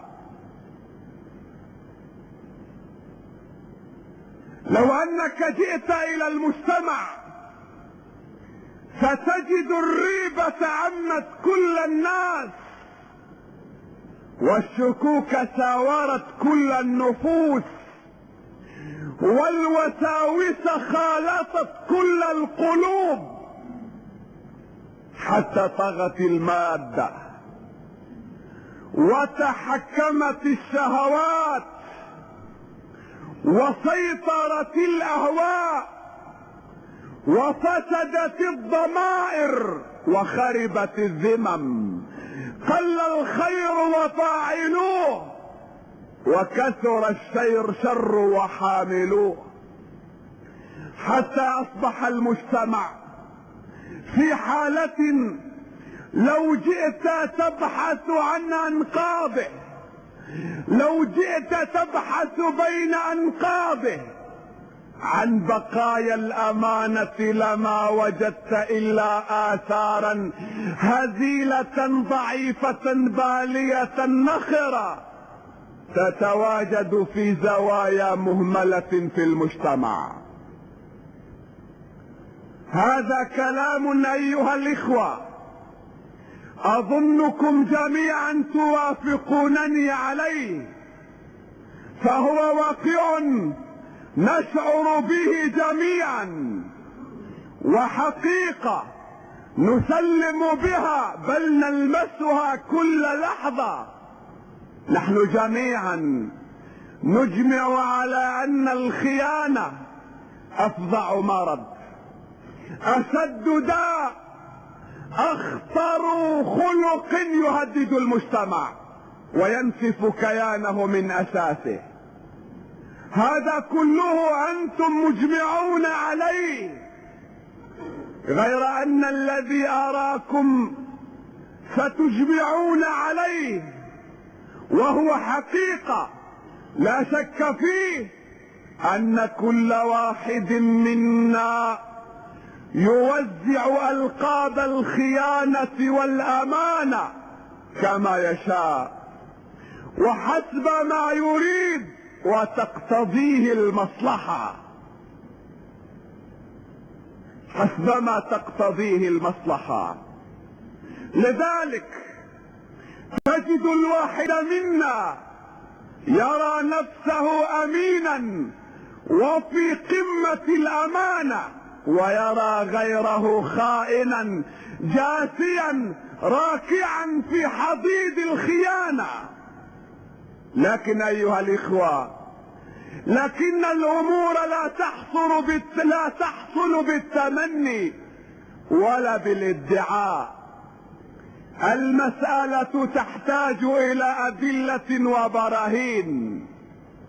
للخيانة والأمانة قواعد، موازين، بها تستطيع أن تتعرف على موقفك، على مكانك في المجتمع، وهل أنت تقف بين الخونة أو الأمناء؟ هل أنت أمين؟ هل سألت نفسك يوما ما؟ هل احتكمت إلى هذه القواعد لترى نفسك هل أنت أمين؟ إذا لم تكن قد حاولت سابقا تعال معي لنحاول سوية. هل نحن أمناء؟ هل أنت أمين؟ أسألك. لا تستعجل بالإجابة. سأعرض عليك نقاطا ومسائل على ضوئها أجب أنت نفسك. كفى بنفسك اليوم عليك حسيبا. هل أنت أمين؟ عيناك هل تمدهما إلى ما متع الله به أزواجا من الناس زهرة الحياة الدنيا ليفتنهم فيه؟ إن فعلت فلست أمينا على عينك، إنما أنت خائن. عيناك هل تنظر بهما إلى عورات الناس وخبايا بيوتهم؟ إن فعلت ذلك فأنت خائن. سمعك هل تسترق به؟ هل تتجسس به على الناس؟ هل تسمع به الغيبة، النميمة، الشتم والسب واللعنة والكفر؟ إذا أنت خائن. لسانك هل تلمز به الآخرين، تنتقصهم به، تحتقرهم، تخوض في أعراضهم، تأكل به لحومهم؟ إذا أنت خائن. شهوتك هل تنالها مما حرم الله؟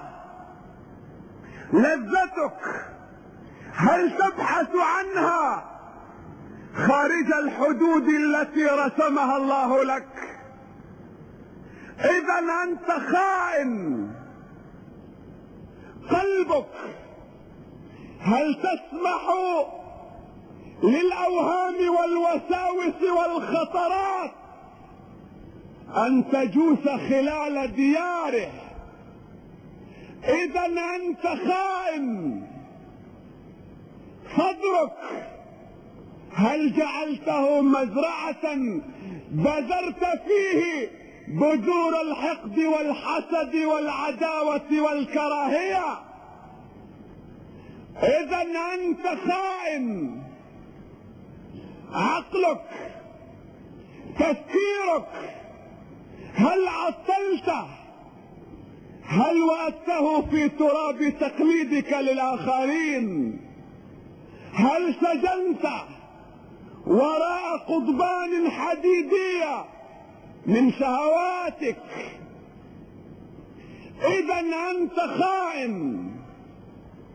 يداك هل تمدهما إلى ما منعك الله أن تمدهما إليه؟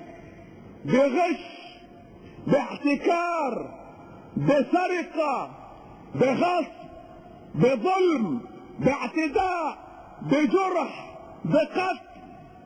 إذا أنت خائن. رجلاك هل تمشي بهما إلى ما منعك الله أن تسير بهما فيه أو إليه؟ إذا أنت خائن. وقتك، زمنك، فراغك، ساعات عمرك كيف تستهلكها؟ باللهو واللعب، بالعبث والمجون، حول طاولات النرد والقمار. أنت تجمعه. هل كنت لا تتحرى الحلال؟ اليوم حين تنفقه هل لا تتحرى طاعة الله وخدمة المجتمع؟ إذا أنت خائن. صلاتك هل تتهاون فيها تراخيا أو تركا؟ هل تتساهل في فروضها في شروطها إذا أنت خائن. إن كنت تحافظ على صلاتك، هل هذه الصلاة لا تنهاك عن الفحشاء والمنكر؟ إذا أنت خائن.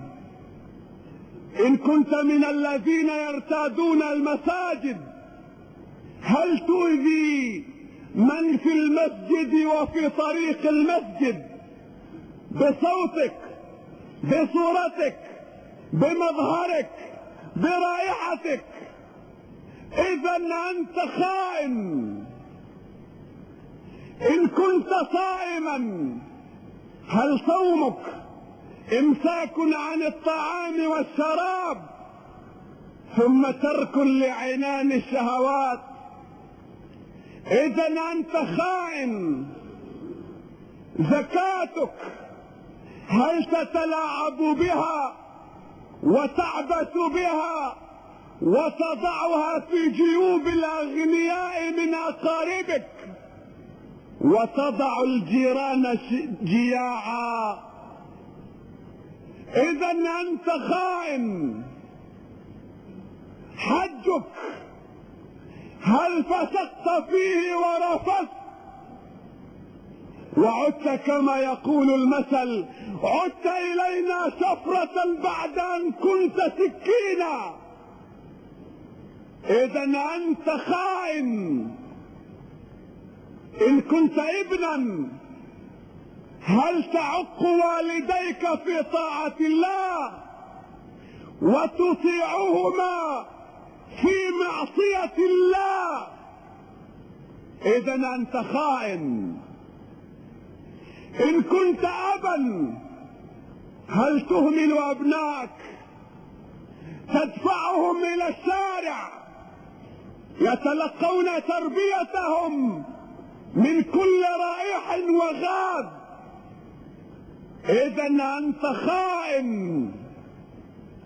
إن كنت أمة، هل تذهبين إلى مشاويرك وسهراتك تبتغين شهواتك وأهوائك فيما تسمينه أنت عمل، وتتركين طفلك عند الخادمة، عند الجارة، عند الجدة العجوزة، أو في دور الحضانة حيث يتلقى تربية غير تربية دينك؟ إذا أنت خائنة. إن كنت زوجة، هل تتجملين للشارع وتتزينين لأبنائه أضعاف ما تتجملين لبيتك وتتزينين لزوجك؟ إذا أنت خائنة. إن كنت زوجا، هل تسمح لزوجتك أن تخالط الرجال وتختلي بهم وتستقبلهم دونك؟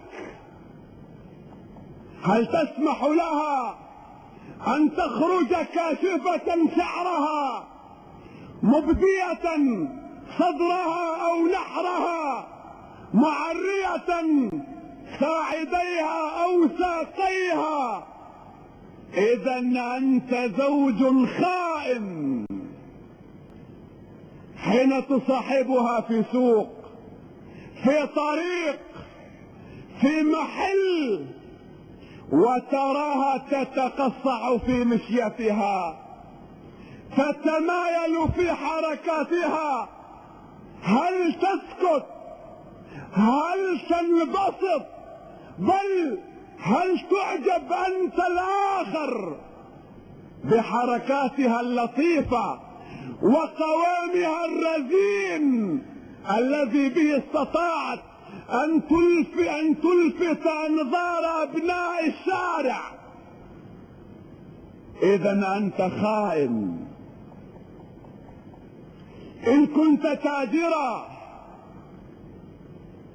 إن كنت تاجرا أيها الإخوة، أيها الأخ المسلم، إن كنت تاجرا وترك الزبون أو المشتري الأمر لدينك، لضميرك، لوجدانك، غره مظهرك، احتمى بلحيتك، اختفى بين حبات سبحتك، اعتصم بصورة شيخ من مشايخك تعلقها في صدر حانوتك، احتمى بحجاتك السبع اللاتي حججتهن ولم تفهم منهن شيئا، هل ستعطيه أسوأ بضاعة بأغلى سعر؟ إذا أنت خائن. إذا بعت سلعة معيبة هل تسكت على عيبها؟ هل تطفف الكيل والميزان؟ إذا بعت 100 غرام من الشاي هل تضعه في كيس ورق يزن 50 غراما؟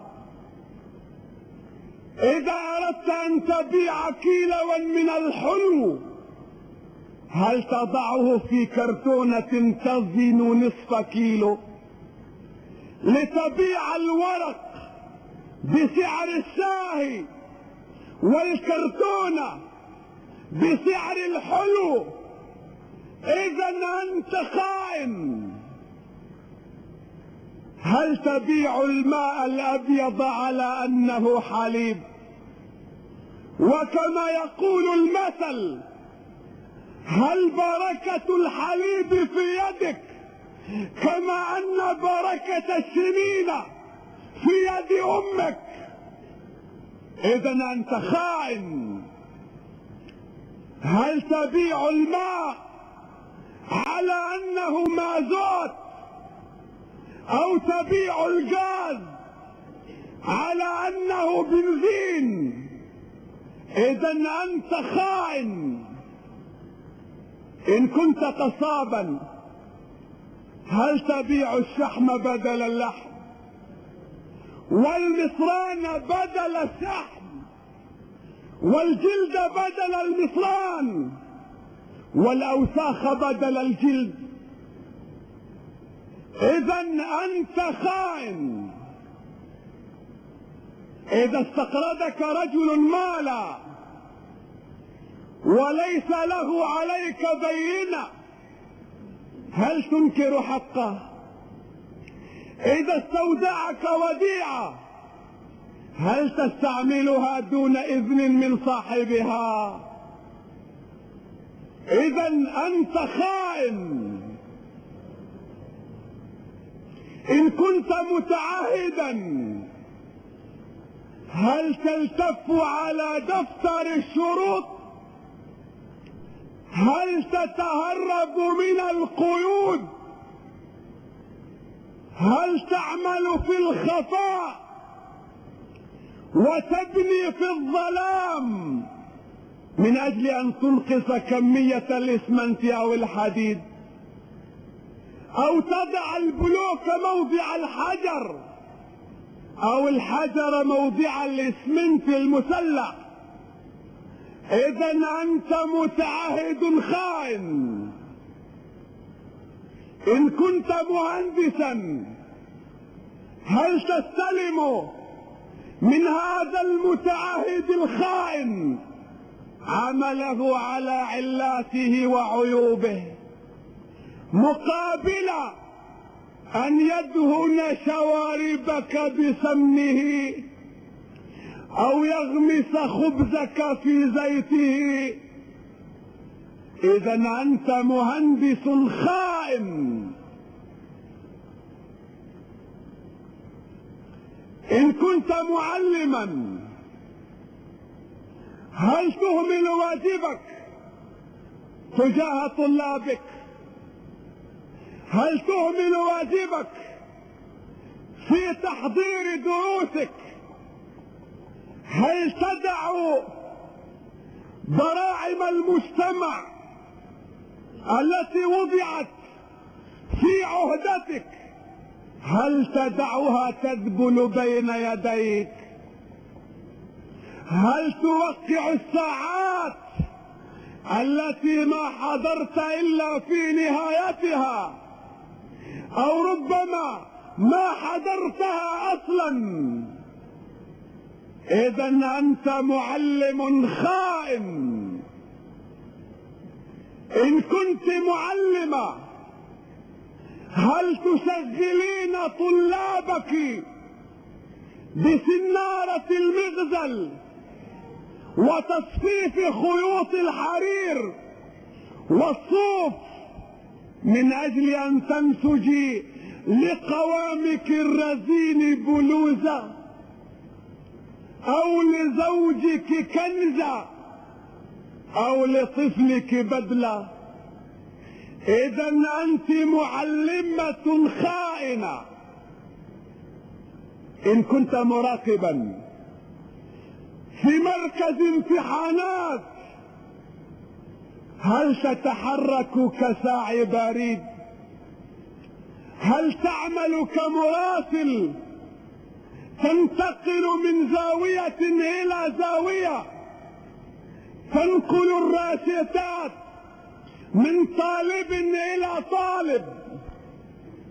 وأكثر من هذا، هل تمزق ورقة ابن فلان ليتأتي بدلا عنها ورقة كتبت في الخارج وجهزت على طريق الأبنية المسبقة الصنع؟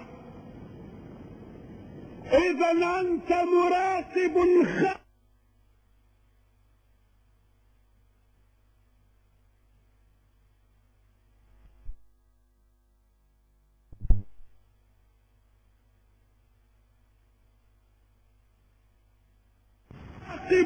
خائن. إن كنت مراقب تموين هل تشارك بعض التجار مقابل أن تسكت عنهم ويناصفوك ما سرقوه؟ إذا أنت خائن. إن كنت أمين مستودع هل تمد يدك إلى ما فيه بسرقة ثم تضرم فيه النار لتتلف الموجود مع المفقود، تضيعهما معا، أو تعرضه للشمس والرطوبة لتنظم أنت ومن معك ضبطا بإتلافه ثم تتقاسم ما بقي منه؟ إذا أنت لست أمين مستودع، إنما أنت خائن مستودع. إن كنت خبيرا في مكتب حبوب، لا أدري ماذا يسمونه، مجرمة، إن كنت مجرما هل تبخس الناس بضاعتهم إلا إذا أعطوك؟ وبعد ذلك إن أعطيت هل تستلم التراب بدل الشعير والشعير بدل الحنطة ما دامت حصتك مؤمنة؟ إذا أنت لست مجرما في مكتب حبوب، إنما أنت مجرما في مكتب حبوب. إن كنت طبيبا هل تغض نظرك إذا جاءت امرأة إلى عيادتك؟ هل تغض نظرك؟ هل تقتصر على مواضع الضرورة وتعاملها على أنها أختك وأن عرضها أمانة في رقبتك؟ إذا أنت طبيب أمين، وإلا فأنت خائن. هل همك جيب مريضك دون صحته، إذا أنت خائن. هل تجري عمليات الإجهاض السرية في عيادتك أو مشفاك مستغلا الظروف القاسية التي وقعت فيها بعض فتيات الشارع؟ إذا أنت طبيب خائن. إن كنت صيدليا هل تصرف الوصفات دراهم بدل الأدوية لتقاسم الغشاشين الذين يسرقون من صناديق نقاباتهم؟ إذا أنت خائن. إن كنت سائقا هل تقود سيارتك دون أن توفر فيها أسباب الأمان؟ هل تحملها فوق طاقتها؟ هل تقودها بسرعة تزيد على المسموح بها فتعرض حياتك وحياة الآخرين للخطر؟ إذا أنت سائق خائن. إن كنت رجل مرور هل تتسامح مع هذا السائق المتهور ما دام يقذف على وجهك 10 ليرات؟ إذا أنت رجل مرور خائن. إن كنت ضابطا هل تعطي لعناصرك إجازات طويلة الأجل مقابل أن يتنازلوا لك عن رواتبهم؟ إذا أنت ضابط خائن. إن كنت رجل أمن هل تكتب ضبطك كما شاهدت وسمعت؟ فأنت رجل أمن أمين. أم أنك تزيد عليه أملاحا وتوابل من عندياتك؟ إذا أنت رجل أمن خائن.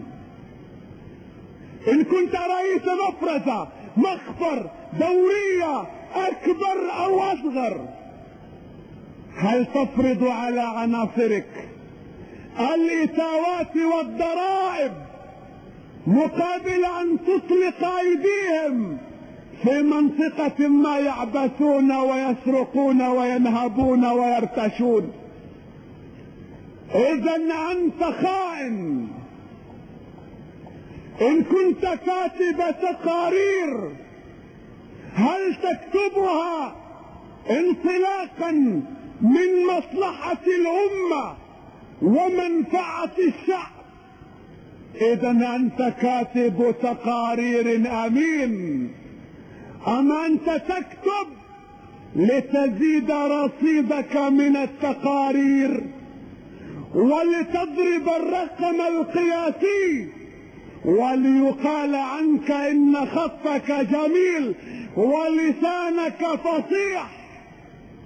إذا أنت خائن. إن كنت محققا هل تحقق على ضوء قول الله يا أيها الذين آمنوا إن جاءكم فاسق بنبأ فتبينوا أن تصيبوا قوما بجهالة فتصبحوا على ما فعلتم نادمين؟ إذا أنت محقق أمين، وإلا فأنت خائن. إن كنت محاميا هل تتوكل للمظلوم فقط؟ إذا أنت محام أمين. أم أنك تتوكل لكل من يدفع لك؟ فأنت حينئذ محام خائن. إن كنت قاضيا هل القوي عندك ضعيف حتى تأخذ منه الحق؟ وهل الضعيف عندك قوي حتى تأخذ له الحق؟ إذا أنت قاض أمين، وإلا فأنت خائن. إن كنت رئيس شركة، مدير دائرة، هل تستخدم الموظفين على أساس خبراتهم وكفاءتهم بغض النظر عن انتماءاتهم القومية أو اتجاهاتهم السياسية؟ إذا أنت مدير أمين. أم أنك تتغافل الخبرة وتتناسى الكفاءة وتعينهم بموجب اتجاهاتهم أو على أنهم من عائلتك أو عشيرتك أو بني قومك؟ إذا أنت مدير خائن. هل تستعمل هاتف الدائرة لمصلحتك؟ هل تكتب على قراطيس الدائرة حاجاتك الخاصة؟ هل تستعمل سيارتها في غير ما تسمح بها أنظمتك؟ إذا أنت خائن.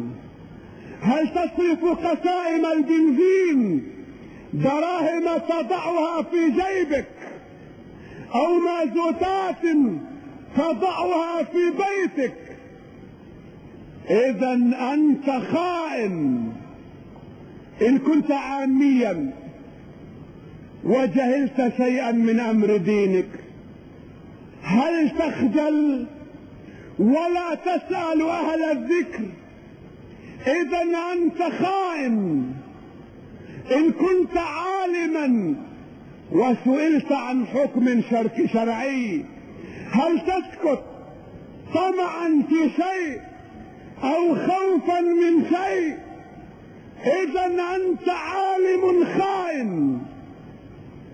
إن كنت خطيبا، هل تأمر الناس وتنسى نفسك؟ إذا أنت خطيب خائن.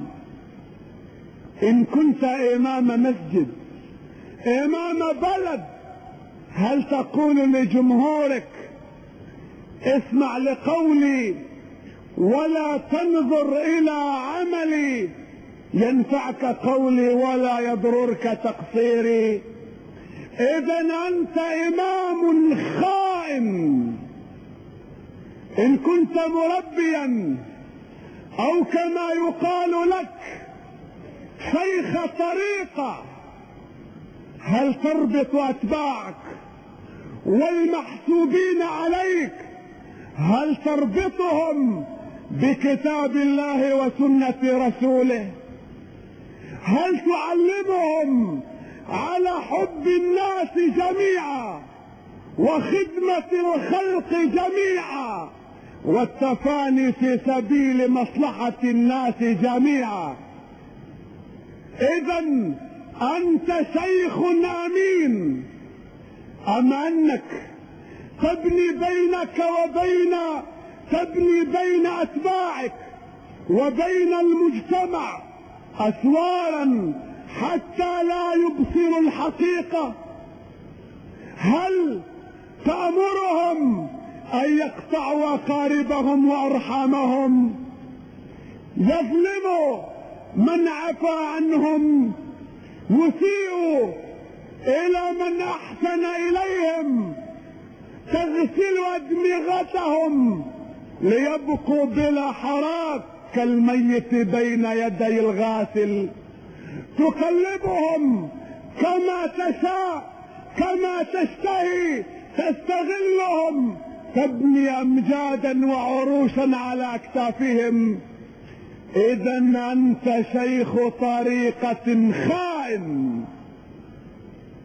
إن كنت زعيم بلد، رئيس دولة، ملك مملكة، سلطان سلطنة، هل تتحرك وتسكن، تقوم وتقعد، تحارب وتسالم، انطلاقا من مصلحة بلدك وشعبك. إذا أنت رئيس أمين، وإلا فأنت خائن. إذا استنجد بك رجل وأنت قادر على نجدته، هل تتقاعد؟ إذا أنت خائن. إذا بت شبعان وجارك إلى جانبك جائع، إذا أنت خائن. أطلت عليكم أيها الإخوة، هل ميزتم بعد هذا الأمناء من الخونة؟ ألا ما أكثر الخونة في مجتمع اليوم،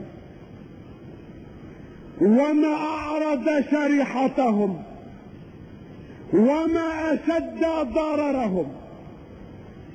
فتبا لأمة هؤلاء هم أفرادها. أستغفر الله، ليسوا أفرادا. تبا لأمة هؤلاء هم حشراتها. يا شقاء أمة هؤلاء هم جراثيمها. يا خسارة مجتمع هؤلاء هم فيروساتها. يا قلة بركة مسجد هؤلاء هم رواده. يا شدة غضب رب هؤلاء هم عباده.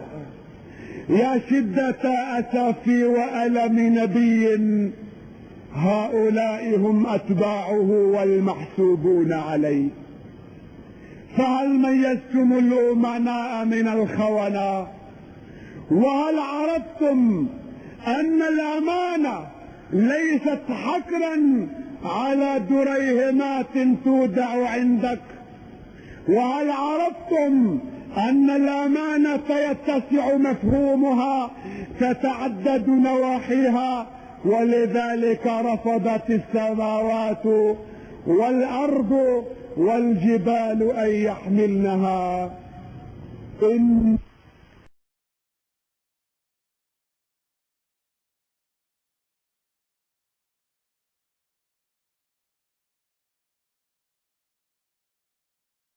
ای شیخم شیخ شهیدان دبستان او میدا کردان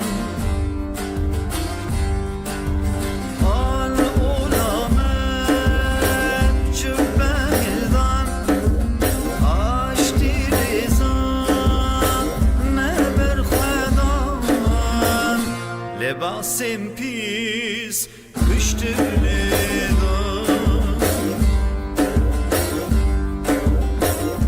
لباس پیس کشت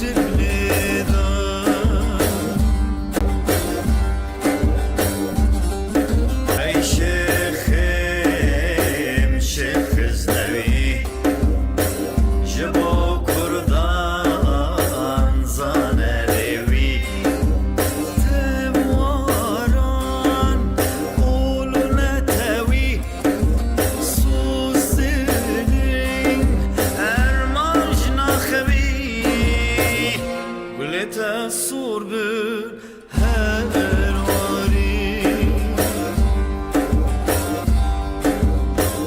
گلت سور بر هر واری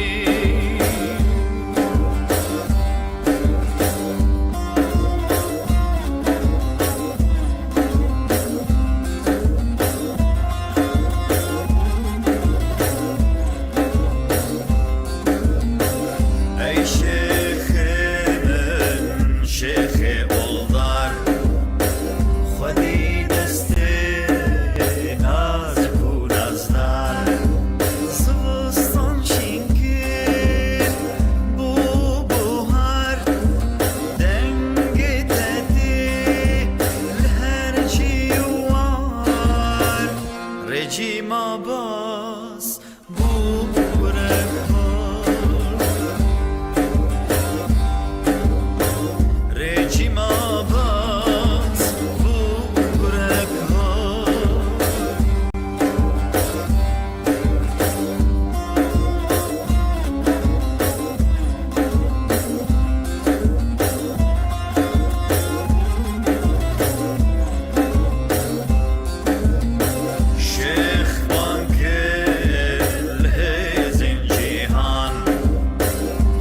تاکک هیه بناو کردستان پارچه گیری لناو چارگوران کرد خوابانده بسیور و لوزان تا کنگی بمینی لبن دستان تا کنگی بمینی لبن دستان ای شیخ منی شیخ معشوق ای شیخ منی شیخ معشوق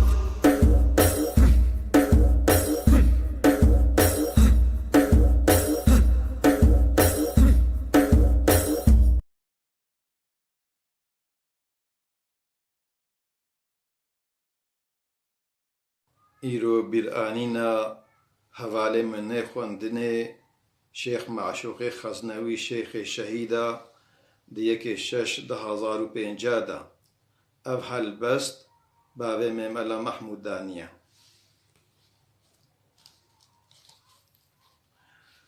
معشوق شهيدك قلكي جنج أف أسدو أف لوك حيج كشتن دا 2005 رحمل دور بويا سنج معشوق وكي شيري تشالنج دراج فيكي رنج رنج أف قائدي حرب وجنج هر شار طراف وداية دنج معشوق توي بطل زمان أي نازكي قلكي جوان شوطات دا هر شار جهان تفصح بي أهل الإيمان خاطر بوي عفوا مهات حينما جيدي أف وفات رحمة وكي آفا فرات قلبي حزين جيرهات خلات معشوق توي كرباد لا قوتن جمن وكبل بلا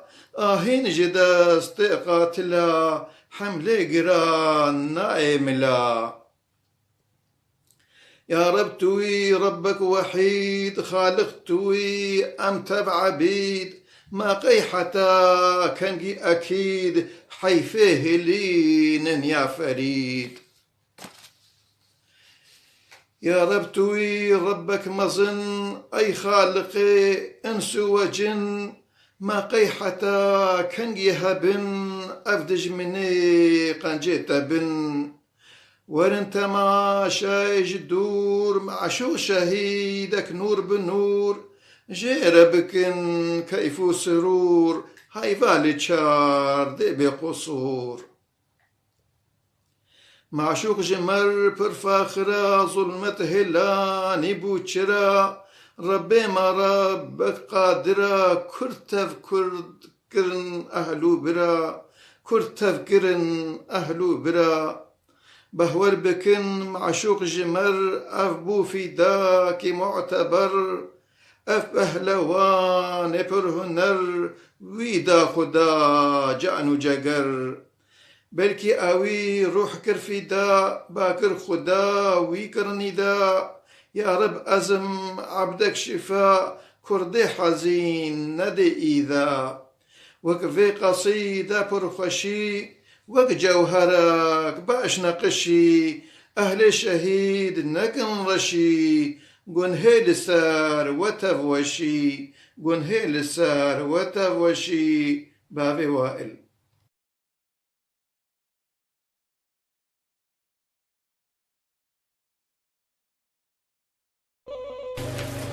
نقو مختلقو أجدينة تتركتن تراي شوري أخوا وتصري مقودكي أف قمامة بيناي شما وقت قمامة بيناي شبالقو يعني وقتيقو أزبيجم حرية العقيدة مساند علمانية دا أزبيجم مساند ديني مدى خذ تعالى القرآن الكريم أزبيجي لا إكراه في الدين قد تبين الرشد من الغي زور نين الدين دا وراستي وخواري جبهات العسكرين يشيما بونما وكا وقتي وند بيجن تريد بيشوك قوتا زاروكي خوا وقتيقو خلق طوال كبر قوون بفرن ويكيش واقوت قو بلكي كبري وابو عربن قو خلاص قو تعليم جوار نابي نحو جوار هذا القرآن ولد بيجي دبي قد تبين الرشد من الغي تعليم نما جورت فيه ولذلك زور نما لا إكراه في الدين دبي جيب بيخمر دبي أفأنت تكره الناس حتى يكونوا مؤمنين تدخل زورين خلكي بكي وابكي مؤمن ليش حكيتي بسمام وقل الحق من ربكم فمن شاء القرآن فمن شاء فليؤمن ومن شاء فليكفر تخوازي برا مؤمن بي تخوازي كافر بيش على خاطر بكتي طيب هذا كافر عم تبكنا شيء كل يا اخي تشما درديمي تكشيني تدر دي خد بقى شو على خاطر خليك كتيا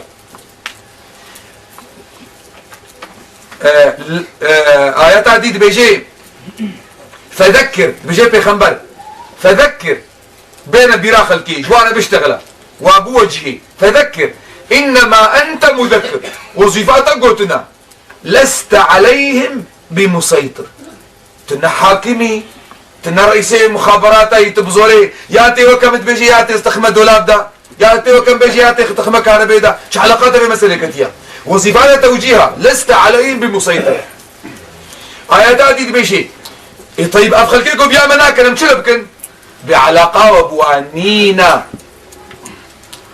طيب بنقول بمنيد بيو بس اقول ناميني ان الينا ايابهم ثم ان علينا حسابهم بري خلكيل من ارجو عبادي خو ابي حسابي خصاتك يا وجهيا مزي وافقس ايات القران مش ولا قوتن اما ديني ما نديني ما اويغو ما الله اشترد بيجي بيجو بو مرتد جديد ما يسري جيكنا او كوكا وي غلط اصلا مسألة سياسية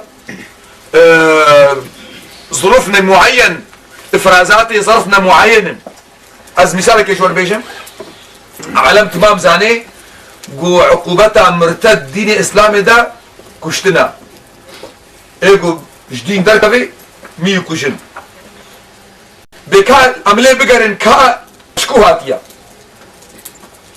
حديثة كتنج معايا حديث عكرمة روايات كي ظنان دا شكوري ابن عباسة دبيجي في خبر عليه الصلاة والسلام قلتيا من بدل دينه فاقتلوه عليكم السلام ورحمة الله عليكم السلام في خبر على قلت يا كرامي بولا شيخي ما ظن نولو قلت ولا سيد ايمن احمد لطيف نولو قلت ولا زيد نولو قلت والله ملا عبد الحليم نولو قلت يا اخي بزلامك ابزلامي هاي قلت دبيجي جواز لما جواز جامرا نقلت كي شهدبونا تلسر قوتي كلكسم قبولناك يعني نها قلت بيجي من اف قوت ياك لنكسي افلان كسا ازي بس قبولناكم يكي دي لازمها تاكيد شهاده بكيد فيو دوبن حتى قو ازبي اب كلكسا ازي زيد سطينم دمع عمري يكي وكا سيدنا علي تقام اظنا سيدنا علي درعي خب يكي جهولتي قرب كاميرا قلت قو اب درعي منا اجهو قنا ولا مكري منا شونا محكمين قاضي قلت يدا قو شهديتها هنا مثلا يا علي هاي قبول لك سيدنا علي وشهديتها نين ويجهو ويصنت خوي وامي درع بنيلا تشكي تبير راميني يجهو ميزان قو ابعد لتهيا قو حراجي مسلمان بو بيجا قصامه ديك يوكا علي وهبالي علي ام شهدبونا ودرعك اذا قبولنا بي دفيها بالي وعبي يعني ايرو ابو بكر رضي الله عنه قو بيجي اكل لكسها ازيدي ازي بولد فيك يدي بترهبي يكشي لابي دفي عمر بترى شهدبوني بدي علي عثمان حمزه كا بترى شهدبوني بدي زلامك ايقود بيجي بيخمر قلت زلامك يكفنيا غير وينين دبي قال رسول الله صلى الله عليه وسلم من بدل دينه فاقتلوه مزي اوقع اياتيك وما قلت حمل نصوصين قطعينا شكدوا دنينا قرانا كس دني خرانا بكاف اشتغالي راسه يا انا راسه ملا وتمام العبيد خي دتش محكمه شريعه ده محكمه اسلامي ده شهر شهاده نديت يا شورت كالندا وقت قلت مجتمع كده شهر شهر شورت كالندا بين معناه اب انساني ها سفالتك ها رزالتك خوازي مجتمع خلاكي إهانة مشاعر ملتك جبلولا شي وقتك إنسانك إيرو بلكي جباتك إهانة عقيدة بك كفر بك كافر بك شو الدين بي علاقة بيننا حرية العقيدة شيرها مصانع بلكي أمش مثلا أم تدبون أم تركت المعاني سرتشي نقول ميرك جمت برسي دماتين مسلماني كردي يعني ولو هنجي مثلي خلكي غلان تبنيا ما أمزم كا كرماتي شيء بنا يعني راشتنا مش تبنيا مش تروحاتي إسلامي غلط بخدمتها مش ديني خلكيرا لا ديني صحيح ديني خلكيرا برجو أسبجم إسلام مدن كما هو نما وإنما مؤثرات سرشيبنا وكا أم معدنك باش وقشر سرشيبنا قاشولة زنجاري سرشيبنا أزها أجور ورجم الجامعي يقول نقول لك هلا وقت يقول مد ميزين كمعشوف زناويدك وأزناتك الرسمي باسم الإسلام نولي أزنا إسلام أزبيل بحسن أزنهاش طلع حقيقتها خبيت مسكيمة أذكرين مع الباطة كيما ومع الباطة مجي منهجك وهي أم منهجي ما يدين يشكوها بيا أم منهجي ما يكي آنية يعني مثلا شيخي قال كلمة جم حضرت آنية حضرت جم فتح الله ورقان سي آنية فتح الله ورقان سي جم حضرت سيدة آنية فتح الله نبي شيام عبد الرحمن تاغي جم فتح الله عباسي دمشي حتى الشيخ خالد شهرزوري افتالياس الاسلام يكون مانجيا كردي شغلين تصد صالي مشايخي ما كردن تصد كي از تصد صالي ازو باب وكالي خوا كيما يقول مولانا خالد طريق جمعانيا جماعتني هنديبون عبد الله الدهلوي ودمشي حتى دقهي امامي رباني هنديبون طيب تصد صالي أبديني هالهندي مايا معقولة قونا أسرية بثقافتها هندي نعم أسرية بثقافتها هندي بري هندية الكودة بو قولا البخارى الأوزبكستان طاشقند لويدي بو معناه هنا بصماتي أوزبكية جي تيدا هنا طيب بري أوزبكية كيبون قولا ترك بون بري تركيا كيبون قولا بغداد عرب بون فارس بون ترلوهاك بون معناه هنا أزنها قلت المد ميزيني أز إسلام زائد ثقافتها عربة ثقافتها فرسا ثقافتها تركا ثقافتها أوزبكية ثقافتها هندية وثقافتها كرداش أزنما إسلامها صافم معاني سرچه مقوم وقت يقوم ما راشتا نا إسلامها صاف إسلامها خلقي أز بإسلامها كردي هيا أو يان قررك هابي بلكي نبي بس إسلامها عربي هيا إسلامها تركي هيا إسلامها فارسي هيا هر ملتك إسلام في التراخد درباس كريا بلكي ما كردام إسلام في التراخد خوشك درباس نكر بي شبرقو دائما ما خزمت شغل كيرا كريا دولتا عربا بو مش عربا كريا وقتي دولتا فرسابو مش فرسارا كريا وقتي دولتا تركابو مش تركارا كريا حتى إيرو ما بشكلك منظم ومدروس ما إسلامت في التراخوة درباس نكريا بلكي حالاتني فردي يعني عفوي تأثيراتني كان دام عليها هبن أما أنا بشكلك منظم إيه خلكيت بشكلك منظم جبل ولو أزنهات بيجم تشتاقوا إيرو مع شو اشتريتكي أقل ما يمكن تحت خط الصفرة تشتاقوا مالي عربا لكريا من أكريا عربا ببختيل بخنبر كريش بخاطري قومية أخوة ملكي عرب دبيجي دبي الأئمة بخمر قوتي الأئمة من قريش يعني رؤساء دولتها وزعامات وقيادات السياسي دبي قريشي بن حال بك خلافة منهجي بخمر منهجي هنا لا فضل لعربي على عجمي ولا لعجمين على عربي بخمر دبيجي اسمعوا واطيعوا ولو تأمر عليكم عبد حبشي مصنع وكيبي علاقات بنبي علاقات بعروق لينا ولو عبدك يا حبشي بي ما دام عادله وريد مشيني بدا دوف او هناك مستعده ضرر البيخمبر جيبكي شبو خاطر قيادة سياسية دستيوي دبي الأئمة من قريش يان قلت يا أحب العرب لسلاس يان قلت يا نزامشي يان قلت نزامشي افتمام شي كرنش بو خاطر خدمتها عرقية خبكي حتى اما وقت تركا كلها ترك ام تركي بعاقل حتى اما وقت تركاش نكريا وبيست اجار الجامعة حنكات كم از بخوزي مسلمان ما مالي ما وقت بابي طيار فكري بانا بابي طيار زاني باشقا دعاية اجينا تكم بابي طيار دوي تشكاوي نادا جامعتي تيت بلكي قالك اجوالي احسان ديا خود قرياني خو عاجز تكي جيت برسين دبي چما دبي مالي دبي جي دبي ايه قنزان بتركي ناجي جنتي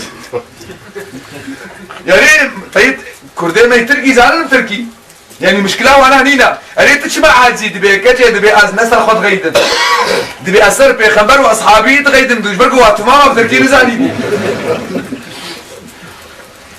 يعني مازي ميركي ترك في خدمتش بلاتي خورتكي يعني مستعد نتشي ونقي غريب شي ما نحن قلبي عرقيتي دا از انسانك رسالة اسلامية بيشم اسلام ابا حتى قلت مظلوم باسلام يتبن خدمتات ادبي ايه قبول لك بس ياخذ ديوان اخي ابو بكر رضي الله عنه وقت هذا المنبري وليت عليكم ولست بخيركم اطيعوني ما اطعت الله فاذا عصيت الله فلا طاعة لي عليكم. مش ضمني قلت يا القوي منكم ضعيف عندي حتى آخذ منه الحق والضعيف منكم قوي عندي حتى آخذ له الحق.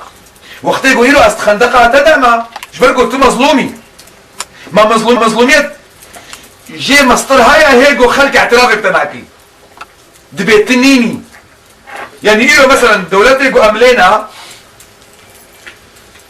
جميع حقوقها شتخوازي چه حقوقي مواطنها مش تتخوازي واجبك مواطني ناديتا ما شفي مظلومية شفينا مصطرها يعني از وقت يقول رسالة اسلامي نخمة بالهدفيك وكتدا اخرى اسلام شي اخرى خيري بي طبعا هناك جارنا لازم فهمتكن ولو شي خورتك يسال انترنت ونشي جاري رحمه يمكن اشتغاليها قومقوت بدقت از وزنين معاه جارنا مالان اللي استكبوار نابي شو يكسر انترنت اللي بزاد بو قوتي معشوق قوتيها او جنتا قو كرد لك ابني دا منابي نولو قوتيها اصلو نابي شم يا ما كرد هنا جهوات نيبي جهنمي ديا ازو اكثر بيش ميرم يا ما خائدنا ودا هنا ويا ما ظالم هنا ازو هذا وقت يقو ام حساب كان يقو ما ايش خلاص كير ونمسرخ وكاتن امينو الوابا قرني دي بازارا ما نابا مالي دا باشقيا